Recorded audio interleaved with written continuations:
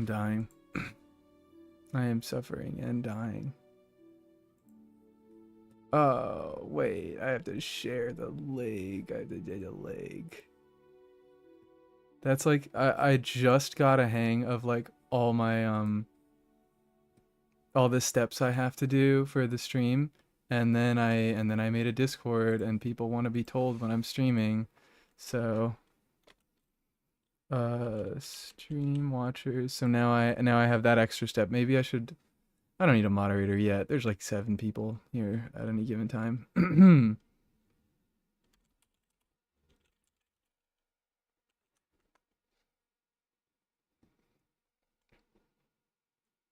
I don't need a moderator yet, but eventually I'll probably get someone else to do the notification stuff. But for now, I just got used to not, like, I have my routine. I have my routine of everything that I need to do when setting up stream. I'm like, okay, now I have the chat open. I have my my little Viato tube open for my model. I have my moderation window open. I have to do my thumbnail, which I always make in 10 seconds. And I'm like, okay, perfect. So I'm done with all my things I need to do to stream. Nope. After I start streaming, I now have to send a notification, which does take like 5 seconds. I didn't mean to do that. Which does take like 5 seconds, but everything taking 5 seconds, it adds up. It adds up. Also, for some reason now I'm getting like the incessant urge to cough. I just finished a recording on a video that I don't know how long it's gonna be. I have tea here as well. I don't know how long it's gonna be because I have, it's like an hour and a half recording, but I was actually saying things that whole time, which is crazy because usually my recordings are like 50% dead air of me thinking of what I was gonna say. A sick meese, yep. I think I have strep. I think so. I went on a vacation and now I think I have strep, so the Lord is telling me that I need to work harder, which is why I'm doing this stream. Dragon Strike time? Probably not this stream.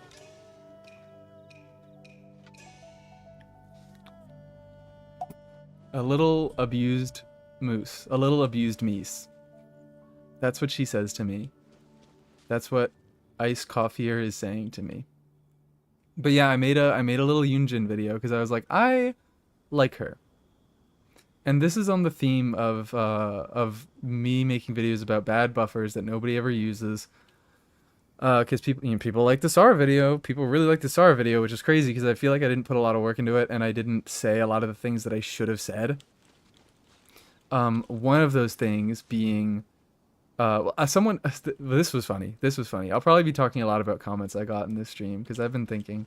But someone left like a, I agree with the title, but this video is so ass. And then they like listed it. And to be fair, it was a little ass. Not, I shouldn't say that. I shouldn't be so mean. But they brought up some valid points. They were like, you didn't talk about overload, which, okay, yeah, I should have talked about overload.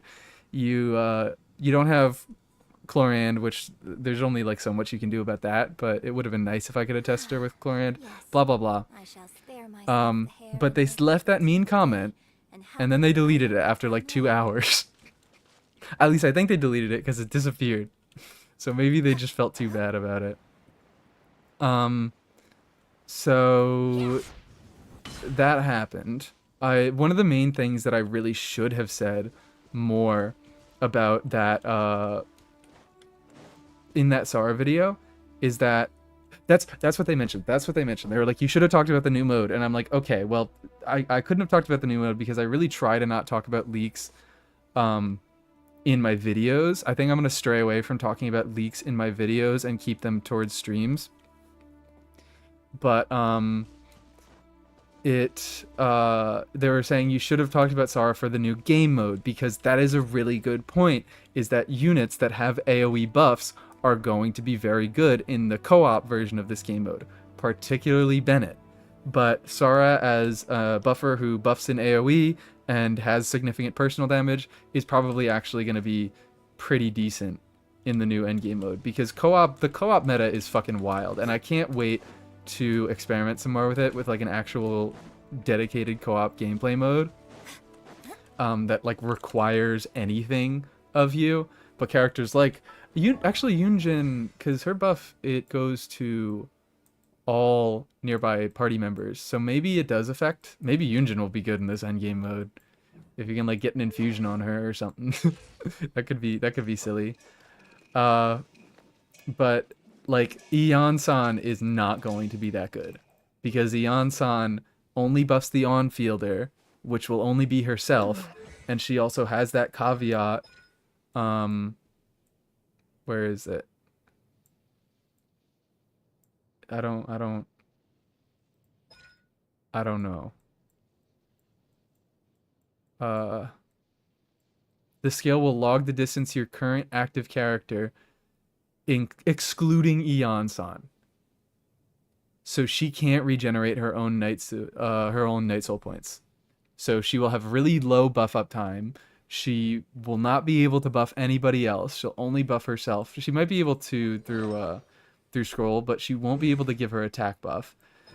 And she like, I guess you could do like charged attacks on her, and maybe that'll be useful. I don't know. I don't think they have ICD, but Eon-san is not going to be a good co-op unit in that new mode. What I wanted to say, what I really want to say about that mode is that another thing, not only will co-op make units a lot more useful, older units or just like units that don't normally see a ton of play, it will make them a lot better, and it will also make units just like Yunjin type buffers, Sara type buffers, where it's like maybe if I'm already using my Bennett in one team and I already have my Eon-san in another team using a third team, people generally aren't going to have 3 attack scaling units, but you get my point. Having Yunjin built to make a third team work when you already have those other two, already have those other 2 better buffers in 2 other teams is going to be important. There we go. So we have to start evaluating. I mean, I always evaluate units on like, okay, are they good enough to clear? Okay, I'll play them because they're fun. But we have to start evaluating units a lot more with that in mind. Like, will they make a good third team, perhaps? Let me read some of these. Benj overload. Haran for Clorand, hell yeah. Hell yeah. Haran is a decent weapon. And you'll be seeing on Chiori in that new video. I should have showed that off. I really should have showed that off because I was doing a Chiori on-field build. I obviously talk a lot about it. But I always thought it was so stupid that she just has this useless infusion that does nothing. She has bad normal attack multipliers. They don't scale off of the same stuff as her entire kit. It has low uptime. And you also have to sacrifice this extra upward sweep damage to get the infusion. So it is 99.9% of the time not worth it. And I say as much, but I like Yunjin because she can make Chiori's normal attack scalings not the worst thing in the world. And it's even still like it's still decent on her because she still is an attack scaler. She's just primarily a defense scaler, so she can make use of the higher base attack. Used Yunjin when I first started and was maining Aloy. Wild. I think I just like the low tiers. I've always been, because I characters being more popular it always puts me off a little bit. And I like characters that I kind of have to work for to make them good. I don't like easy wins. Can we see some Benj overload Sethos? Maybe. I don't know. I might get around to it. I won't promise anything because I might end up forgetting. But I'll probably just be doing like random whatever stuff in this stream.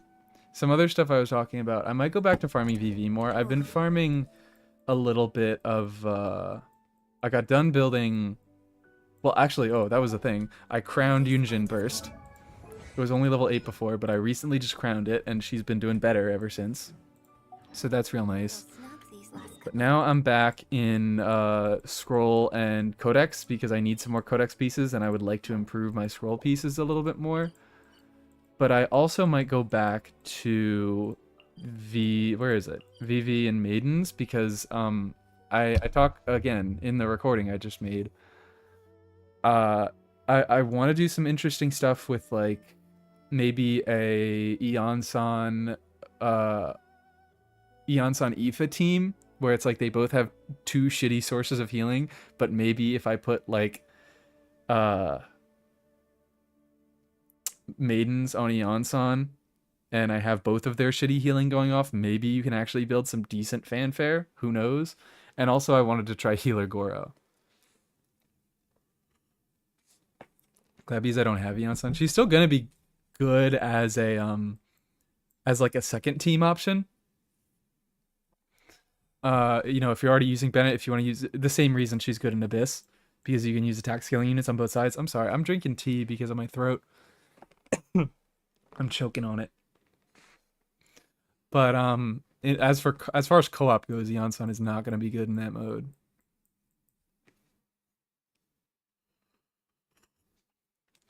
I made this tea like 2 hours ago, and it's in a thermos, and it's like still so hot. It's killing me. I promise. I shouldn't be. Um. Uh.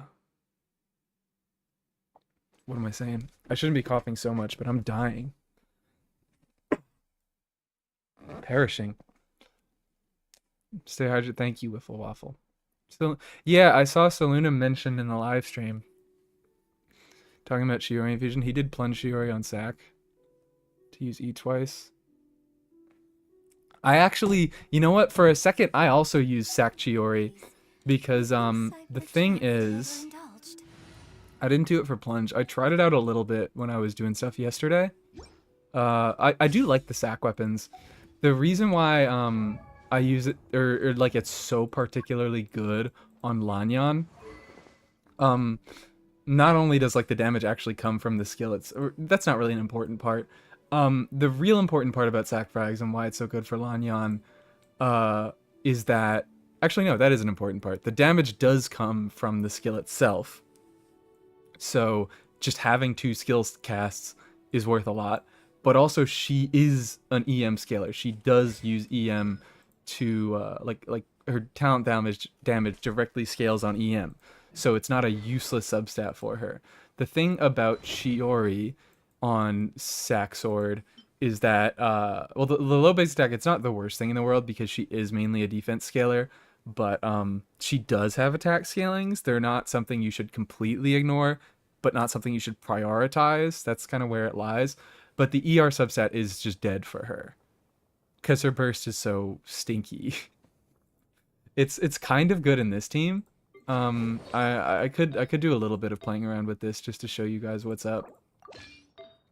But I've seriously been enjoying this one. And I also ended up, it's a Chiori on piece, that defense goblet I put in my Discord. This thing is crazy. 45 crit value. I am just like, I'm stunned at this thing. This is like one of the best pieces on my account. And I also can use it as an off piece in my my Golden Troop build. This thing is stupid. Why did it have to be a defense goblet? Let me look at some of these. What kind of tea? It's I think berry hibiscus. I forget. I would have to go check. I might end up leaving stream for a second to go make tea, so I'll tell you when that happens. Also, hello everyone. I'm recognizing that you all exist. Should I say names? Hello Dorsal from twitch.tv/dorsalfin1. Hello SFA. Hello man whose name I can't pronounce. Mortal Star, I think I've seen you. I know you're not a regular, but I think I've seen you once or twice. Crystal, Wiffle Waffle, Zephyrus. Is that everyone? Did I get everyone? And Jotaro, hello. What is my best piece? This might be it. This might be it. So hold on. What am I doing? Stuck in mono. Yeah, it kind of sucks. I mean, I have the first. It was one of my larger videos. It has like 300 views at this point, but it was a video about archaic Petrogoro that I did enjoy doing. It was silly fun. He's not useless. Um, I don't know where I've been doing Healer Goro too, get him to C3 from Chronicle, trying to get Chiori, but now I want to go for the thing is, Goro healing sucks, which is why I want to do it as a gimmick. 50% defense every 1.5 seconds. Usually it's like a 3-figure number. That's how bad it is. Because he has pretty low base defense, only 648, because he's a bow unit. So yeah, if you're not building it for healing, it's really not that good at all. I have like some defense substats on these. Actually, I have some pretty decent on my circlet, but I have a defense goblet. Would be better if it was a 5-star, but obviously you can't get exile in 5-star. Some defense on the timepiece, none on the flower, but whatever. It's like fine defense, and it's nothing. It is nothing. You do see exile set because Goro, you can make use of other things. I think his best set now is actually scroll. If you're using him, you have to use him with an element that can be crystallized, but 12% damage bonus for both elements and some extra energy if you're using a Natlan character is nice. You usually don't, because you'd have to use like oh god, sorry, I just remembered. I'm gonna have to cut some extra things into my video, my video that I just recorded. I'll talk about that in a second. But if you're using a Natlan character, he can get some energy from this, which is nice, and then the 12% damage bonus he can make use of. But Exile is pretty nice for having to build less ER on usually Ito. Usually Ito. We love Chiori and Lanyan for this jump place out. We do. Hello, Air Tempest as well. Something I saw, def percent. I don't know where I saw. Yeah, def. Sad that defense is your best. It's like not. I mean, it is a little sad. I wish it weren't. I wish it were geo damage bonus. But the fact that it's on a set that scales with defense, like it boosts defense. You're gonna use it on defense scaling characters. It's pretty nice. And also, defense goblets are usually pretty good because defense artifacts get higher scalings than others. Like, see, only get 46.6 on damage bonus, only get 46.6 on attack as well, HP as well. Defense gets higher. And that's mostly to compensate for the fact that there's no piece that gives flat defense on the main stat. But defense goblets can often be pretty good. They're usually better on Chiori if you're using her on Golden Troop, because she gets so much damage percent. She gets, 75 from the set. She gets 20% at base with this. So Chiori just likes a lot of... She does really like defense goblet. So on Candace is so nice. That's also true. I haven't played enough Candace, but I think it... I know it is decent.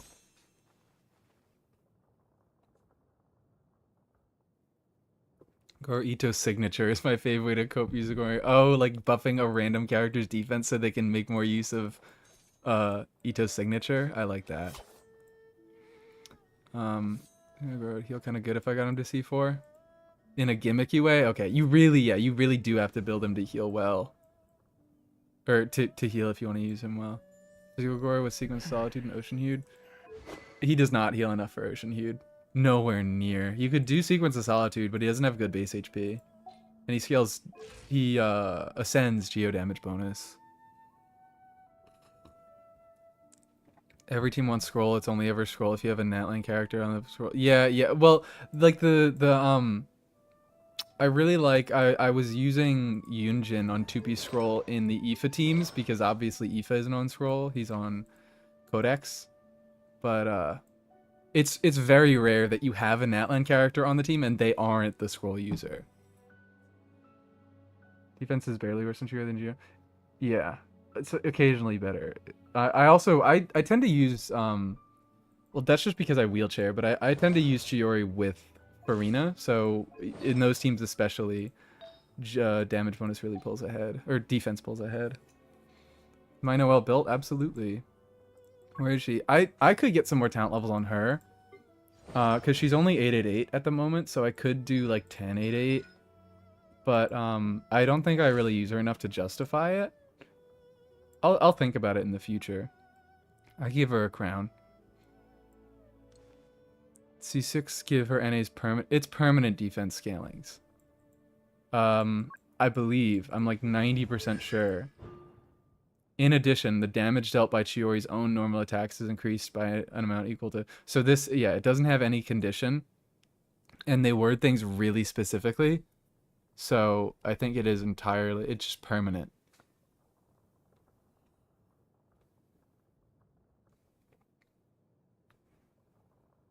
But yeah, also her skill has a 4-second cooldown in that because she has a 16 at base. Has an engaging mechanic when played with 2 elements besides Geo, who you choose to buff. Yeah, yeah. Well, it's usually just worse than Scroll is the thing. Because it's a lower buff, and Scroll can often buff both, depending. I mean, you can get like double crystallized setups with Shilonin, but she doesn't have any off-field Geo, so usually you're just running Kachina, and she can buff both elements, but whatever. Anyways, what I meant to say was that this is a C1 Chiori team. I don't have any Geo constructs going. I didn't record that in my video, so I'm gonna have to be like, hey, by the way, you're gonna have to swap out. I don't want to do Goro, but probably Yelan for. Those are my 2 suggestions. Either Yelan for Zhongli. You could also do Goro for Zhongli, or Goro for Kachina. And Kachina actually might be better. Is the sad thing. Or like, I mean, technically you can just go Shilonin, because like Shilonin and Kachina are basically doing the exact same thing, even though Shilonin doesn't. Shilonin doesn't. What am I saying? Her res shred doesn't work. Neither does her healing in those teams. But like, Kachina is not dealing enough damage to really bother building her. Buff is normal, but the Geo... Yeah, the Geo Infusion isn't. Geo Infusion is still 5 seconds.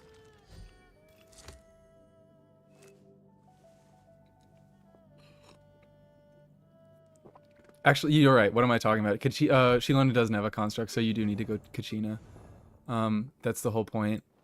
Kachina with Geo MC also could function. What are Geo MC's buffs? I always forget. It's like, I know he's a crit rate buff.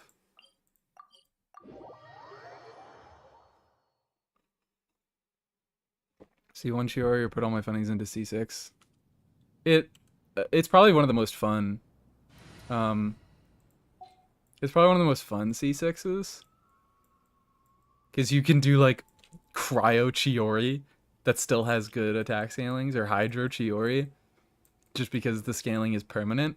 So you could do all sorts of shenanigans with it. Is it only normal attacks? I'd have to check that as well. Get out here, bro. GMC does buff something. You could also function, like you could put them on Petra. So I'll have to go back in and be like, hey, forgot. Knew I forgot something. God, I was gonna say, I think I finally recorded a video where I don't have to go back and make any corrections, but nope. Never happens. I always have to go back. Mono with Skirk has become decent. GOMC was okay with Navia. Right? No, I don't know. Whatever. Someone. Crit rate. Nope. Nope. 5 energy. Oh, that's only for him. Okay, yeah, it's literally only 10% crit rate. And then these just deal damage, right? Yeah.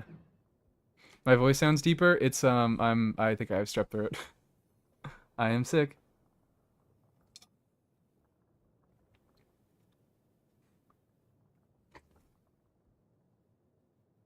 Has some interruption resistance.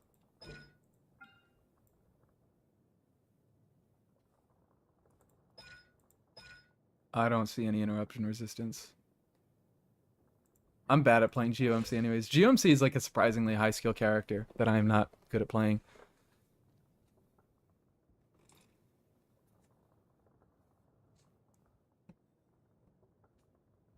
Oh, in the crystallized. Well, Goro offers the same stuff.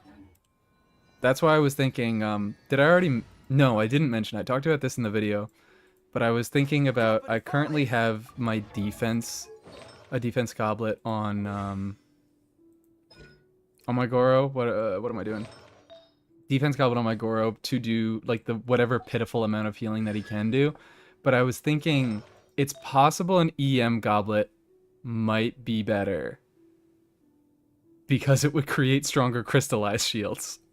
So it could like potentially give you a little bit better defensive utility. It really just depends what you want at that point. But my point is that he's not going to be healing all that much anyways. So like if a stronger shield is what you want, I think that might be the move. Yeah, stronger. I don't. When does he generate his when does GOMC generate his particles? Because I don't know. I would imagine him and Kachina are relatively similar. Actually, wait, no. Because Petra can't buff geo damage, so he's not going to be good in the Chiori team. He could be good in another situation though. I don't know. It's on Rupture. Wait, I'm losing my mind here. Thought C1 Chiori doesn't need constructs. That's the thing. I'm saying that the team I created here, this is a C1 Chiori team. And I forgot to mention it in my video because I have C1 Chiori. So you'd need to replace it with you'd need to replace someone with a lower damage option here. Only played Electro MC. Is GMC good? GMC is like fine. Um uh it's like I don't even know. He can be okay. He has some decent personal damage, but that's kind of it. And like you have to play him really well because there's some weird stuff with the skill hitbox where you have to like place it down to an enemy and then it like explodes at a certain time. I don't know, but he's like very difficult to play well, but you can get some okay value out of him if you are doing that. I'd say most of the MCs are like usable. If I were really to rank them, what would I say? Animo's weird because Animo is just good by the nature of being Animo, but he also has some like weird extra red shred stuff in his kit. Electro, well, Hydro is probably the worst. Hydra is probably the worst. Wait, hold on. What am I saying? When the skill... Sorry, I'm seeing this chat from you, Air Tempest. It's not... We're talking about there is interruption resistance.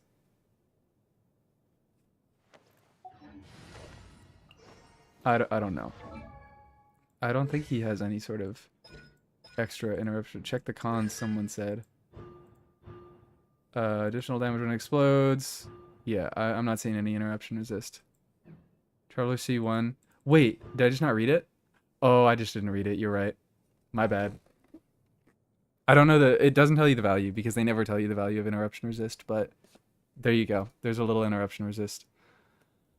Still functionally the same thing as, I mean, I would even say Crystallize is probably a little bit better because it blocks damage as well. But that's, yeah. Hydro MC might be the worst unit in the game. I think it's, probably, it's between Aloy and him.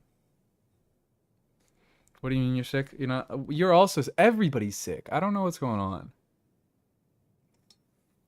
Decent damage for GMC. You know who I am. You know that I overrate every single character. Look at the team I'm playing. Look at the team I'm playing here. This is just what I do. This is how I live. Aloy at least generates energy quickly. That's, yeah. Aloy has probably better generation. Weird, I don't know. It's probably similar damage, but I think Aloy is GMC is harder to play, but I think he's more consistent if you know how to play him.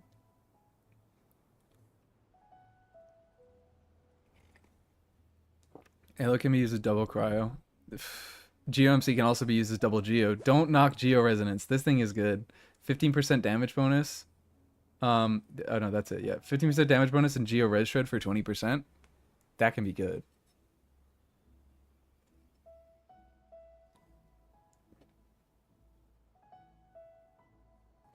Aloy can use Elegy. I don't know. I don't know. Aloy probably is a little bit better than Hydra MC. Oh no, well, yeah, what we're talking about Hydra MC, not GMMC. I'm losing my fucking mind. Sorry, but in that case, Hydro Resonance is still also kind of good. Definitely not as good as Cryo Resonance if you're using it right. But yeah, Hydro MC might be the worst Hydro or the worst character in the game. I don't know. It might I don't know that this is it might be a discussion worth having.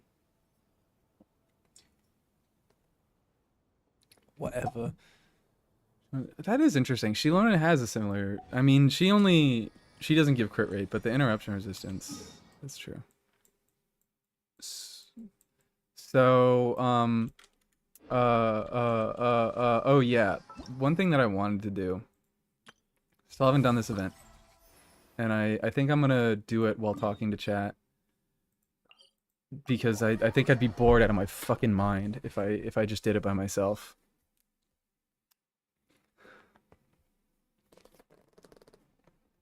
I really like Animo and Electro MC. I don't have Pyro. Everyone says Hydra is bad, but I just don't use Dendra. Yeah, Dendra's a weird one because Dendra is like he's a Cole side grade, which is like not to be underestimated.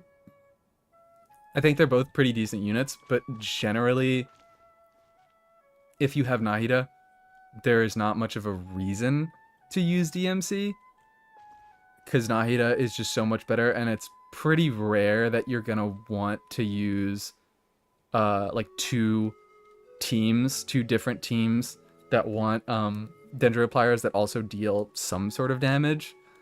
So it's like if you're using if you're using two Dendro teams, that is probably going to be like Nahida on one side doing like Hyper Bloom or something, and then Aggravate on the other with like Kirara or something, because the defensive utility and the tiny buffs that she brings can often be better than the at least not like numerically better.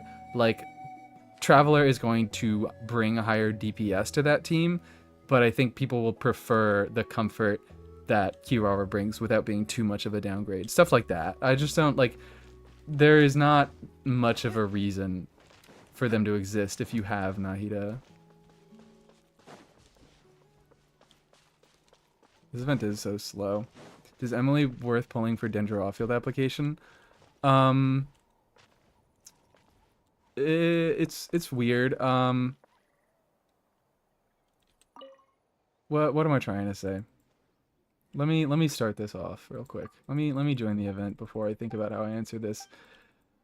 Oftentimes you do just use her as a pyro unit. I generally find. Wait, hello? Oh, do I go over here? Here we go. Okay. I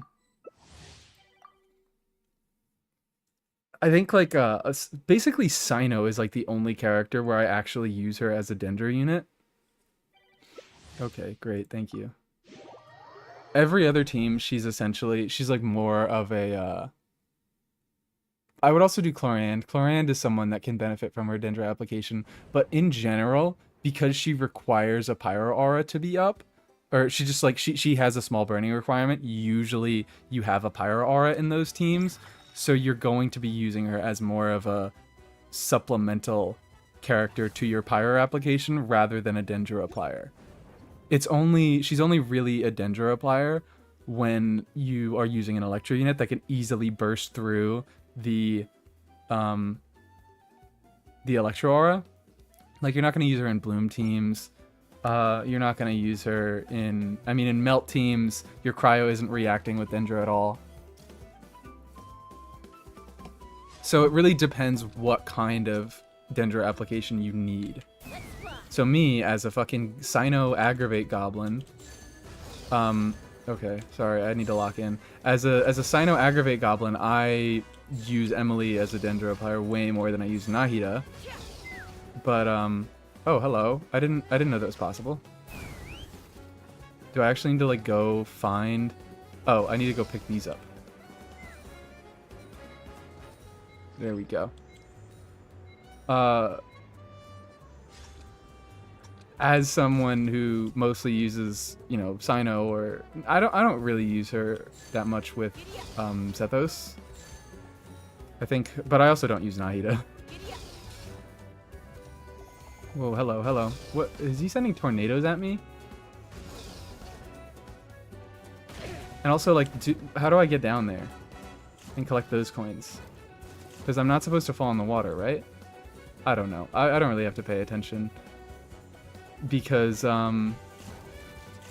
you like, get basic, like, 1,000 points every single game, no matter what. Your performance has nothing to do with how many points you get. It's so funny. Hydro MC's burst is questionable. And I saw someone mention the lantern glitch before. And it's still... Oh, it exists now with Escoffier's, Oh, wait, I forgot I could go down with Jaska. It exists now with Escoffier's hold skill. You know, where she, like, starts making the whatevers, the special food.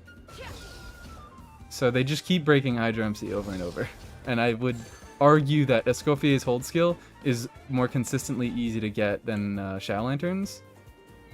But I also guess you can't stack them as much. Oh, I'm gonna die. I'm gonna die. There we go. No! Cheating.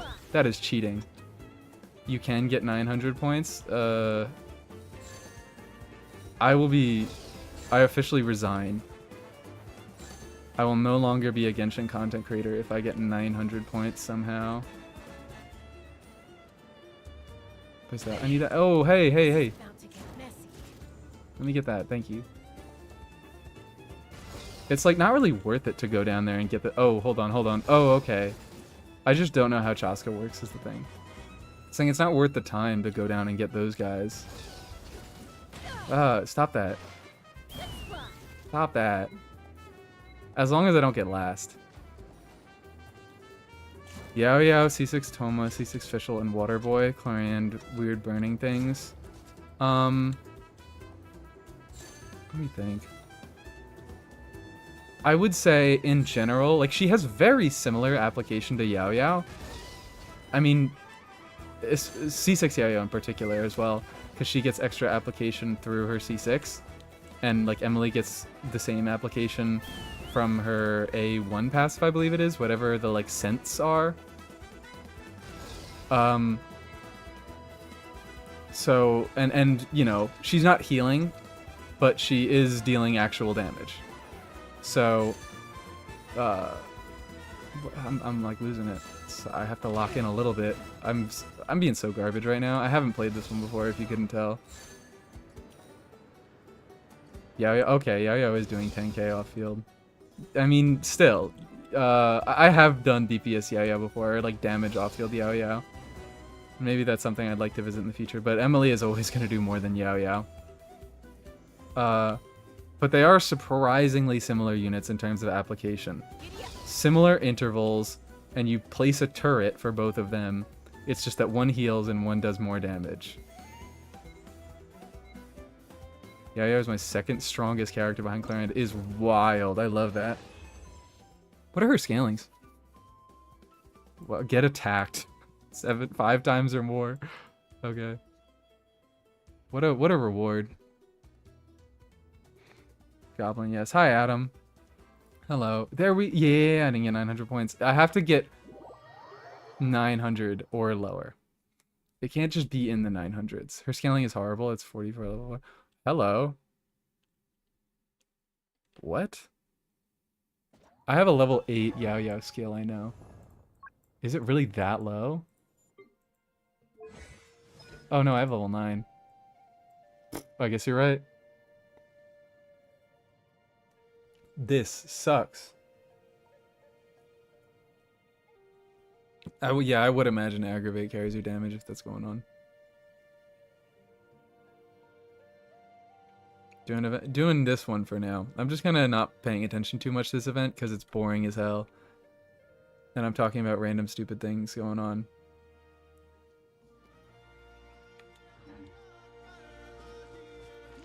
That's about as good as my results on the embryology exam. Oh no! What was I saying? You should have studied instead of watching a silly Genshin streamer.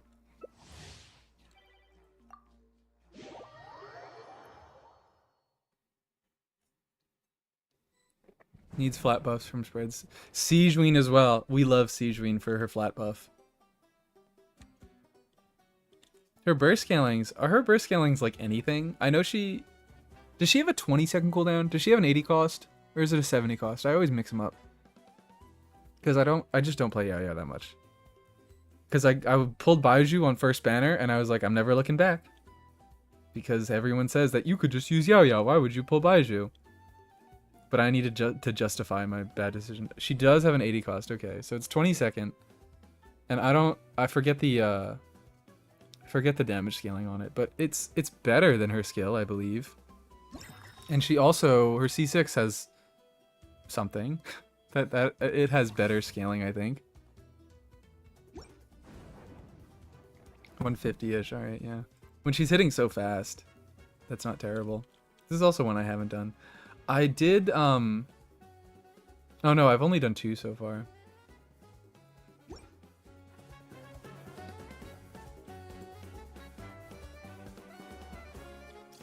I've only done the Kanish one and the Seatlali one so far.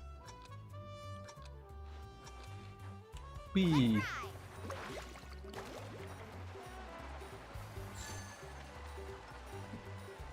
I don't know if I should be sprinting. This one dude is AFK. More for me. If her passive throws extra radishes when she dashes it. Yeah, that's what am I saying?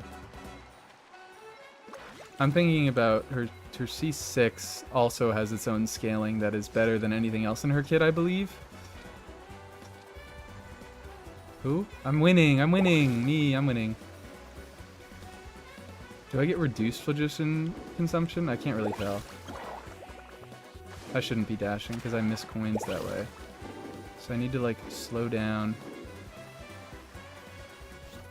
Oh no! I ran out of juice. So this dude is just gonna be AFK the whole time. Is there a measure against that? Oh, hello. Coins respawn.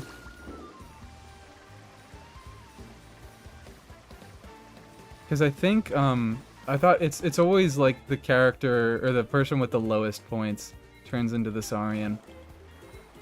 But I feel like that hasn't always been the case, but maybe I'm gaslighting myself. There is AFK detection, alright. Do you get kicked? If you jump, it doesn't cost stamina. Are we talking about, what, optimizing DPS Yao-Yao in chat? I fuck with it. I'm with that. I respect it.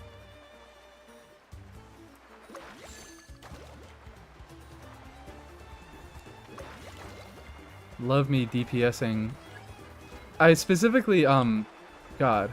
I'm just thinking about, sorry Tars Blamo, if you ever watch this VOD for whatever reason. But like, whenever I hear DPSing characters, I'm always like, I love when people like work within the boundaries of their kit and do weird DPS stuff, like suggesting, well, if you jump when you're in Yao-Yao Burst, you don't use stamina, so it's a better combo. Not like, oh, let's just like make their normal attacks to 1 billion damage, because like you can make any character's normal attacks to 1 billion damage with the exact same buffers, and they'll all perform about the same. Oh no, I'm gonna run out of juice. Oh yeah, Anne is the Saurian, look. So it's not always just the person with the least amount of points. Melt Chi-Chi, I love that too. How much does she apply cryo on her skill? It's not a lot, I believe.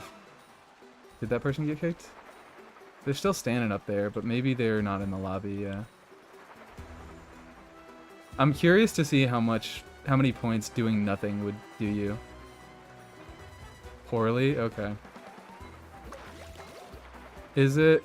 Because it hits... I don't know how often it hits. I don't know enough about Chi-Chi. Hold up. I gotta like camp certain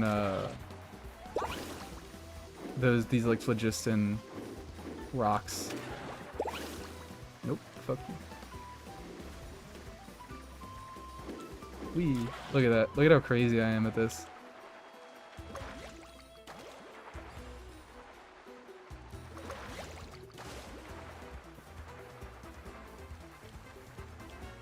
It's around 1.5 seconds has standard ICD. Ooh, okay, so that's once every 3 seconds. That's not horrible, but I also don't think that skill has any scaling behind it.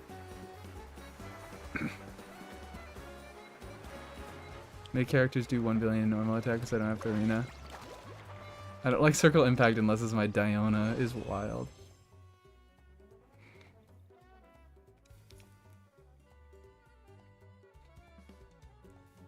Okay. Yippee! I win. I don't even think, like, even if you got a ton of points every day with like 1200, well, 1200 every day, you could hit 6,000 and only 5. Whatever. Golden Troop. Oh, with Siege Queen. Okay. Golden. I imagine. I forget how exactly how Siege Queen buffs work. It's like when she uses her skill, you get the buff. I just mean the trigger condition. Come on. Come on, girl.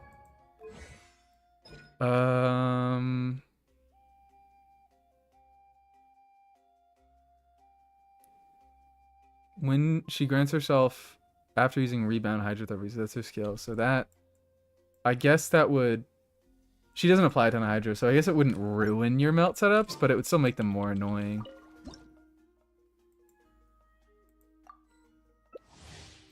I just like doing gimmick things that work. Is what I can describe that as.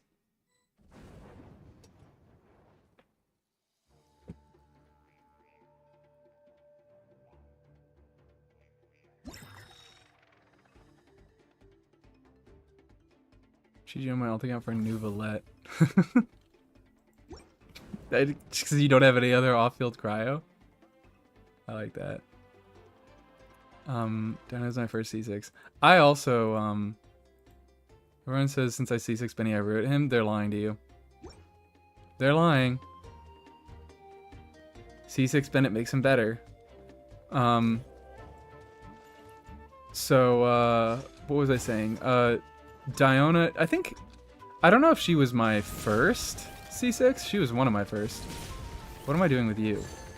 I didn't read anything. So I don't know what these guys do. Whee! Oh, no. Where's the phlogiston? Oh, whoops. I have to hold. Oh, excuse me. What am I saying? I used my, like, initial cracked out team where I was like, this will definitely work. It did not work. It was double cryo Hu Tao. I was running Rosaria, Diona, I think Noelle and Hu Tao, because Hu Tao was the first limited unit I ever got. I didn't have Xingqiu for a while before I got, or after I got Hu Tao. So I was trying to make, like, melt work, and I was like, wow, 200 EM, so, like, that's, So, hey, dude, what's up? Oh, hello. Oh, okay, whoops. Whoopsie daisy. What are you doing? Why are you bombing me? Leave me alone. Why do you do that? What kind is my Kai? I just got him C6. I need to do more stuff with him. Because I just picked up C6 this month.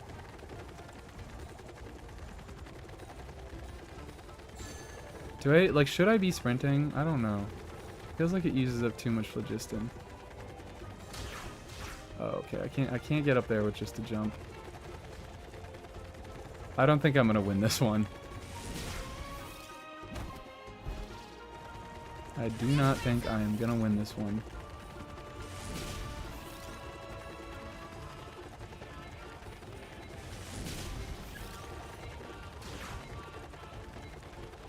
At least I'm not the Saurian. Close to being the Saurian. I have not once been the Saurian. And if I can get through this whole event without being this Aryan at all, I'm gonna be so... I'm not really gonna be proud of myself, but... I want Hu Tao Melt so bad. I would also like Hu Tao Melt. It is inconsistent because she just hits too much. There isn't really, it's because of her charged attack, or the, like, Blood Blossom, whatever it is.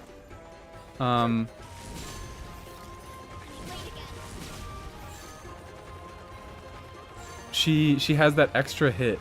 Like, she applies a status effect that hits enemies with her charged attack.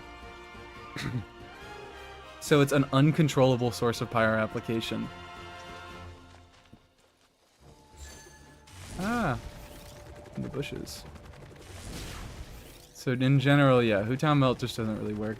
You could do it potentially with Plunge. But you still want to do charge attacks with Plunge Hu Tao. But if you just ignore those altogether, you could do it. I need to play more Hu Tao Plunge, because that's like half the reason I got Shanyun. I actually do really enjoy Hu Tao Plunge. Siren Assault. Oh, now I'm in second place. I locked in. Locked in, guys. I locked the freak in. Bring Dory to co-op. Hell yeah. Hell yeah. That's another thing I might want to talk about in a little bit. Is units that are going to be way better in the co-op endgame mode. Dory is one of them. She's still not going to be crazy good. And you're still going to need very specific teams to make her work well. But I would like to do, especially if I will end up doing co-op with viewers. And I want to do Dory teams. Because I love on-field Dory.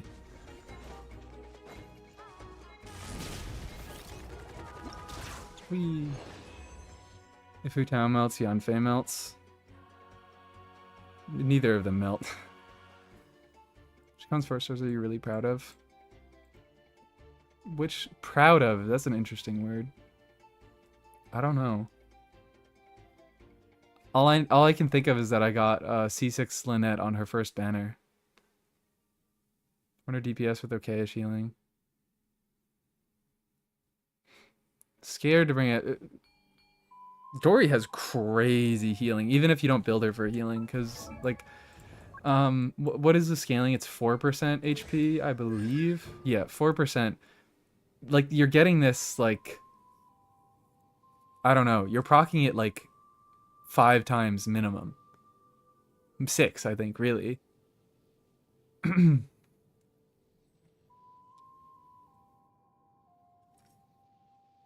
So that's, you know, 20% of her HP is pretty decent.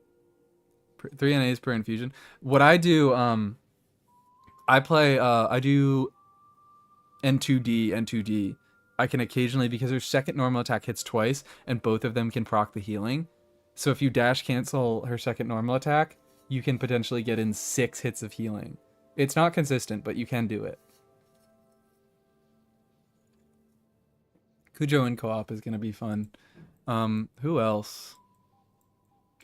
It's going to be like characters that can use the on-field time. Bennett might be the biggest winner just because he already is really good and he's going to get better because you can DPS him. Oh wait, what is this? Oh, hold on, I see this. Question for Electrocharge Aoife. I see with 24k swirls, you should still build Aoife or Auroron on crit because Aoife's Electrocharge buff is a flat buff. It's gonna increase your Electrocharge damage by the same amount, no matter how much EM you have. So just go with a crit Auroron build. What are some other things? C6 I feel bad because like I pulled for C6 Lynette and then I've barely even used it. So I'm like, I don't I would like to. I still I think in all honesty, I think her C4 is her most important constellation, getting you that extra skill.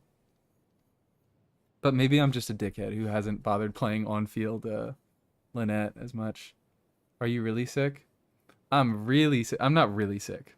I'm a little sick. I'm not dying. I took a COVID test this morning and it came out negative, so I'm chilling. But I probably have strep.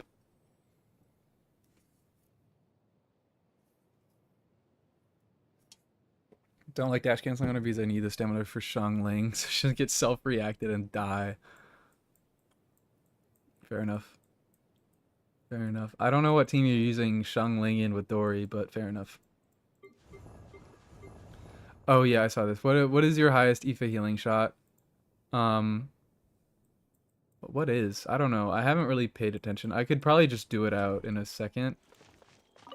I imagine it was somewhere around the like 800 mark. Golden Troop is going to Golden Troop. Oh, Golden Troop. It's not going to become useless because it still has some effect. Let me just get. I know Farina's already on it. I think other skills are going to be, or other sets are going to become more powerful because you're only losing 25% of that damage bonus. You still get 45%. Excuse me, Jesus. I'm like, ugh. You still get 45% damage bonus, but I think yeah, Tenacity Farina is gonna probably pull ahead in a lot more contexts.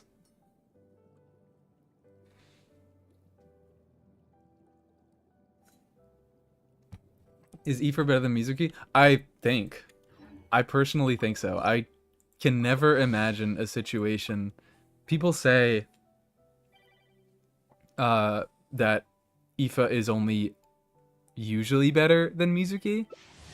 Personally, I can't think of a situation in which Mizuki will be better than Aoife.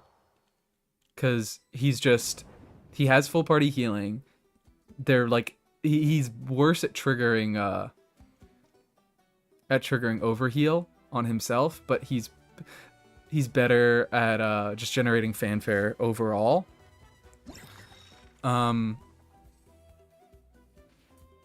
So yeah, it's like they're the same unit, but I just feel like their healing got moved around essentially. His got split up to the whole party, and it's a little more consistent. And he can also do normal attack stuff.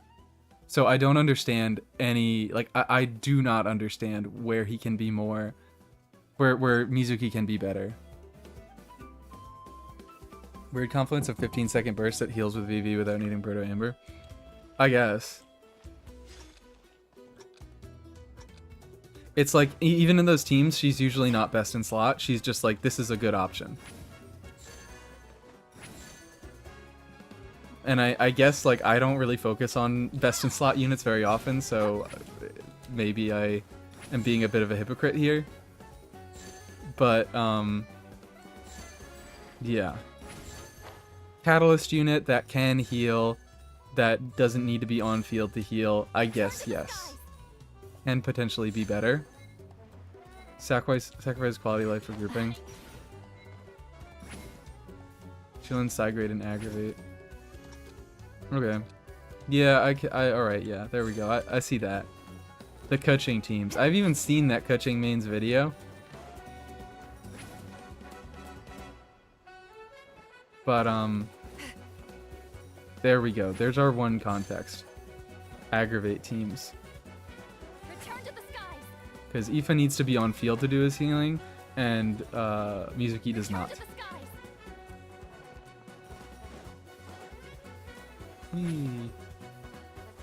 Where is all the phlogiston? Also, hi girl. You okay? You know how to play the game? Just walking around in circles? Oh, I think this person is AFK, but they found out how to not get kicked.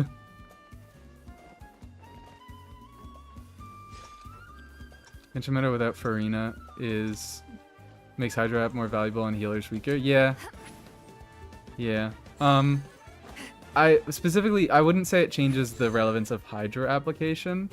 I would say it changes the relevance of normal attackers.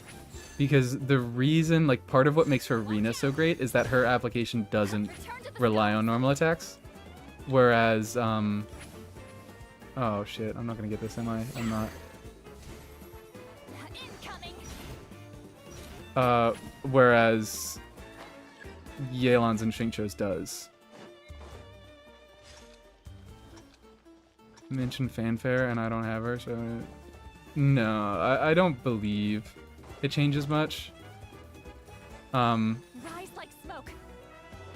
She might heal a little bit more, but you like she basically can never overheal.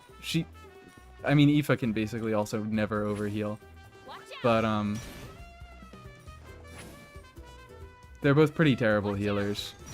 So one of them might potentially be a tiny bit better than the other, and in that case, I think that the quality of life and the flexibility of bringing normal attack units into the teams is what makes Aoife better.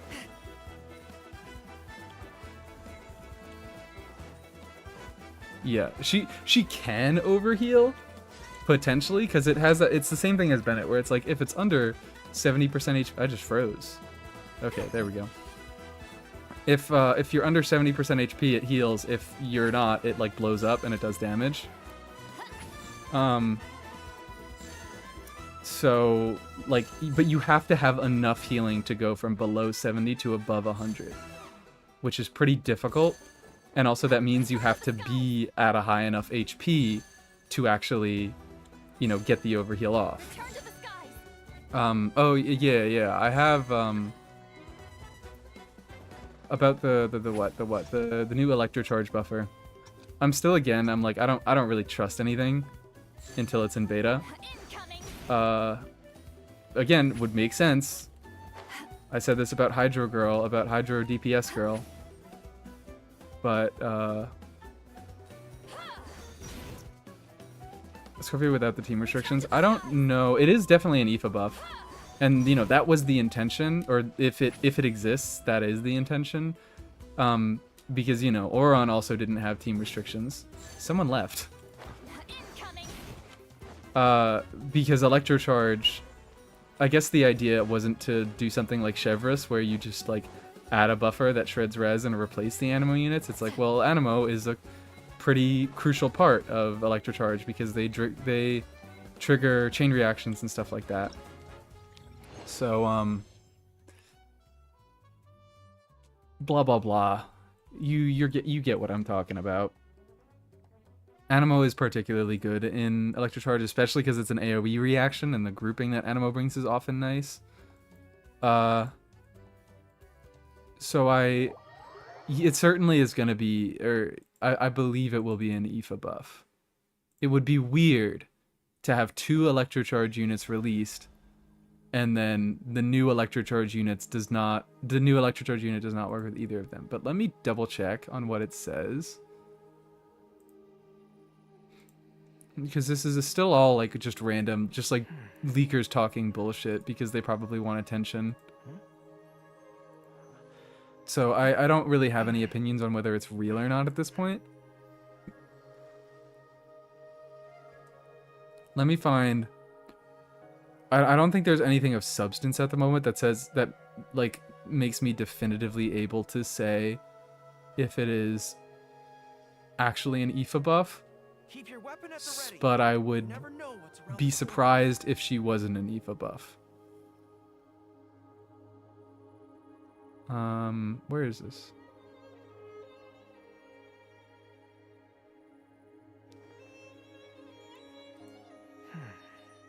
Like, currently there's not... Fischl is always great, because Fischl's Fischl, so she's, like, okay in the last slot, but currently between, like, Farina or on Aoife, there's not a fantastic last slot, so maybe that's what they're doing. Where...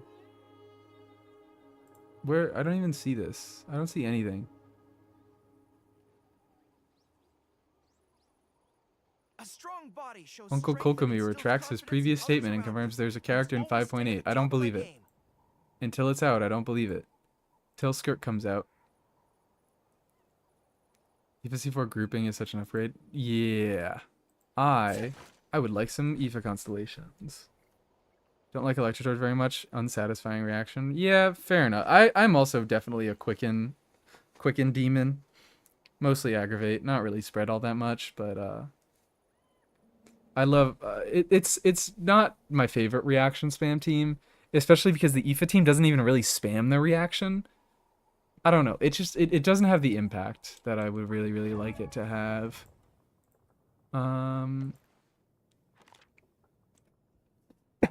Jesus.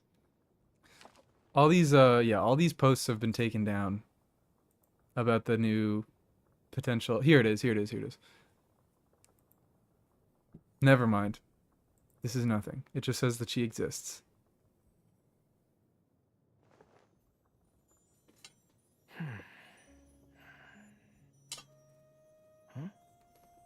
Okay, never mind. All the information about this electrocharge woman has been destroyed. So, yeah, don't have much hope. How are we doing? Hello, Capitano Simp. We're doing fine. We just finished up the event. We just finished up the event. Come on, gimme. God, my throat is like, maybe talking for 2 hours straight, 2.5 hours straight, was not good for my throat.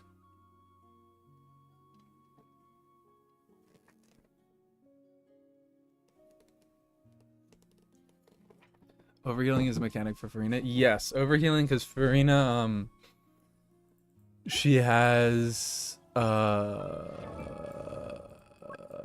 Waltz, Endless Waltz. My bad. When someone receives overhealing, she heals the entire party for a tiny bit. Continue hoping for 5.8 Capitano. Speak your truth. Speak your truth. We have a great variety of opinions on Electrocharge in this chat. I just like Electro, but it probably is my least favorite Electro reaction. It's between that and Overload. I kind of like Overload, but I feel like Overload is more of a Pyro reaction, even though it definitely is an Electro reaction. Anyways, I never like showed off this team, which I said I was gonna do. It's just a funky little whatever like on-field Chiori team. I think the main cool thing about it is that it actually makes her burst usable. Cause it I mean she's just getting a lot of buffs. I've done like 100k Chiori burst with this. It's usually not worth the animation time, but I do not have a... Oh no, okay. It's you that I don't have it on. Whatever. I'm only gonna do one rotation. So I'm not gonna worry too much about batterying. Jesus Christ, this is horrible. There we go. Skirk is a Capitano skill damage buffer. I saw the files. Look at me go. There's probably some... I think the good normal attack combo for her... again, maybe I should have talked about this in the video. Because Yunjin is doing 90% of the work. I am not. Like, Shiori's normal attack scalings do nothing here. So if I'm just trying to get as many normal attacks hit out as I can, then maybe my combo... Oh, come on, dude. Get out of here. Get out of here. Can I hit you? I can. Die. I think my combo might be N3 dash. Just to get max hits out.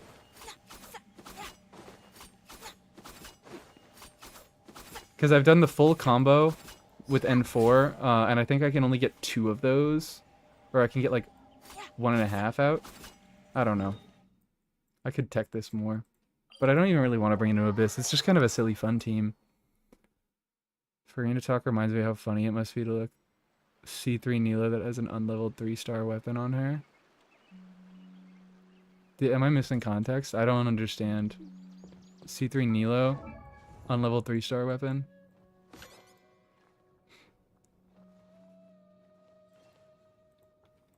Charlo's handy sword. What else would be useful if you don't... Okay, yeah.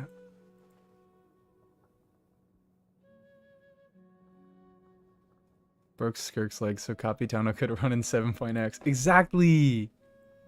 Everybody knows this. Everyone knows this. I was gonna look on my character screen for Capitano and look at him. But that's not a thing. That's not a thing. Huh. Boy, I would like him. Imagine if he comes out and he said, I'm really not a fan of how they did Skirk. Really not. I wish they liked her a little more. Traveler's Handy Sword, the fanfare stack sword if your stats literally don't matter. Okay. Really, you run Farina in... I guess you run Farina in Nilo Bloom teams. I don't see why not. She does damage. But you just don't have a lot of talent damage going on there. So I figure if you have another team that wants Farina, which is often the case, you just run her there. You want Capitano to be a physical unit? Me too. You want to know why? So I can run him with Mika. What's so bad about Skirk? She's like, I mean, she's a fine character. Is what I should say. Just how restricted she is. I'm just not a fan of it. It's like, okay, well, you play Escoffier Farina or you kill yourself. That's it. You play those two and you put a third Cryo or Hydra unit in the slot, and then you play physical team. You play a physical team, but the numbers are blue instead of white. There's no like reactions going on. There's just no interesting kit dynamics, and also like normal attack spam is like my least favorite thing in the world. I mean, there's a reason why I didn't really build Yunjin for the longest time. It's like I like units that do more than just click button a lot better. And even like Chiori, even though I am kind of enjoying this on-field Chiori team, it's certainly not my favorite, but I like it because I like it because she's like not meant to do normal attacks, and I have to do weird kind of funky things to make her work a little more. It is Cryo Ito, except at least Ito has fun combos that you can learn. Skirk is just like do normal attacks. Okay, that's it. I'm just gonna battery for a second. Apparently I'm fighting this guy now. Yunjin's buff R is peak. We love it. What copy do we Nouvelette style hypercarry unless they actually release a decent pyro off-fielder, then Rev Melt? I have news for you. There is a decent pyro off-fielder. She's right here. She's got a banner coming up. That's one of the big things I'm going to be talking about in the Emily video, is that she is a secret pyro off-fielder. Because she takes the other pyro units and she makes them better at applying pyro. She supplements their pyro application. That's why I love Emily so much. One of the billion reasons. Cryo 2 with more. It is Cryo 2 with more kit restrictions, because instead of just the support having the restrictions, where what? It's like Goro. Where is Goro? Goro has the restrictions. The carry also has the restrictions, and they're actually worse. I think everyone does consider Emily. I just think, people. It's weird, because people think, people are like, oh, she's a pyro unit, but I don't think they often consider the utility of Emily applying pyro. Like they don't think about how oh, that's a good thing, where she makes pyro appliers. She makes like Dea and Toma, she makes them better at applying pyro. Because she also kind of applies pyro.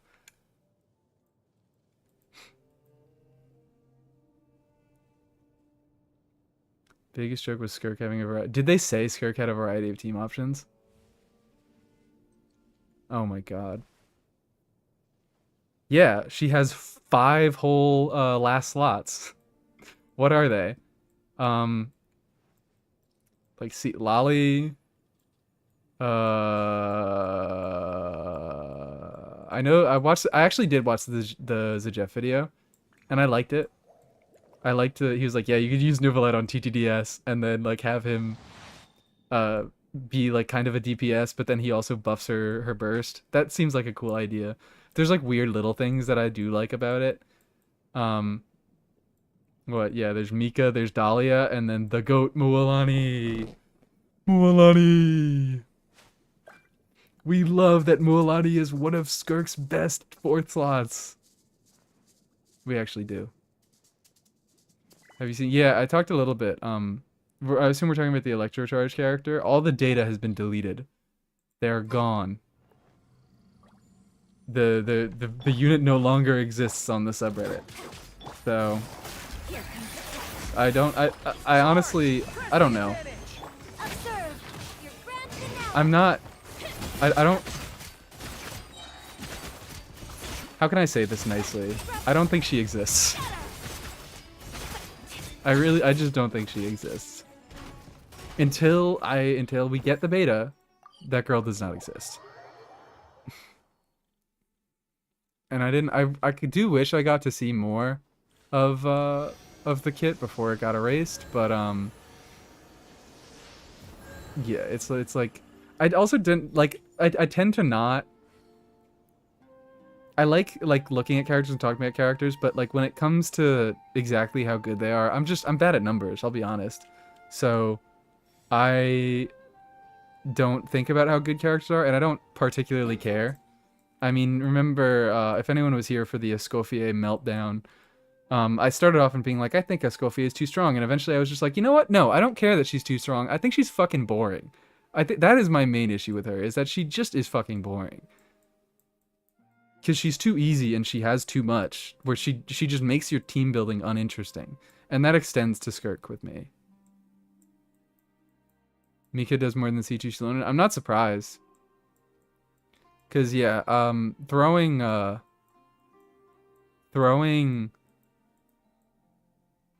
anyone who's not Cryo or Hydro is just going to destroy her multipliers and Escoffier's Res Shred.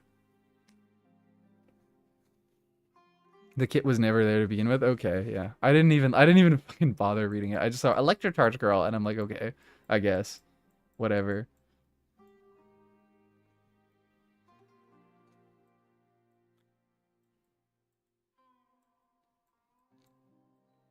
Bait so people don't pull for Skirk. It's possible. It is possible. Hoyo employee John Hoyo posted that leak and then deleted it. He's like, "Oh, what if? What if?" But like realistically, I don't think people like. I think more people like Freeze than they like Electrocharge.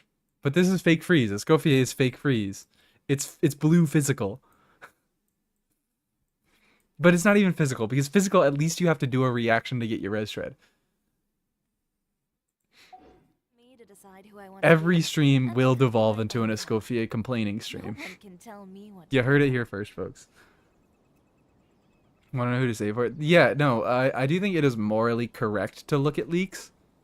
I do think that is, like, what a smart gacha player does. I understand not wanting to look at leaks, but, I just think, like, Hoyo, their entire business model is based around obfuscating information and making you spend your money in poor ways. So, like, the least you can do is plan for characters that are going to come out in the future. I Dish did something besides application. Make burst out of overcooked food.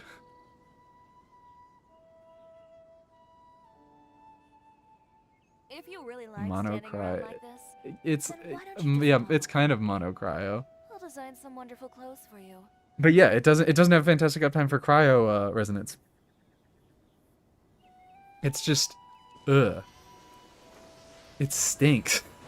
It's so boring. And the example I always point back to is people are like, well, she's Freeze Chevreuse. No, she's not. No, she is not. Because what makes Chevreuse so interesting is she doesn't do a gazillion damage herself. So, like, that could be here or there.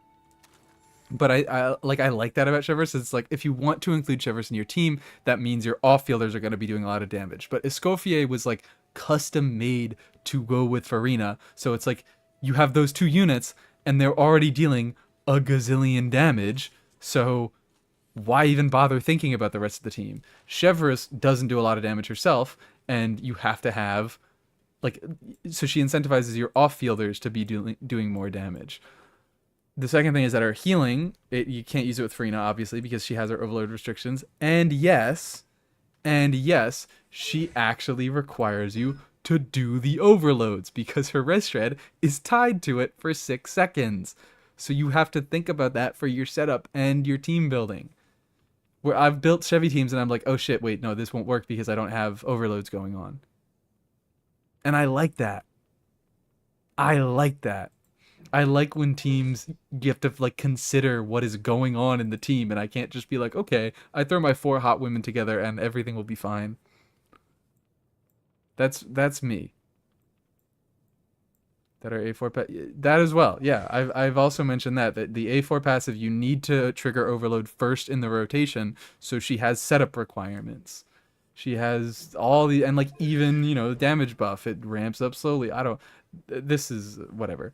I think I'm getting into the weeds here, but like it's not just perfect damage for the entire party, unlike Farina's burst is with the healing.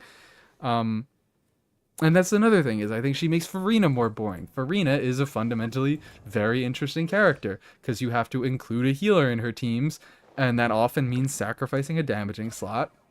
And different healers work different, like they have different uh different healers can be stronger with her. Like single target healers are going to be weaker than full party healers, which can make like full party, like fucking Baiju. He doesn't offer as much on an offensive perspective, but he's a full party healer, so he's better at generating fanfare, and that's a trade off. Um, there are all these things, all these cool things, and yeah, freeze being a requirement. So also, freeze is triggered on bosses. They are just not frozen. So even if you did the same thing as Chevrolet, and it still wouldn't, like, it wouldn't be that interesting because you're running Farina in all our teams anyways. But hello doodlers, no thank you. When you trigger freeze on a boss, it just removes both auras. I believe you still get to see the freeze text. Where is this? Let me trade this out for Sea Lolly. Leave me alone. Every time Escovia comes up, I'm like, I don't like her because all of her stuff is done in a very boring way. And, she even makes Farina a more boring character when you run them together. So yeah, Cryo. Look, it says frozen, and both R's are removed. So, like, maybe the requirement isn't that the enemies have to be frozen, but that, like Chevrolet, you have to trigger frozen. There's a lot of things that I think I would want to do to limit, or, like, just change Escoffier more. God, I'm being cursed. Escoffier is casting her spell on me.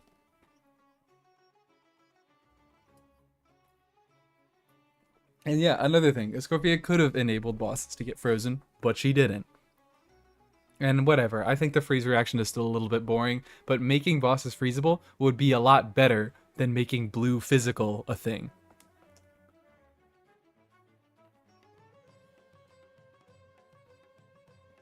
I think the one thing that I do like about Escoffier,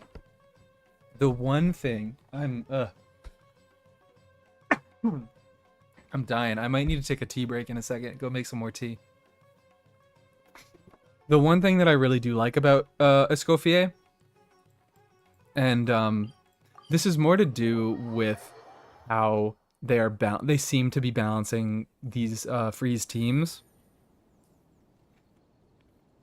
It's that it seems like they don't want Hydro or Cryo to have strong attack buffers. And that's why, like, even in the case of Shenhe, she doesn't buff your character's attack. She, like, adds extra damage onto them based on her attack. That's why Tenacity is so good on Farina in these Escoffier Farina teams, because you're not getting, like, any attack buffing going on. And I think that's interesting. It changes the balance. It changes what stats are good in those teams. I'm like making so much noise. She lost anyone part of her kit, I think it would be okay. Yeah. It's the red shred, it's the damage, it's the healing, it's not the application. I mean, it is a thing for melt. But is that the 4 things? I don't know. I think it is. And the fact that she does it all off field and she presses 2 buttons to do it, she just, bleh. It's too easy. The weapon is good. I can't lie. The weapon is cute.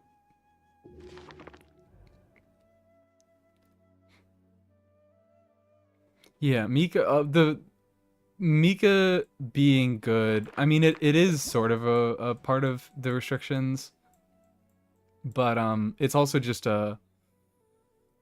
based on Skirk's design of not having hit lag, so the attack speed is actually pretty useful. But the full party healing, it matters. It doesn't matter for Escoffier teams because she already is the full party healer. But outside of the Escoffier teams, it does matter. And those teams, they're a lot worse, but they're still okay. Like they're still functional. What am I looking for? It's near the bottom. There she is. Oh, I can't even look at it. Having no, you see, Jay, I like that. I like that it makes attack goblets way better because damage percent is pretty heavily saturated in those teams. Between, I guess if you're using Seat Lolly, but I disagree. I don't think that we need a cryo hydro attack buffer. I think it's cool that you change what gear is good on your characters, and it just changes the dynamics of the game. Because like if you're gonna make the team play boring as shit, at least make the gearing interesting. Is my stance on it. You know the A4.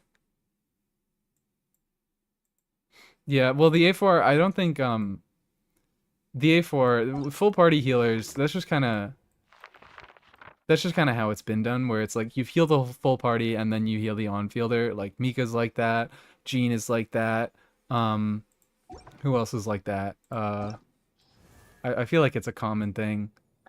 I just thought the A4 was a weird way to split it up and make it so like, okay, we don't have to, or the A1 is what it is. We don't have to give her an Ascension 1 passive. Show that I've farmed for 4 years. You can use it in non-Escovia teams. Maybe not with Child.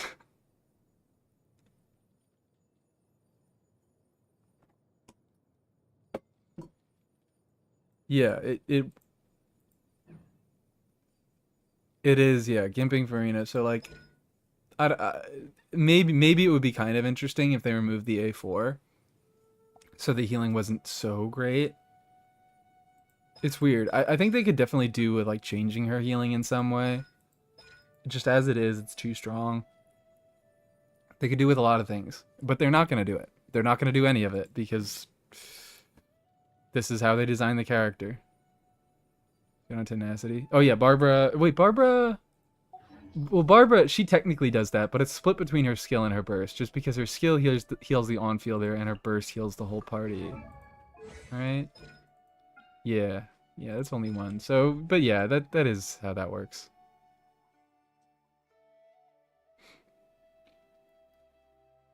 I like her design, yeah. Exactly. If you're gonna make the team building, if you're gonna make everything boring, like it's not interesting team building, it's not interesting play wise. Like there's got to be something to it. And I think the lack of attack buffers in those teams is the interesting thing, at least to me. Outfields is for Farina build, they're just my normal golden troop circlet, tenacity goblet. Hell yeah. So those, yes. One nice thing that I have said about Escoffier is that I like that she doesn't buff attack and that her teams don't have attack buffers. There we go. I am now... I think I'm tea breaking. Alright, I'll be back in a few seconds. But my tea needs a refill. I am now at nothing. Need me to come up with some for you? And my throat is killing me. I want to keep going because I'm having fun talking about stuff. But, God, realistically, I don't know how long I can keep going. I wasn't coughing like this during my recording. Let me pull up my screen.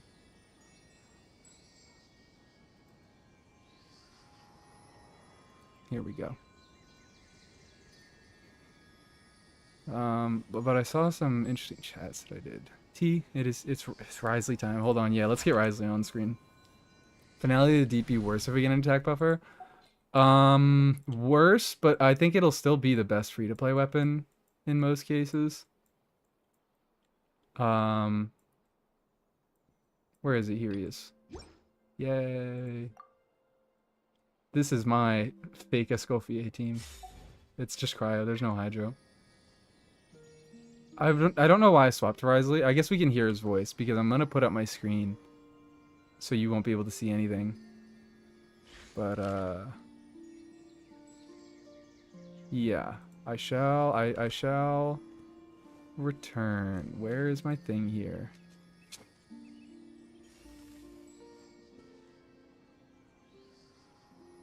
Here? No? Where is it? I've lost it. Oh, here it is. There we go. All right, I will be back.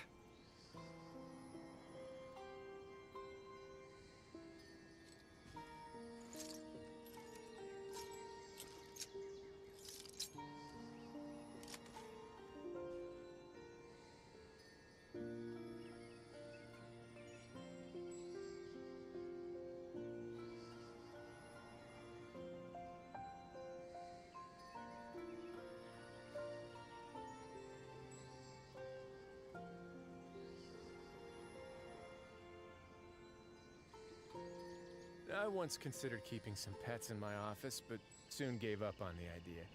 It's just not right to keep small animals where they won't be able to see the sun.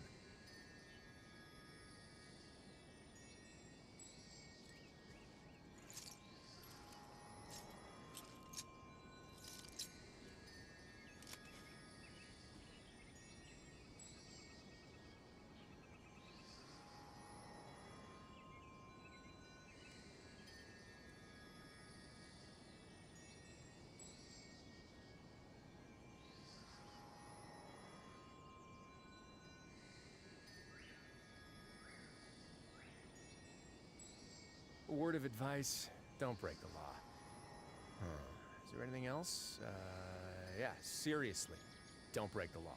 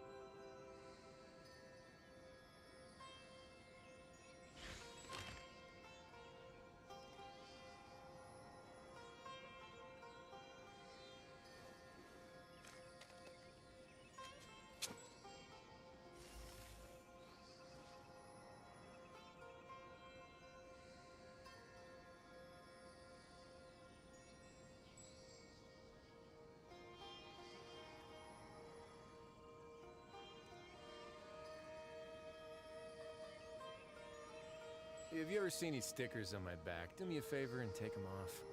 Malazines like to play pranks sometimes.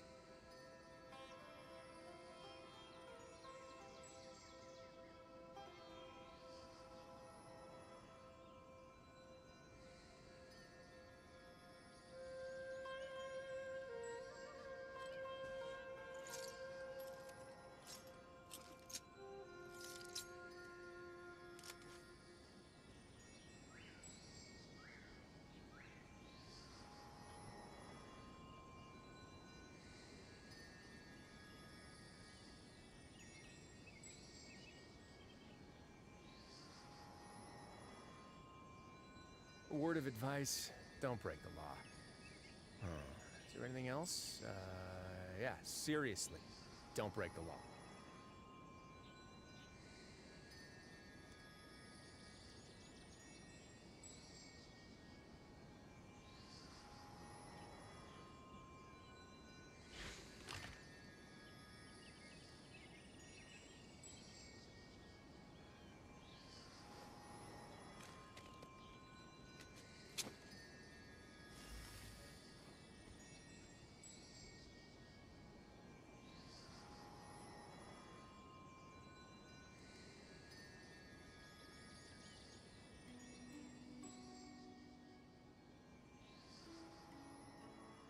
I once considered keeping some pets in my office, but soon gave up on the idea.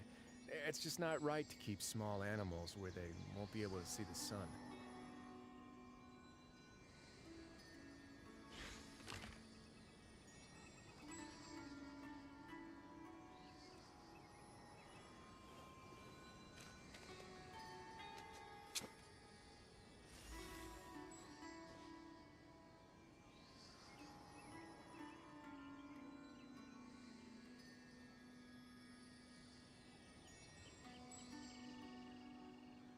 A word of advice, don't break the law. Is there anything else? Yeah, seriously, don't break the law.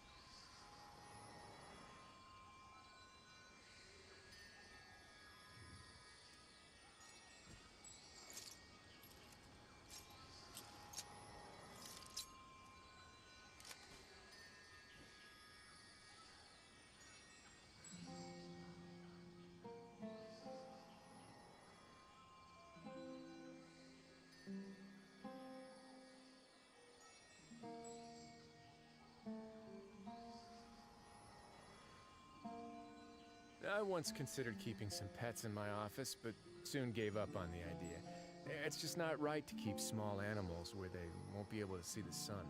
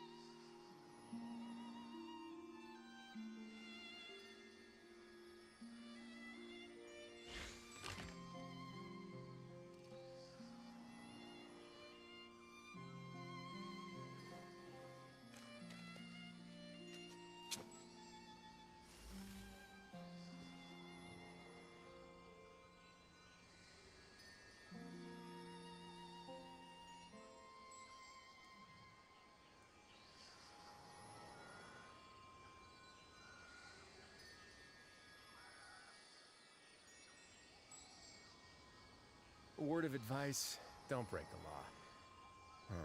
Is there anything else? Yeah, seriously, don't break the law.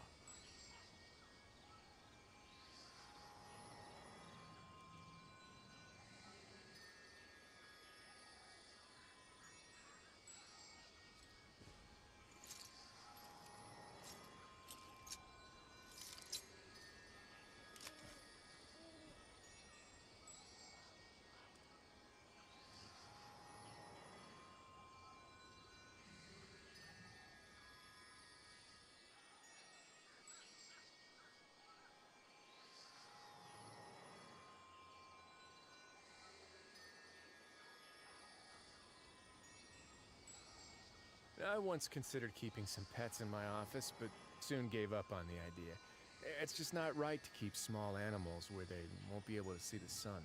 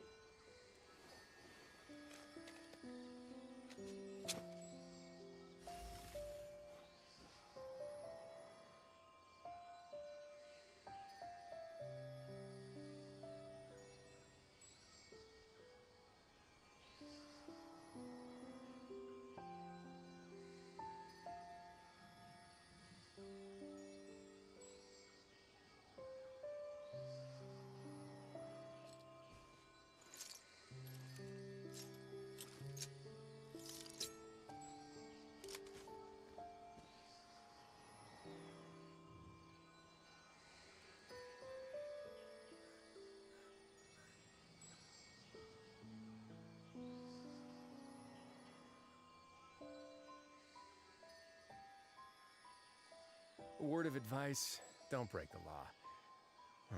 Is there anything else? Yeah, seriously, don't break the law.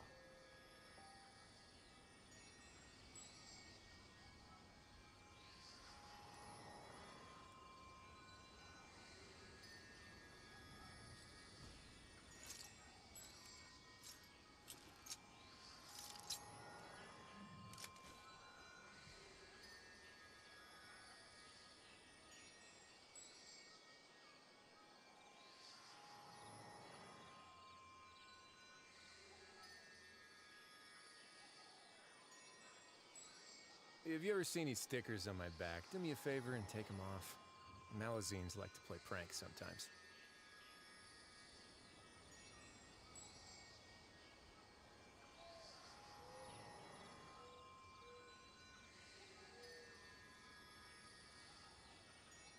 Okay, okay. I have arrived. Chat's still going. How did this happen? Well, here he is. Was Risley speaking sweet nothings in your ear? Everyone's getting tea, hell yes. I once considered keeping some pets in my office, but soon gave up on the idea. I'll double my FIP out of nowhere and I can escape you. It's having knowledgeable critters who aren't hyper considerate. You can still know my goats? Oh, thank you. You know, who's the other guy? I'm a little split. I cannot remember ever the series of, it's Jamie like 9KBV, and those aren't the correct orders of those like characters, but it's some mix of those. He's like a theory crafter that does all this hyper meta shit, but it's always for like weird characters. Like he's an Ayaka main, I think. Which I also really love stuff like that. Because there is a reason to hyper optimize like Ayaka, I guess, at this point in the game. Maybe not so much with the Scope, but whatever. Playing music key from the standard banner selector in September. Because my character has such tech issues that a character with low inputs is... Oh, computer has tech issues at a computer. Yeah, that was one of the big things. I was like, you know what? Mizuki, she's not good, but she's gonna be really fucking easy to play. That's like her that's the best thing about her. So honestly, Eva still might be a little bit better because he's just like hold one button, or Chaska in that case. But Chaska is probably your best bet. But I understand that. Oh yeah, someone actually suggested Chaska. That's so funny. Sethos is coming. Yippee. He's gonna be better in AoE. I don't know about better. She's her peak use case. Like if you put her in AoE, she is less worse than she is in her peak use case, but I don't know about better. Pulling and it doesn't fix the problem that my computer has issues with normal attack. Okay, yeah, there we go. Doesn't register normal attacks. That is odd.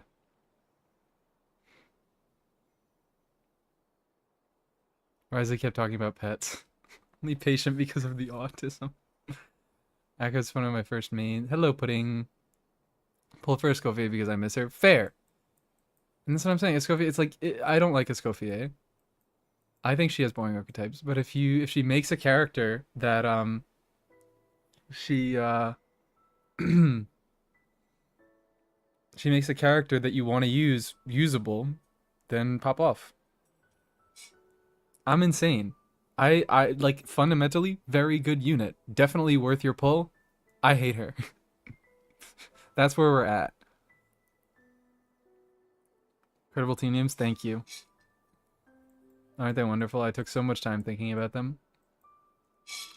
Ugh, this is still so hot. With yeah, exactly the same with Mawika. Fun, like, objectively, it would be a good idea to pull for Mawika on my account, but I'm not gonna do it.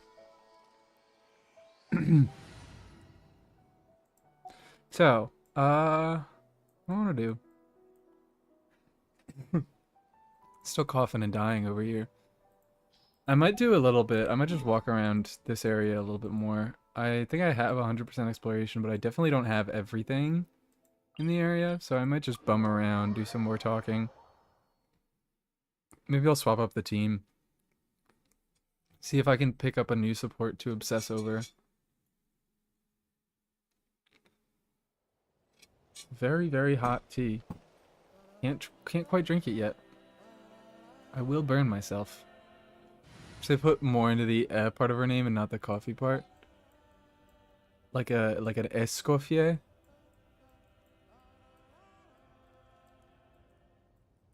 I guess. People loved him, people hate him, but yeah. I mean, I don't like Nouvelette for the same reason. I still think Nouvelette is fundamentally more interesting because he has that whole he has this whole like stack mechanic where he gains more charged attack damage, and it's based on reactions. It's not based on teammates. Like usually the more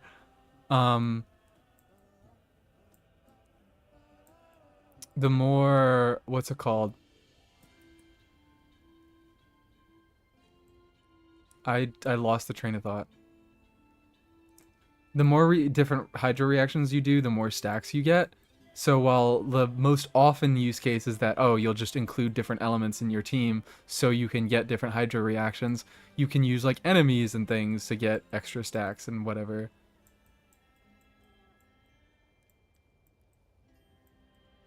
Maybe like it's more personal damage. That's also the thing.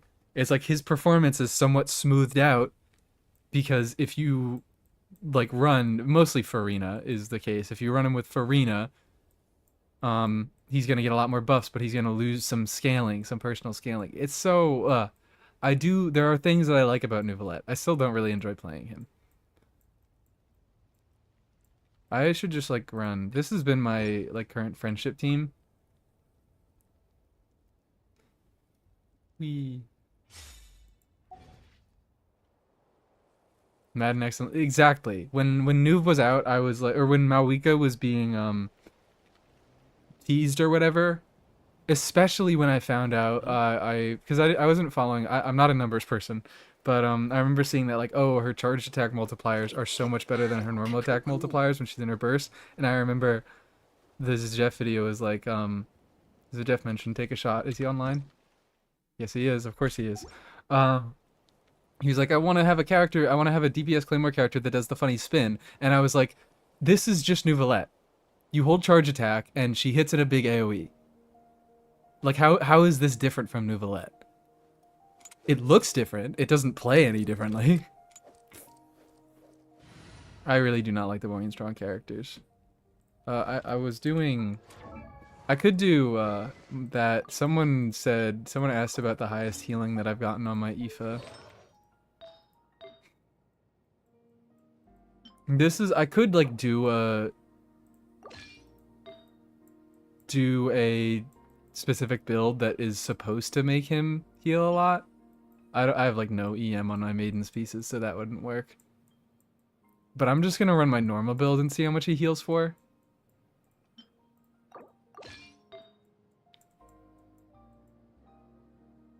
Is this? Is it this? Is it? It's this.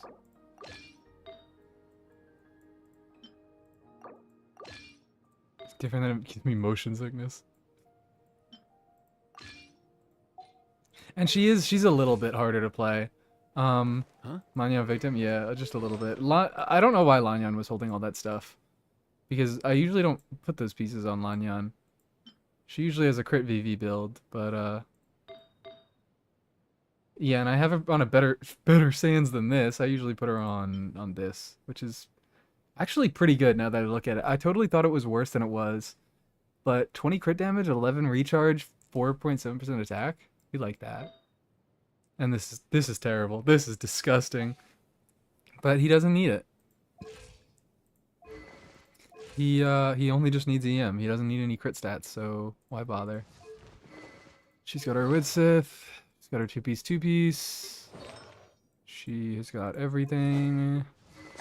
Oh, and you got your stuff yoinked by Barusan. I'm dying over here. I'm dying. I do. Oh yeah, that's another thing that I realized. I thought about Ayaka. Let me pop out the YouTube chat here so I can more easily. Escoffier, in my opinion, we'll say that one real quick. Not Escoffier, Skirk is just a more boring version of Ayaka. Let me move this around too so I can see this correctly. She has a lot. She can, well, Escoffier's burst style is like an easier to play Ayaka because it doesn't last so long. It just gets all its damage out right away, but it's similar motion values. And then they're both pretty reliant on freeze. Ayaka, by nature of her weird stuff with her burst, how you should freeze enemies so that they get hit by the entire thing. Escoffier just straight out with her multipliers. And that's kind of it, I guess. She's just like an easier to play Ayaka. Which is like, why, what? The fun part about Ayaka is that she's fucking impossible to play. I mean, I get that I'm insane. And I get that a lot of people don't find that appealing. But I do. You hear that? I like Ayaka being Sounded weird. like an animal call. And Ayaka, yes, Ayaka also can do other stuff like melt. It's definitely not as good as freeze stuff, but she can do it. Which actually, I guess the exact same thing really goes for Skirk, but I also think her limitations, they're just so much more artificial. Because it's just straight up like, okay, you want to do something that isn't freeze, you get less res shred, you get less talent damage. She front loads. I know her burst doesn't do a ton of cryo app, or it does some. It does a fair amount, I should say, but it's mostly in her dashes and like her normal attack spam and stuff. She has a lot of different sources of cryo application that she can spam. It's 6 apps? It might be. I don't know. Does it say how many times her burst hits in the talent scaling? Yeah, so I'm coughing and dying again. Ugh. It is 19 hits standard ICD. Okay. Might be 7. Yeah, she has a ton of app between her dash, between her normal attacks, between her skill, a little bit in her burst. So yeah, potentially you could do full EMI stuff. Skirk don't have that. And Skirk needs to do a skill to get into her infusion. I don't have that. But yes, I perhaps possibly am a masochist for liking Ayaka gameplay style, but I just like characters that I have to fucking work for. What can I say? I like characters with different strengths that I have to work for to make work. And Skirk is not one of those characters. It's like I don't have to think about her at all because she's doing like 30% of the team's damage in that Escoffier Farina team. Or I could potentially do some like non-freeze stuff with her, but that was my thought process. Is like, why would I do that when I already have Ayaka? Because she's just gonna be Ayaka again. That's what that was. Should make Shenhe's.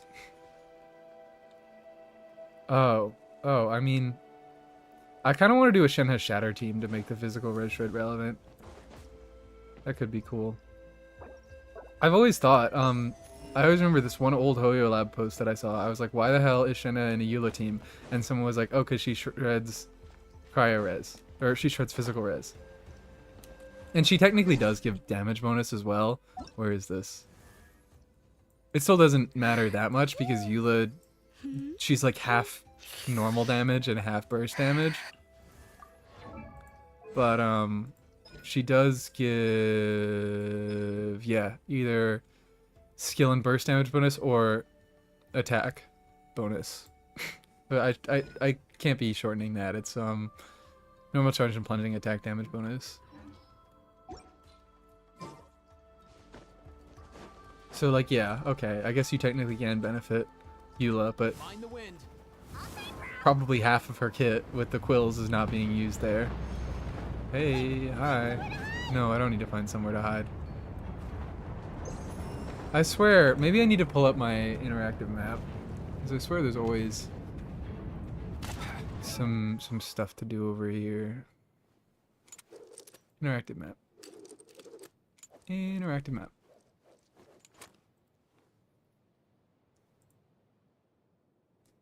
Shenna's buff is so cool. Ooh. They, I don't think they're not doing it. I definitely don't think they're not doing it. Oh, hello. This is a new marked thing. I don't know if I've done this chest. I see this on my map, and I do not know if I've done it. Oh, but I have a few things marked over here. No, never mind. I have done it. Whoops, poopy, stinky. God. Okay, so I've done a lot of these.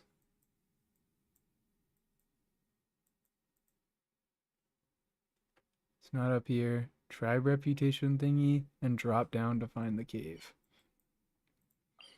Okay. I have to hit. I don't even think we aren't getting a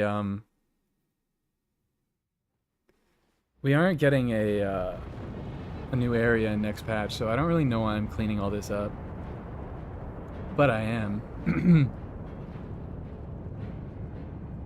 Pretty reaction of finding a team are so hard. I don't. It's weird because like I don't think they're ever gonna do a dedicated team for the reaction. They're just gonna eventually come back around on physical. They no, I think they will come back around on physical. It's possible that they don't. I would be surprised. Is it here? Yes, there it is. Hello. Not anything too weird this time. Womp. But like technically they could go into the damage on it. Or like some sort of effect on it, like make a sort of Shivers type unit for it, which I would prefer if they did something a little more interesting. But you know, as long as it's not a Scofier again. And I also see, I think there's something I have to go grab over here. I would like them to do something with Superconduct, but I'm just saying that there's two potential ways that they could go with it. Physical or actual superconduct reaction, and I see them doing physical. I think that's more likely, is what I'm trying to say. Like Shen has some of her buffs at full uptime, but some aren't. Some of them being all full uptime, or all being non-full uptime. Yeah, but it's what is it? Well, it's not, she was designed to be an Ayaka support, but it's like, what is the thing? She has... Oh, ooh, okay. She has less quills than I thought. Did those go up with the levels? Let me look this up. Or does it always stay at 5 or 7? Because I swear.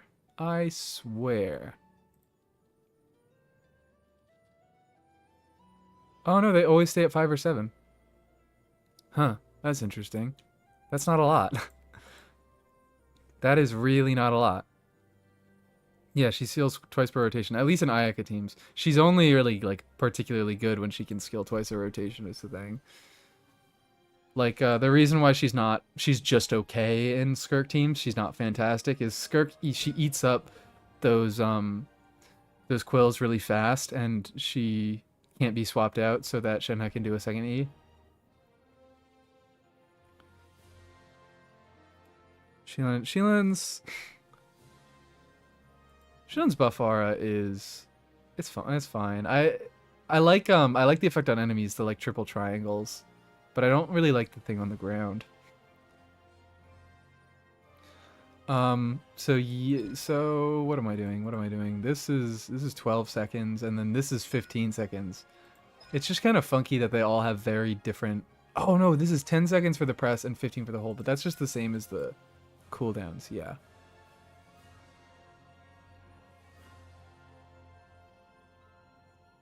Fix maybe con... Yeah, I thought it was just... Oh, it is only on normal and charged attacks. I thought it was on anything. But that's interesting. If I could get any C6 in the game, I think it might be Shenhe's. Just like for free. I would never save for it, but if you just asked me, okay, what C6 would you have? It might actually be Shenhe's. Either maybe Raiden's. The thing is about Raiden's C6 is you can only use it in so many different places, cause really the bad thing. This is sort of like how TF works in the opposite direction, where it doesn't really increase the speed of your rotation because it only decreases the elemental burst cooldowns. Where am I looking at? I need to not that's also I need to like collect my thoughts on this, but I like that it reduces elemental burst cooldown. It is only up to 5 seconds, so it's like it's not the best thing in the world, and it also doesn't decrease skill cooldowns, so it doesn't always speed up your rotations, and it doesn't decrease her own burst cooldown. So you're still limited to 18-second rotations. So like all the weird limitations they put on it make it and also the fact that it doesn't generate any more energy. Does she generate more energy for your characters? No, she doesn't through her constellations. So you still have to build full energy. Shilonen C2 is just a better ride than C6. Agreed. But I don't really want to... I guess I want a C2 Shilonen, but I don't really want a C6 Shilonen. I don't care about DPS Shilonen. I'm sorry. I kind of like C4 as well, so maybe Shilonen cons are a little cool. I think they make her a more interesting character. Perma-Pyronado? That's a good point. That is a good point, because C2 Shilonen only affects Electro characters. I do like Perma-Pyronado. But yeah, C6 Raiden is lesbian bait. But I do kind of like the Yai Raiden team, so wouldn't be the worst thing in the world, but it is only one team. I mostly want this for Lisa, I'll be honest. Because Lisa is so fucking horrible to build energy for. I really would like to use her more, but I can't excuse it, and I would love the extra 25 energy.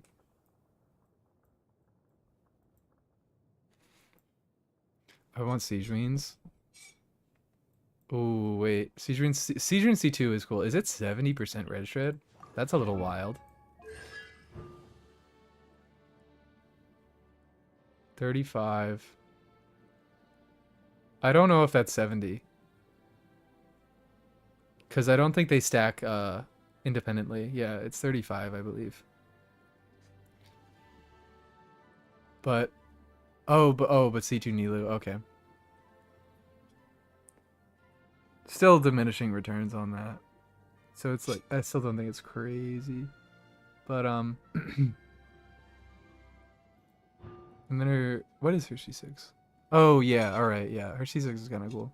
I do like DPS Siege Wing, so I might go for, I really would have to think about that. Is this what I get sidetracked doing? I could do that. I could do a tier list. The thing is, it might...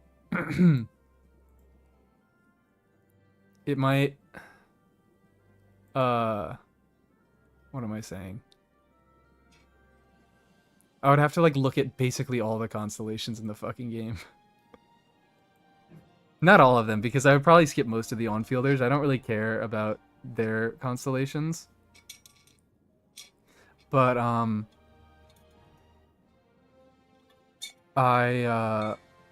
what am I saying? What am I saying? I would have to be looking at a lot of constellations because I would have to think a lot about, like, oh, what characters would I want the C6 just so I could have earlier cons, like on Shilonen. I think Shilonen C6 is boring as shit, but I really like her C2 and her C4. Those are both pretty cool. Shadow C4 is the worst con in the game? Yeah, probably. It's between... it probably is worse than Albedo C4, but I just think it's so funny how they got Albedo C4 and Xiao C4 mixed up. Because Albedo C4 is the one that gives the plunging attack damage, and Xiao's is the one that gives the defense. I want Shao C4. If I really like, I could genuinely make a case for Shao C6 because it's so funny. Because all of his cons are so fucking bad. The Ollie is, yeah, definitely the best for overall support. Because she just does a ton of bullshit. Like, she just adds on a ton of extra things where it's like, okay, well now she's fantastic even outside of melt teams. Let's see if it does something if you use Shan Yun with him. If you use, yeah, Pyro, Plunge, Albedo. I guess that works.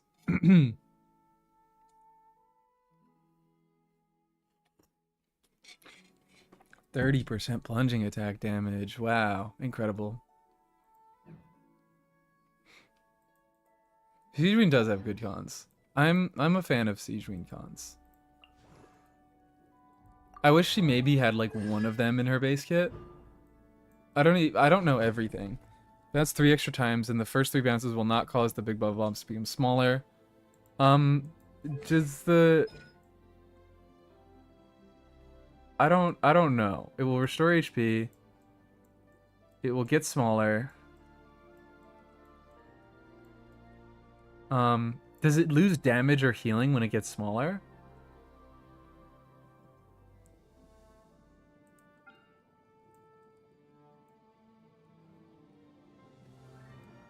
Oh, each tier it grows increases damage by 5 and its healing by 5. Okay, so yes. So that's, yeah, that's kind of cool.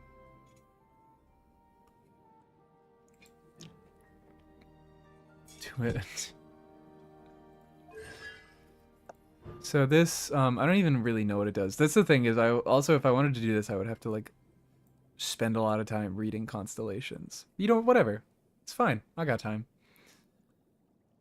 Convalescence tally. Oh, that's cool. Adds a stack every 100 max HP. I'm honest. I might go Siege Ring. You know what? Yeah, fuck it. We're pulling up a tier list here. We're pulling up a tier list because they have to have. I do think that this is an interesting thought because they have to have interesting constellations all the way up.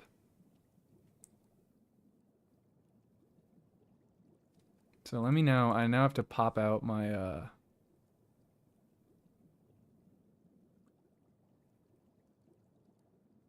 Gives her full uptime on tenacity instead of 10 seconds. Tenacity. Oh my god, you just got me thinking. Tenacity uptime with this is also, yeah, that's cool. So let me pop this out. Pop out like a toast. And then I need to like get a program. I think I have a program where I can always on top or something. It's like power tools, power toys.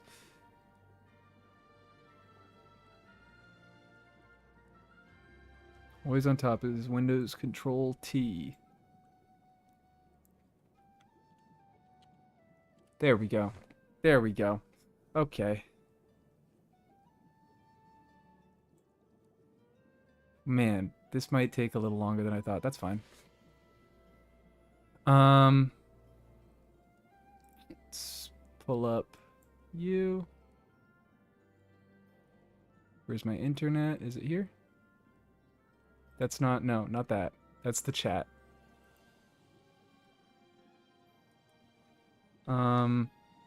Let me properties it. There we go. Better. Oh, it's like horribly off center. There we go. Let's bring it over. Only 14 characters. It might be more than 14 characters, but like I'm not gonna think about. Also, I can knock out 4 stars is the thing. So let's just make a row below, please. Oh no! Whoops! Whatever. Not applicable. I could just put NA. I'm just putting NA.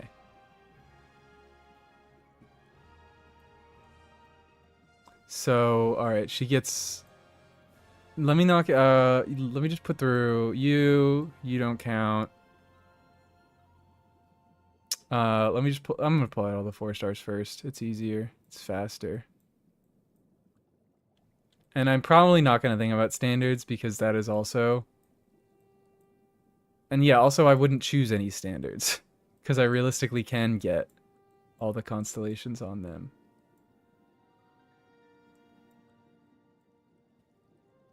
You.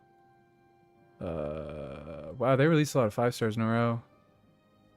5 star, 5 star, 5 star. You.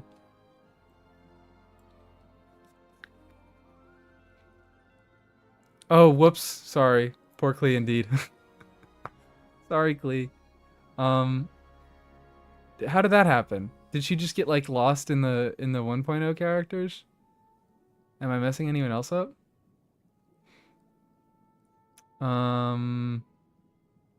Kokomi, Aloy, Aloy. 4 star, 4 star, 4 star, standard, 4 star, 4 star. Did I mess up? Did I put someone who isn't a 4 star there? I don't know. 4 star, 4 star, 4 star, 4 star. We'll just preemptively put Al Hytham down there. Standard, 4 star, 4 star, 4 star, 4 star, 4 star. God. Thank God I'm not playing Star Rail because I love all these 4 stars. C6 is a con that is genuinely really funny.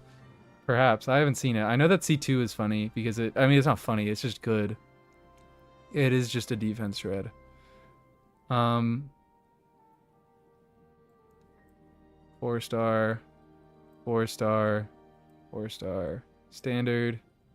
Have I missed anyone so far? I guess I'll probably see them when I come across them. 4 star, 4 star. I might have to pull up Skirks. We could probably just go ahead and say immediately no, because it's probably just all damage. What is this? It's a tier list based on which characters I would want to have at C6 the most. So first up is Klee. If I could get like one free standard 5 star, or one not standard, one free 5 star at C6, which would I do? So we have just picked out all the 4 stars and the standard characters. So first up is Klee. I don't even know her constellations. You do her burst for 9 seconds, you pop it with C4. So C1 does attacks and skills have a certain chance that's not really interesting. Yeah, no. But I know this is defense red, which is more good than it is interesting, so I don't really care about that. Her departure triggers an explosion? That's funny. Regenerate 3 energy for all. When Sparks and Splashes use a party member. Wait. And then this is just exile. She just gets a free exile. Like, Kid Model? No. She's still gonna go in, like, B tier, maybe. People might shift around based on everyone else's placements. But, having a... I like full party buff. Is it literally just 10% fire damage bonus? That's messed up. That's really messed up. But it is 25 seconds, so it's kind of long. And then she has exile. Excluding Klee. It's like, this is kind of funny. This is kind of good. This is a tiny bit interesting. This is very funny. So, I think what we're going to do with Klee, subject to change, we'll put her in B for now. Alright? Subject to change. Oh yeah, well, I didn't even check what C1 does. It's just attack and skill have a certain chance to summon. This is like Yanfei Ascension thing. That is how character kits were in 1.0. Funny cons do get a bonus because you do not need constellations. So funny so we're on to Venti, which I know C1 is the split arrows, which is like, I don't know. It's kind of cool, I guess. But the other, I know this is just Animo and physical res shred. These aren't very interesting. Animo damage bonus and then more res shred. Yeah, sorry, Venti. Real sorry, Venti, but you are not... I don't even, like... I might just throw Venti in D. Because this is so uninteresting. There's really nothing. I don't think there's anything you can really do with it. Maybe I could put him in C because he has funny arrow stuff going on. But just like getting nothing but res shred, animo damage bonus. Yeah, C1 gets him a few points, but the rest of it kind of sucks. Next is Child. I think I know a few things about him. I know C1 is kind of funny. I would like it to get C1. I'm a little interested in it to get C1. C6 Mona. I do, you know what? That is true. Maybe I'll move around the 5-star units, and I might rank them near the end because the standard units, because they do have some interesting things going on. This would just make him feel a little less disgusting to play in more teams. Boring.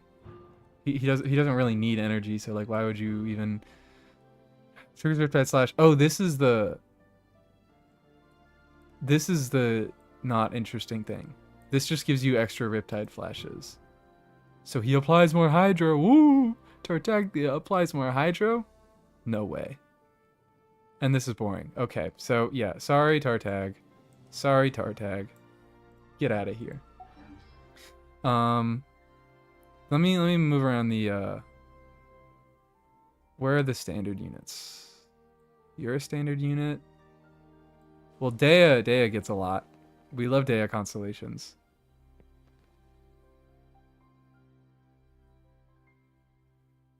Diluc, Mona. Wait, no, I'm moving them near the top of this. What am I doing?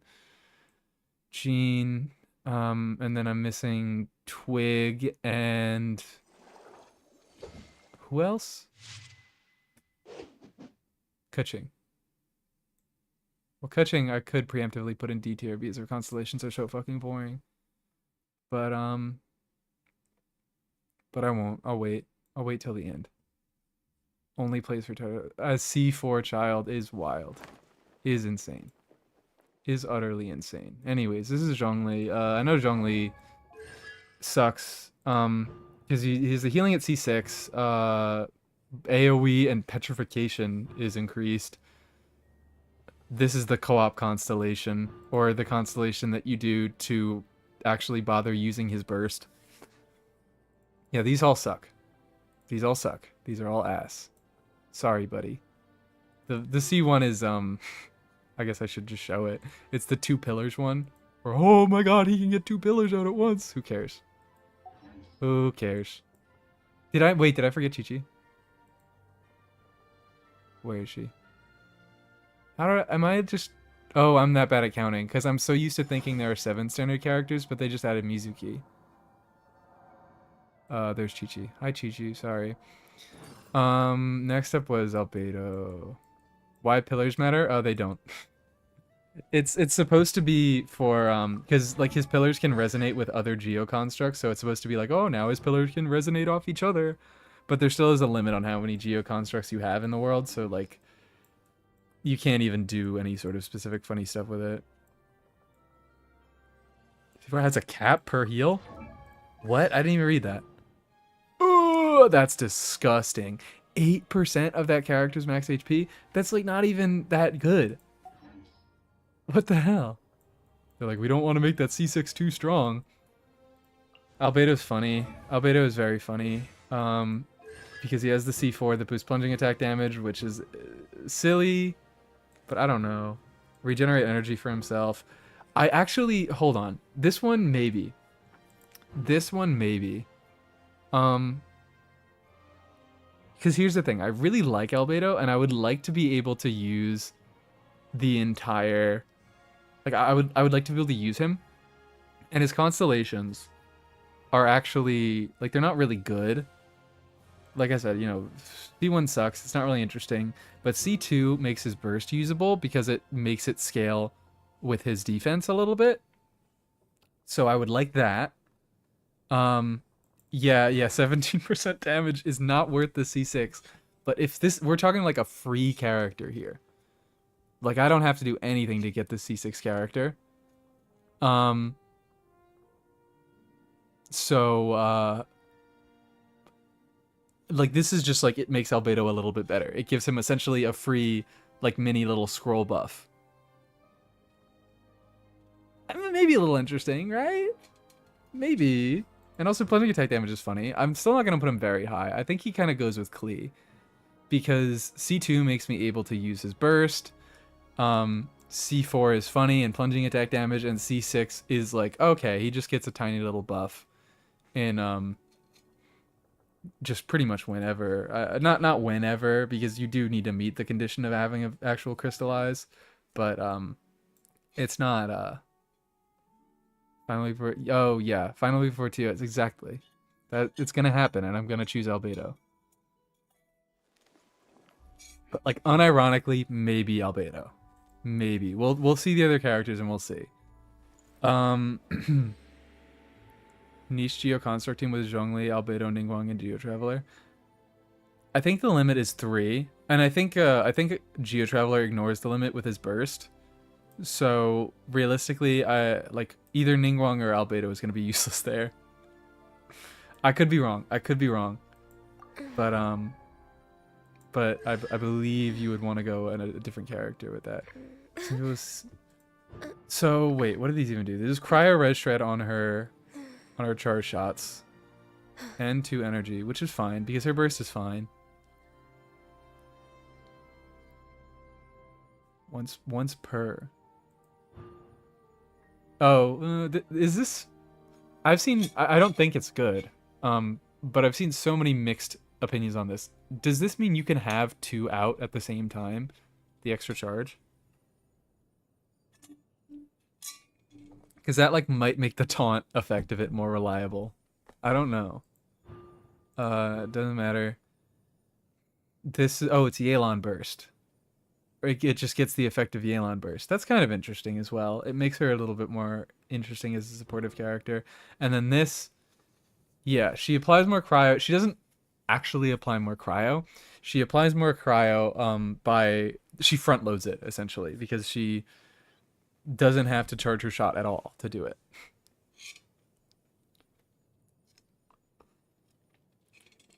Ganyu, I also thought Ganyu looked a little boring when I first started, but I've kind of grown on her. Or she's grown on me, whatever, other way around. I love her outfit. I freaking love her skin. Her skin is fantastic. I've considered the reason why I haven't converted these Genesis crystals is because I'm like, maybe one day I will think of getting the Ganyu outfit because she's fucking fly. She's unbelievably fly in this. I love the bun. I love the little ornament here. Look at her. Shenhe's is cool. I like it less, but because I think I just like Shenhe's base outfit. I don't like the front. I love the like flowy feather stuff going on in the back. Ah, look at that bird lady. Anyways, Huh? We pulling? Not at the moment. I still have to think if like how much I really want to dedicate to Shenhe banner. So yeah, Ganyu, Ganyu honestly might be A. Because her cons have some supportive utility in C4. You can do like funny front-loaded cryo stuff with C6. I might, yeah, fuck it. I like Ganyu enough. Maybe I would like his free C6 Ganyu. Next up is Xiao. Oh. He gets in the funny tier. We don't even have to look at the Xiao constellations. I mean, I could. But, like, it's not... I know the constellations. These I actually... I don't know the C2, but I know the rest of them.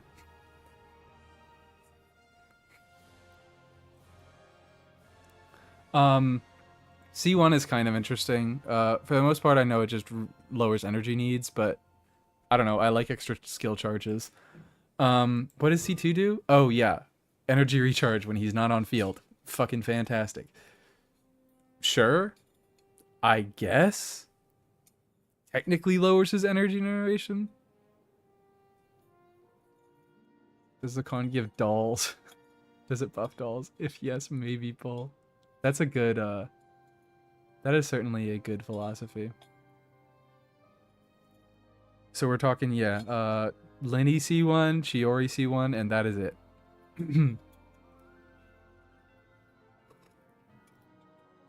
Cocoa memes are also good, admittedly.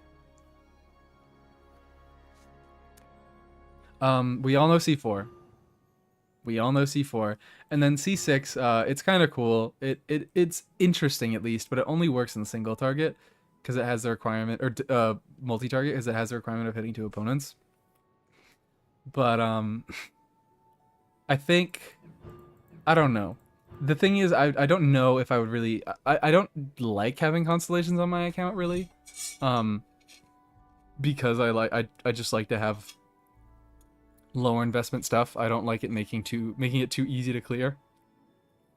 But like Shao Kahn's suck enough that I would be happy. Sorry, Shao likers, but you already know that. You know that. You're well aware. I already moved him, so I could just go to Hu Tao. I have thought about C1 Hu Tao. I don't think I ever will, because I probably will like the plunge teams better, but it would give you more team options. Chiori C2 and 4. 4 does 4? Oh, 4 buffs dolls, but yeah, C2 gives another doll.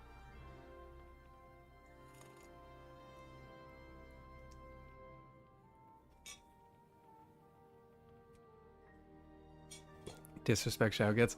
Hey, look, at least he gets like a new artifact set every year, and he gets dedicated supports along with them. Like, I'm conspiracy theorying so hard. I think Wanderer was gimped so that Shao could get a better support. I am probably wrong. Also, I need to blow my nose real quick. Let me mute my mic. Ugh.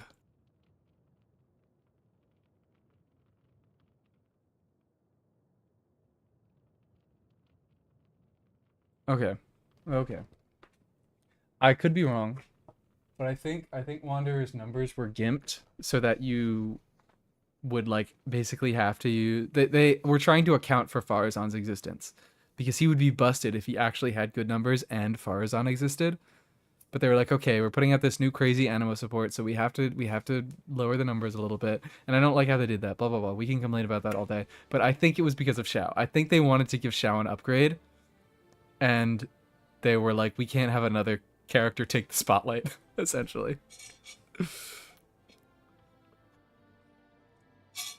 That's where I am. And then they give him his new artifact set in just this last patch. They love Shao so much.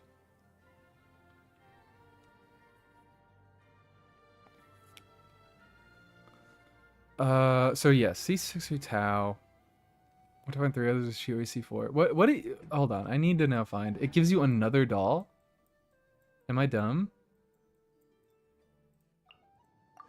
Chiori C6 is a character I consider. It does, that says +1 right there. A simplified Kinu. How much damage does she deal? So wait, what is this? Either effect, they get an extra doll.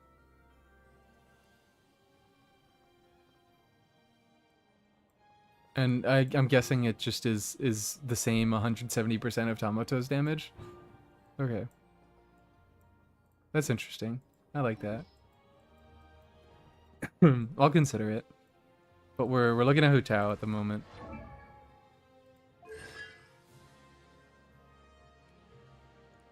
So maybe I would like to see one for extra playstyles and to make her better than Arlecchino, because I don't want to pull Arlecchino. She still wouldn't be better than Arlecchino, but I could more I could lie to myself easier. This is boring. Upon defeating an all nearby allies will have their crit rating boring. C6 is kind of interesting, I think. It makes her not die. And then she gets 100% crit rate. And a bunch of resistance.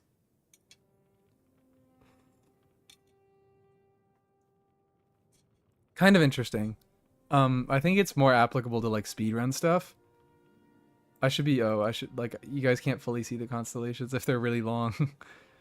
But I'm not really all that interested in speedrunning stuff. I guess 100% crit rate is kind of cool. But I think the C1 is like what I would most be interested in. Very lore accurate indeed. So I don't know. Hu Tao could be... I think she's like C tier. Like, I could find something funny to do with it. Maybe I could move her up to B tier. Like there-ish. It's like makes a character that I like better. And it would open up some new teams with the C1 and do some weird goofy stuff with C6. Probably B. I don't know. I feel like I'm gonna have nothing in C tier is the thing. So we'll think. We'll think. Next is Eula. Where's Eula? Hello, Eula. C4 is funny to not have 2% more crit on crit. You could probably also, you know what? You're right. You could do like something with C4. I don't know. It's just weird. It's like her this flutter by. What is this? Although it has a much better duration, 15 seconds instead of 8. It's just a weird condition that wouldn't be reliable. It just kind of poopy stinky in my opinion. But Eula, I wouldn't be all that interested is really what I should say instead of just poopy stinky. Eula, I don't really want like. Okay, so for some context, I do not want Eula. I don't really think I would be that interested in playing her. But maybe, I don't know her cons at all. Maybe if her cons significantly change her enough,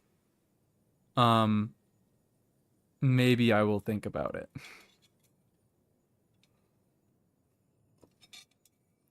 Like everything that revives from dying.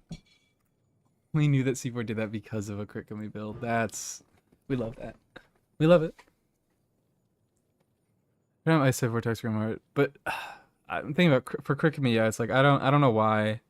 Maybe I guess for like off-field power or something, but I would probably just rather use Rosaria. I don't know. I'd have to think.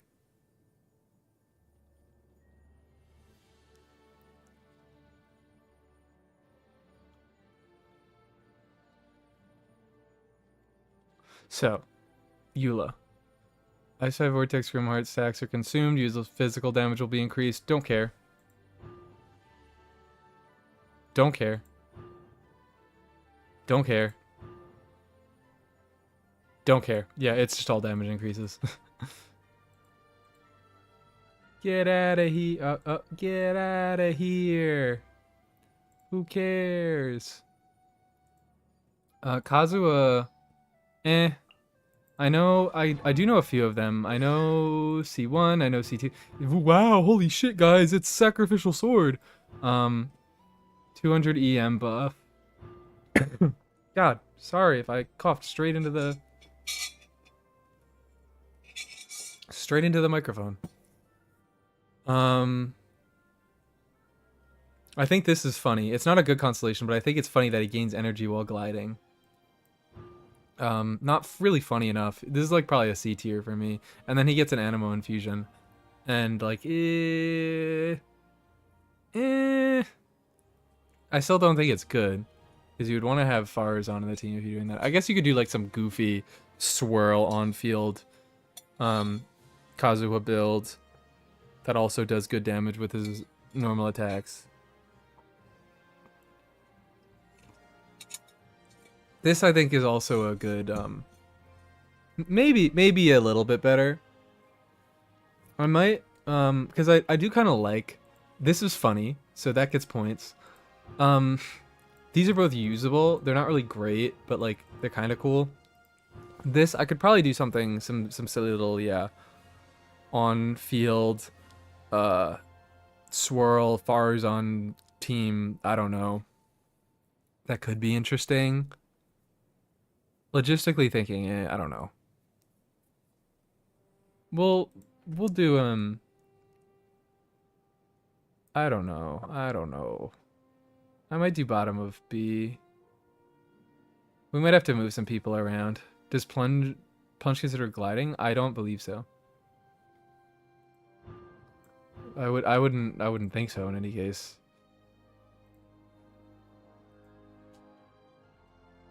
C6 the net better than the C6 Kazuo? Is it? 5 seconds. I mean, he can, but actually she can get more skills too. So yeah, probably. And then the damage bonus, he gets more damage bonus just by nature of building EM. But it's 1 second higher of uptime.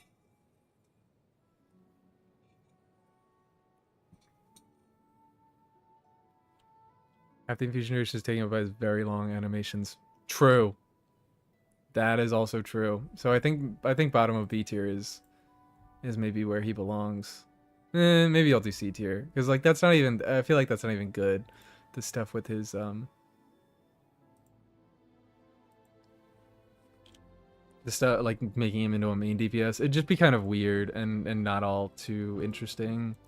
It might be interesting, but it wouldn't be like good enough to really care about. I don't think I would do it very often. C4 Mona instead for... Maybe I will. Should I do... I want to do the standards at the end. I want to do the standards at the end. Even though I already have a decent amount of cons on a lot of them. But Ayaka... C1 sucks. C2 is fine. It's just more... It makes her ult more ult. It's harder to hit, but it does more damage.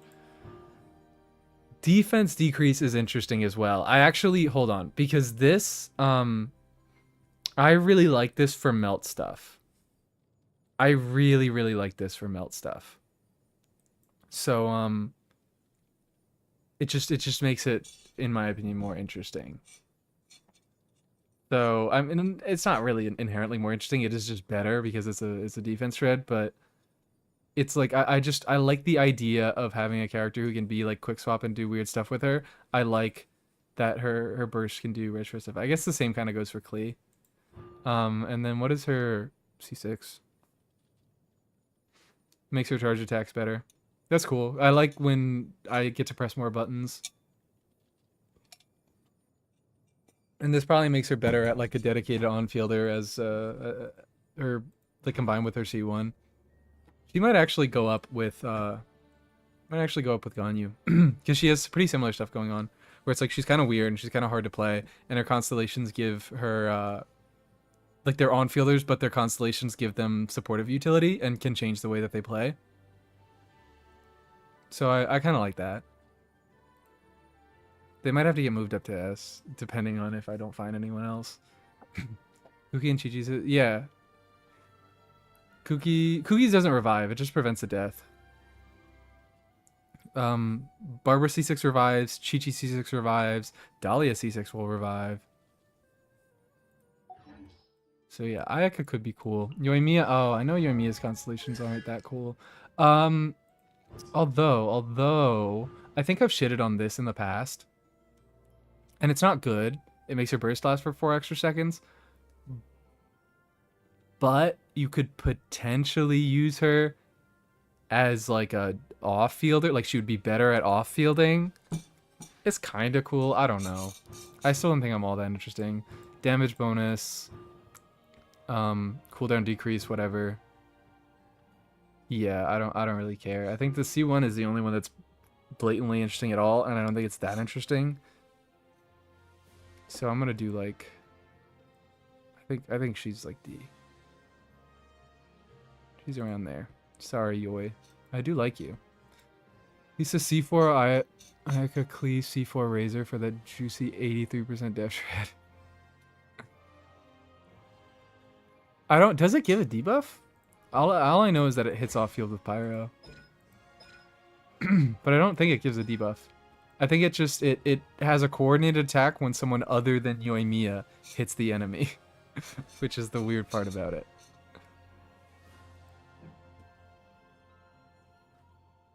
So yeah, sorry Yoimiya. Raiden, we already looked at Raiden a little bit. Does more damage, whatever. Maybe she'd be more interesting because like I like using her as a burst DPS that doesn't take up all time on field. So like potentially more damage could be interesting. Useless. And then this it's kind of cool, but it has all the problems that I listed before. It doesn't trigger for herself. It doesn't reduce skill cooldown. I'm dying. Is that it? Is that kind of it? It is kind of it. But like it does not have the promise. I could do probably just do like high C tier, I think, on her. Where it's like I could find things to do with her, but it wouldn't. I don't think it would make the character more interesting for me. Which is really what I want in a Constellation. This is weird. Shilonen is going to be like #1, which is crazy because I do not like Shilonen's kit at C0. She just has kind of cool cons. Kokomi, well, I already have C1. And it's fine. It's fine. It's fine. Applies extra Hydra. Does more damage. It's like whatever. Healing bonuses aren't interesting. Attack speed, kind of interesting. Energy generation is Hydra damage. It's like she just does more damage. She just does more damage, which is cool because I like she like doesn't do a lot of damage, and speccing into her damage a little bit is nice. But she doesn't do anything new. So I think she goes right above Raiden. If you die unsubscribe, I'll keep that in mind. I'll try not to. Ito. I know Ito. Ito, I've actually recently kind of like come to God on his constellations. This sucks. I don't really like it. He gains superlative super strength stacks faster. Whatever. It's not that interesting. He can charge attack for like longer or do different. It messes up his combos, and I don't want to learn new combos. This C2 I actually do kind of like because it's energy regeneration, and I already don't put energy on my Ito. So this just justifies my bad decisions. This is a sticky poo poo garbage because it when his burst ends, he gives a buff to the whole team. And then yeah, he gets 70% crit damage on his charge attacks, and then he can charge attack forever. I kind of like this. I don't know. It's weird because like I really do love Ito's base gameplay, like his combos and everything. And between his C1 and his C6, they just make his combos less consistent. Well, the C1 just changes the combos, but the C6 makes the combos less consistent. And it's like, okay, you can do a charge attack that lasts forever, but I don't want to make it last forever. I don't know. So genuinely, like, I think I would not want Ito C6 because I'm not able to turn it off. Which is sad because I really, really like Ito.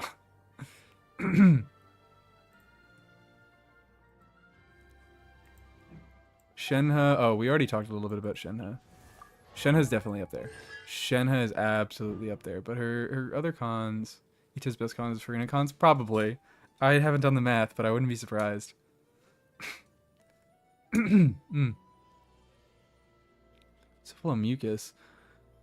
C1. I don't know. This is also a constellation I get a lot of mixed reception on. Some people are like, oh, it helps with their energy. Oh, it helps with their uptime. It doesn't, like, I don't know. I just don't know because some people also are like, it does nothing. It does literally nothing. So I'm not sure about how good this is, but I do like extra charge constellations.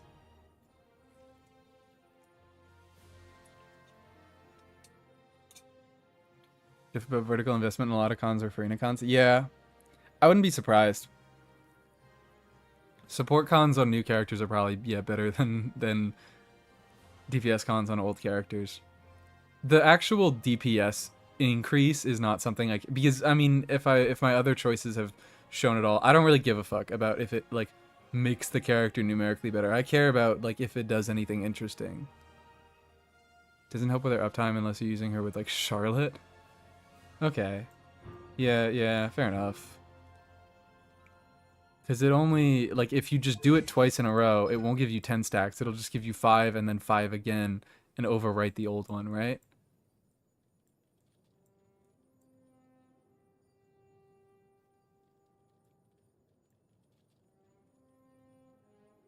I don't know.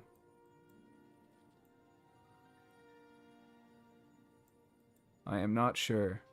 It's not telling me.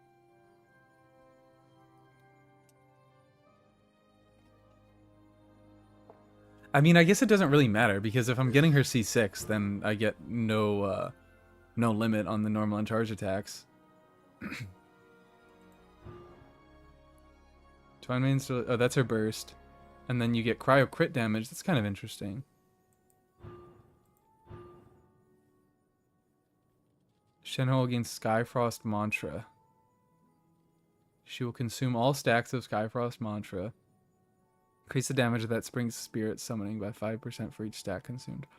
Oh, I remember this. This is interesting. Spirit, what's that? Is that her? That's her skill. I still think it doesn't matter that much. But making her into like a sub DPS type of thing is kind of cool. Yeah, or if you're DPSing Shenhe herself. With DPS Charlotte specifically, Shenhe C1 does actually increase uptime since it gets you a bit skill about every 7 seconds. Oh, that's interesting. I wouldn't do that, but yeah, DPSing Shenhe herself, I would do.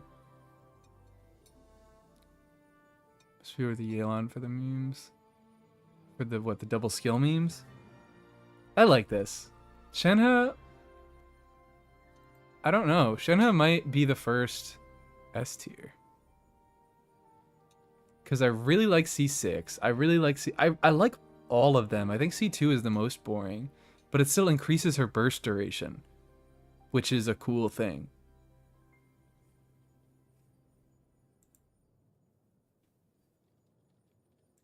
So like these are all banger constellations right here. What the fuck is up with this? Why does Shenhe have the coolest constellation on Earth? Okay, Yaimiko. I have also since been enlightened about Yaimiko. Well, also, I didn't know. I should have done my research. No, did I know? I think I assumed that she also had an 18-second cooldown because Raiden, who's the only other character who has a 90 cost, has an 18-second cooldown. So I was like, why does... I mean, I get, because this is supposed to be like the standard. It's like 2 extra seconds every 10 energy it costs or whatever.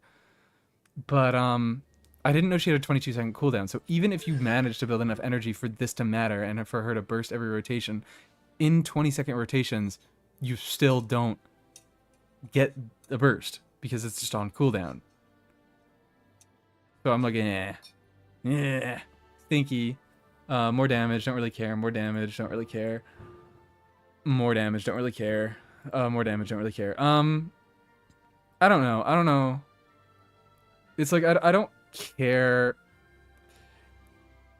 It's the same situation as Eula, except I actually do really like Yai. Except all of her constellations are geared towards...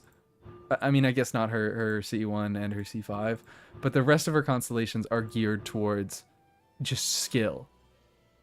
Which I think is cool, but I think the combination of all of her damaging talents is what makes her an interesting unit. Her flexibility. So, like, I wish her cons did more stuff with her burst, with her normal attacks, yada yada. Ryan's burst being 90 surprised me more than Yai's being 22.5. Yeah. Well, I got I'm just saying because I had Raiden for a while. So I don't know. I thought Yai would be a Raiden situation, but I was also surprised by Yaiden, but I guess did I say Yaiden? I was surprised by Raiden. But I don't know what I'm saying. Sakura looks nice on C2. Is there... Oh, does she get like Sakura leaves on the totems or whatever? Wish he Miko. Wish Miko and EI had their cons swapped. Fish. Okay, Fischl. Actually, kind of true. Actually true because Fischl has the on-field constellations. If you could like get extra sources of damage when she doesn't have her totems up, do like a burst with all of her totems up, do a few normal attacks, and then put the totems up. You're right. You're right. They would all have to be like moved around a little bit, but I get the sentiment of what you're saying. So Yai is like, I don't know. Weird how like all my favorite characters are going pretty low. She's like here, I think. Because they don't do anything interesting. They're just damage. Whatever. Whatever. Ayato. Well. I'm not gonna preemptively do it. Fischl Bazaar I would like Fischl to keep the self-heal, but I would also like Yai to get a self-heal. I want everyone to win. I want everything. Sucks lame damage. Sucks lame damage. Normal attack speed buff. Full party normal attack speed buff.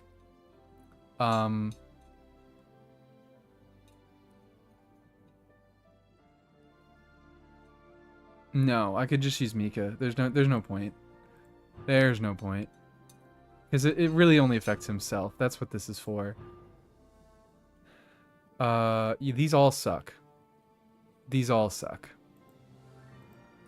These are all very, very boring. Sorry, Ayato. I'll put you above Ito because you don't actively make the character that I already like worse. Put to your interested, wish it would be better. I could, yeah, I could move some stuff around. I could name some tiers. Maybe I could do a little bit of that. Make it clearer what I'm doing to people who come in so they don't just see Shenhe S tier and then everybody else D tier.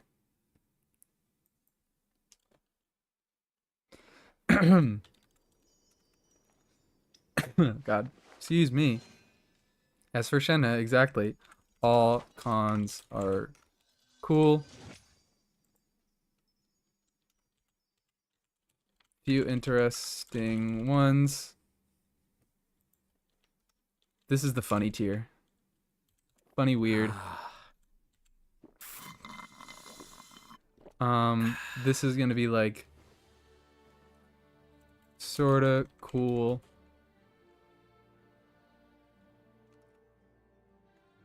Sorta interesting slash I don't know, like character I like. So that's what it kind of is. Because like fundamentally Kokomi's isn't that interesting. Yai's isn't all that interesting. But I just like the characters, so I'm like, okay, I wouldn't be mad if I got them and they just dealt a little bit more damage. But oh, we'll do boring, and Ito is actually gonna get his own tier. Ito is gonna get his own tier.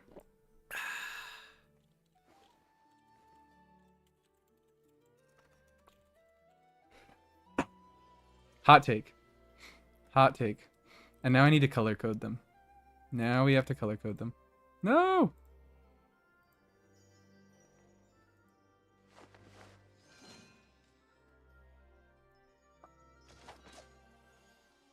Verissa might be down. Verissa might be down with Ito. Because I forget her constellations, but I know they make her more boring. Like, or I vaguely remember them making her more boring. Yelan, whatever. She gets an extra shield charge, which is like fine. Overworld utility makes it a little bit better. And energy. I have Aqua. I never use it on Yelan, but I might actually use it on her if I if I had C1. So that is like my gorilla brain would like that one. Aito is slurping still. Yeah, sorry, we got him out of here. This is, yeah, the extra attack that gives her more application. Okay, Yai also might be down in this tier because this makes her application equivalent to Xingqiu, and I think that makes her less interesting because I like the dynamic they have going on there where they have different strengths. Like, they're very similar units, but you use them in slightly different scenarios, where Xingqiu is more defensive and has better application, and Yelan is more offensive and has worse application. So this, it's like, I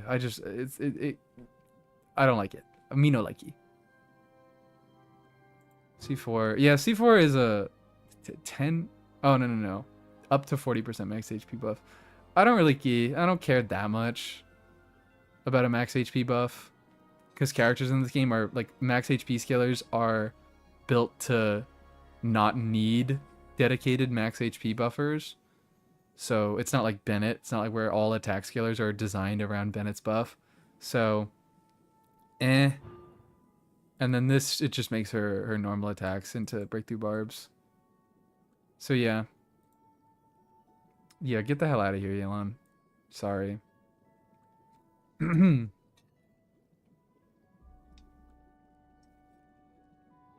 Yeah, boring. They're boring damage. Well, the C1 is probably my favorite, but it's still like the additional charge constellation being my favorite is just not a good look. Oh wait, I forgot to show the screen. Whatever. Kimura is a Nilou player. Fair enough. Fair enough. I gotta say, I do love the Nilou fans. I want to get Nilou myself. I probably will if a Sumeru Chronicle comes around. We'll see. We'll see. Sino. Yeah, Sino, I know you're Consilk. Are they just all damage cons? 20% attack speed. That's it. Electro damage bonus. That's it. It's 50. Ooh. Energy. 15 energy. Great.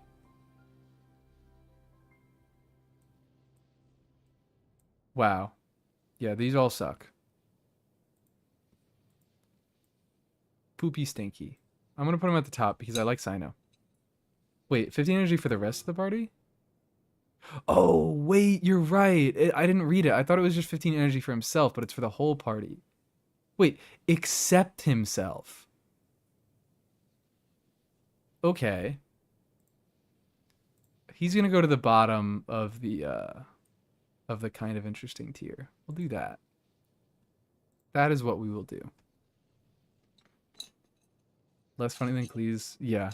Way less funny than Cleese. I don't think anyone's gonna get as funny as Clee. Ito on Golden Troop just for Ushi nukes. I don't know where that came from, but fuck yeah, I agree. That would be a weird build. That would be a really weird build, because the reason Ushi nukes do so much damage is he just steroids the hell out of his attack with his defense conversion. Because Ushi is an attack scaling thing. Ushi only scales on his attack. It's not defense scaling at all. So you'd be building an attack Ito on Golden Troop.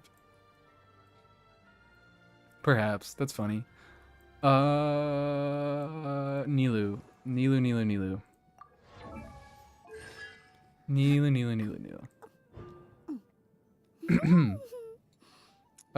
Damage bonus. Okay. Bear with me here. I still don't exactly know how Nilou's kit works. I don't know what the Tranquility Aura is.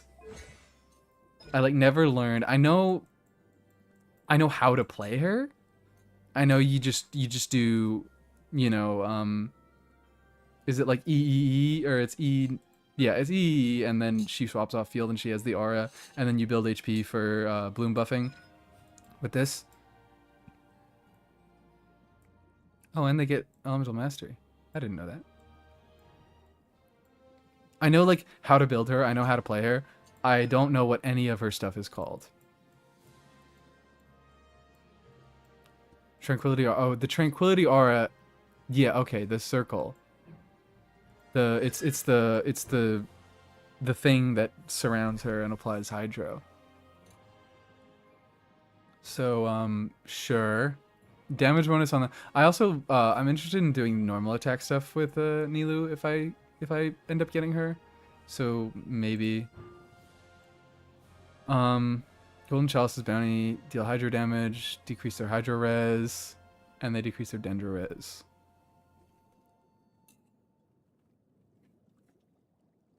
Whatever. I don't know. It's fine. I like that. I like that it decreases hydro resistance, so you have more incentive to deal real hydro damage in Nilo teams. So it's kind of cool. This is energy, and then whatever. I don't really care. Energy and damage, and then this is the crit one, which I do kind of like this. I do kind of like this. Because like Kazuha, all right, so comparing with Kazuha, what I was kind of thinking about before was like I could do funny stuff with like on-field Kazuha with his C6. Where is this? Hello. Let's do this. But it only increases the damage bonus. So he's going to have stinky garbage crit stats. I guess you could just do damage bonus Sands and Goblet, but you still have to do a crit circlet. Nilu, no. Nilu, no. I guess you might have to do a damage bonus Goblet, so maybe it does have the same issue, but the fact that HP gives her both crit damage and crit rate, I like that a little more. So I could just do stupid HP sacking stuff. It's still not crazy, but I do kind of like it. Hi, Daha. Daha? I think I got it right. I think I remember. I think I'm a rememberer. Or is it Daja? This is Daja. I remember now. This is Daja. I got it right. Okay. Talking about Ito, my bad. I was behind. Okay. I remember now. I'm so good at I'm thinking and remembering. All right, behind about Ito. Neil's cons make her a nice vape unit more than her netted playstyle. Yeah, that's the one thing. Is like I fundamentally do really like the Nilu teams, the Bloom teams. So I guess I don't really need them to do more damage. That's not really something that I care about. I do like that it opens up her options more as a vape unit, even though she can vape without her constellations. I like them. They're weird. They're funky. I'll do it. I think they go right above. Maybe they go into funny tier. I think they do go into funny tier. Yeah, I do like them enough. Next up is Nahida, which I know I don't really like. Strangely enough, I do actually like this one. It's fine. It's fine. Mostly I just like it for the Electro, because you don't have to include an Electro unit in your team anymore for it to hit faster. But you still need to include an Electro unit to make her deal real damage, so I guess it's not that important. It's a garbage constellation, but I might be a little interested in it. This, making Blooms crit is funny. Death Shred is nice, and it's the best constellation for Sino, so... I need to blow my nose again. Muting.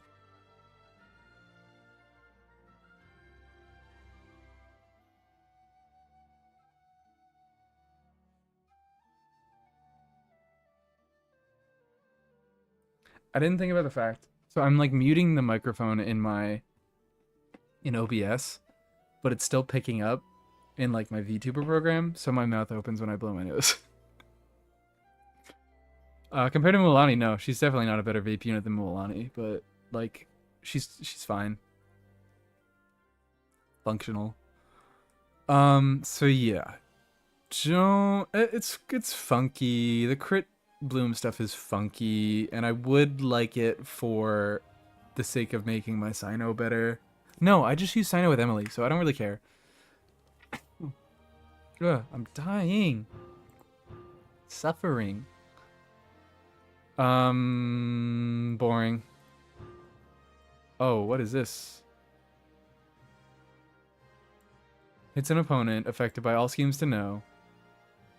Oh, this just makes her an odd fielder, right?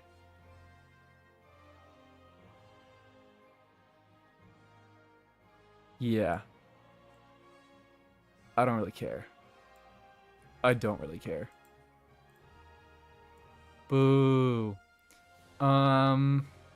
She's like top of boring because maybe there's some funny things in C2 I could do.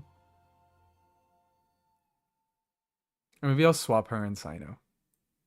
Sorry, Sino. No. I could do like that. Yeah. We'll do that. Maybe I'll change my mind. Wander. Hello.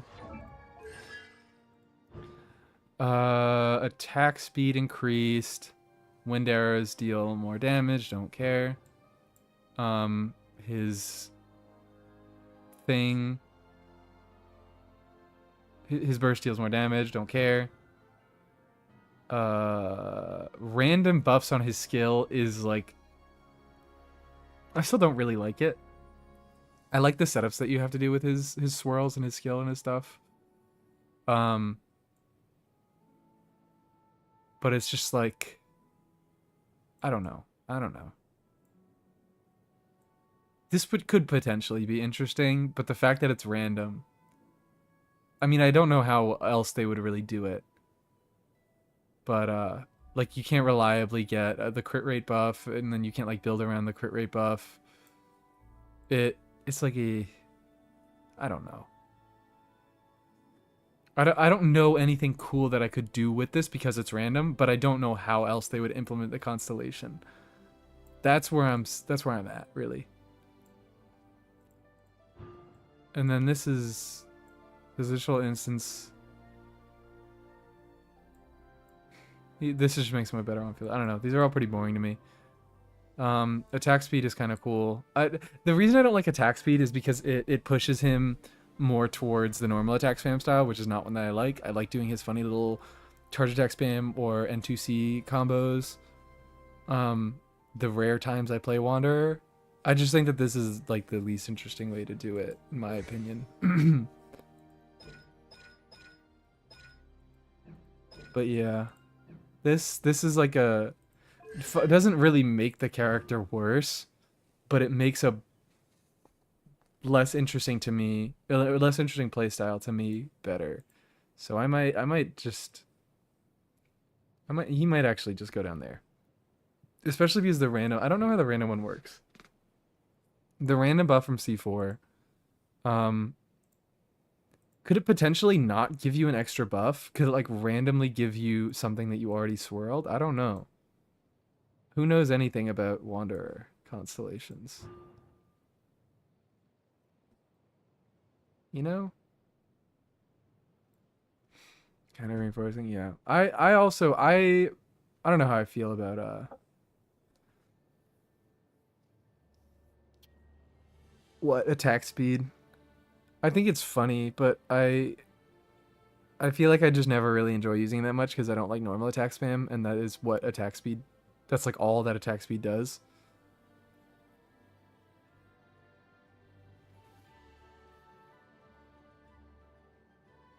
Probably won't rotate expecting the Hydro buff if you don't have a Hydro.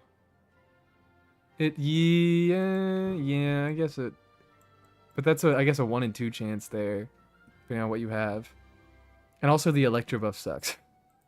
The Electro buff is just like, it's just not even, it's not good, it's not interesting, it's nothing.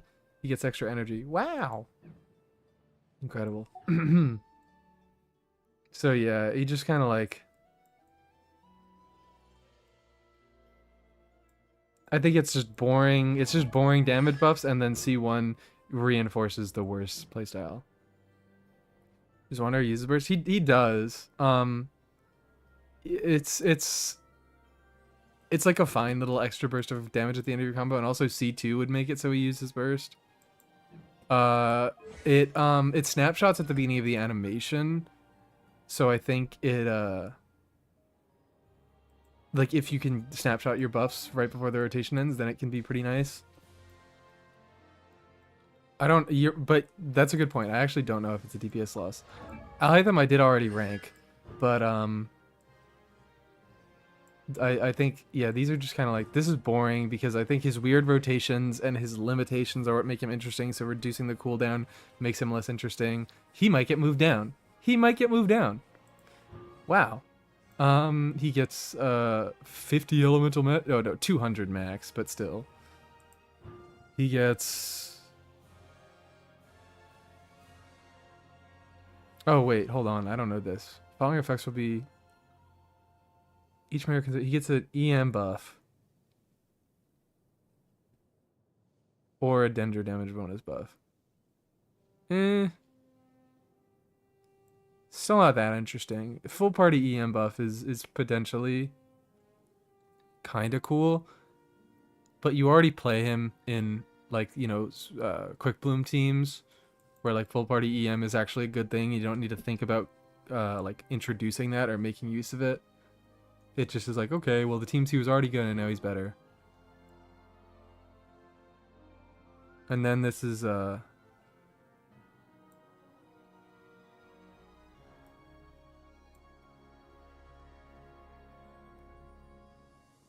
yeah, okay. Oh, that's bad. He'll generate 3 Chiselite mirrors regardless of the number of mirrors he consumed. Yeah, that makes him less interesting. So cool. We can happily move Alhaitham down. We can happily move him down. Sorry, Alhaitham.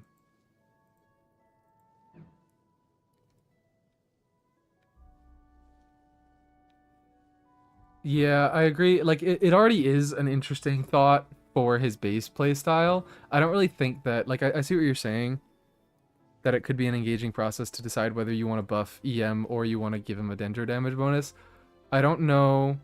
Because it's 30% dendro damage bonus and 90 EM, which is not crazy. Like, it's not that big of a difference that you would really sit there and be like, which do I want to do? And you already sort of do that in his base playstyle because it each mirror consumed increases the length of his burst, and so you could either, you know, consume all your mirrors and have a big long burst, or use his burst early when you have no mirrors to gain all your mirrors. So there already is some decision making going on there, and I don't really think this adds that much to it. And also C6 removes that decision making because I guess it doesn't entirely, because you get some crit buff if you are already at full mirrors. Yeah, I think so. Yes. But then this just makes it less interesting because you always want to have no mirrors and generate all your mirrors using his burst.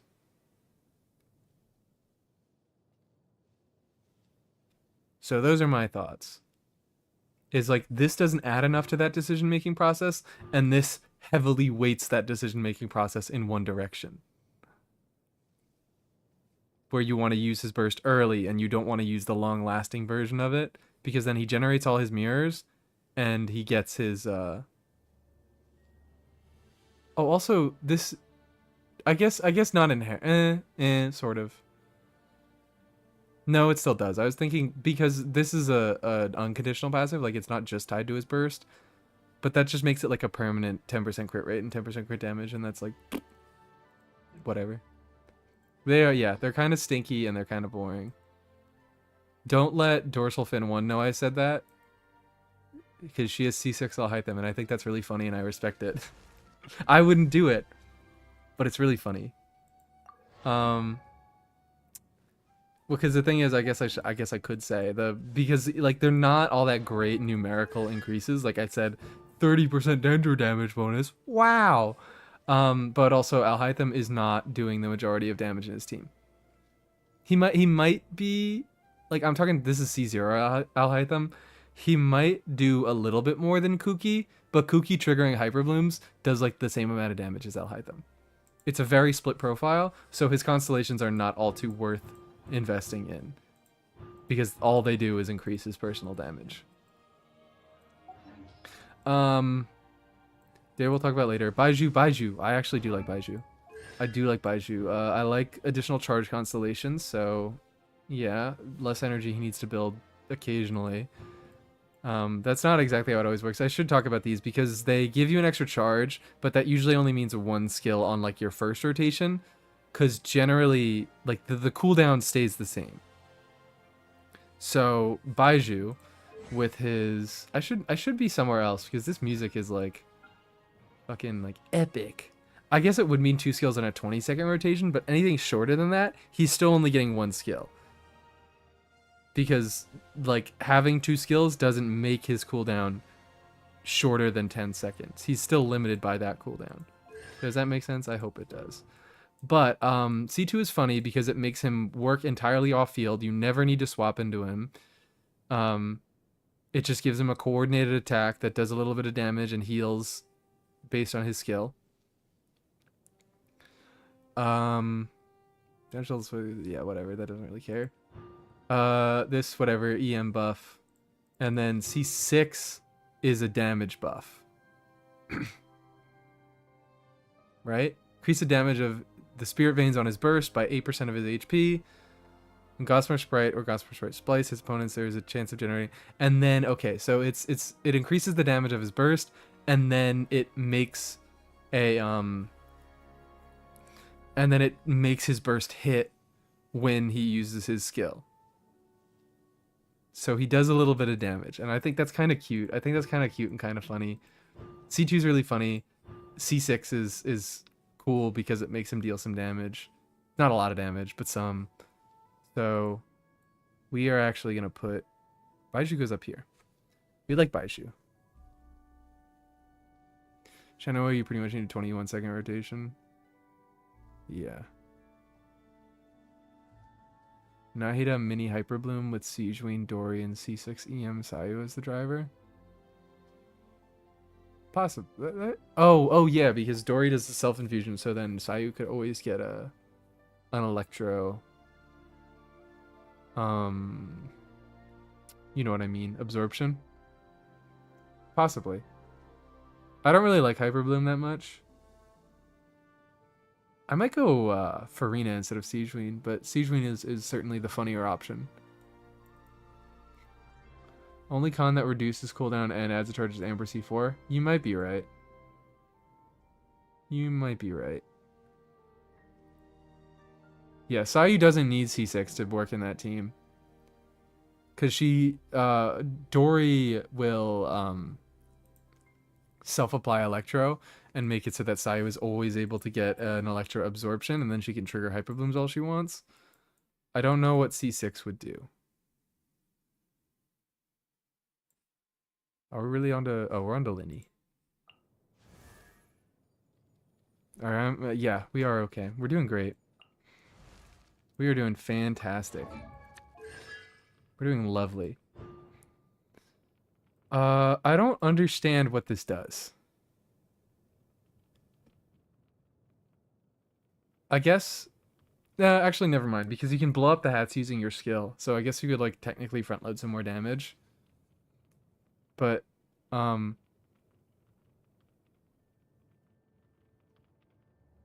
it does do more cats. Really good point. This does do more cats.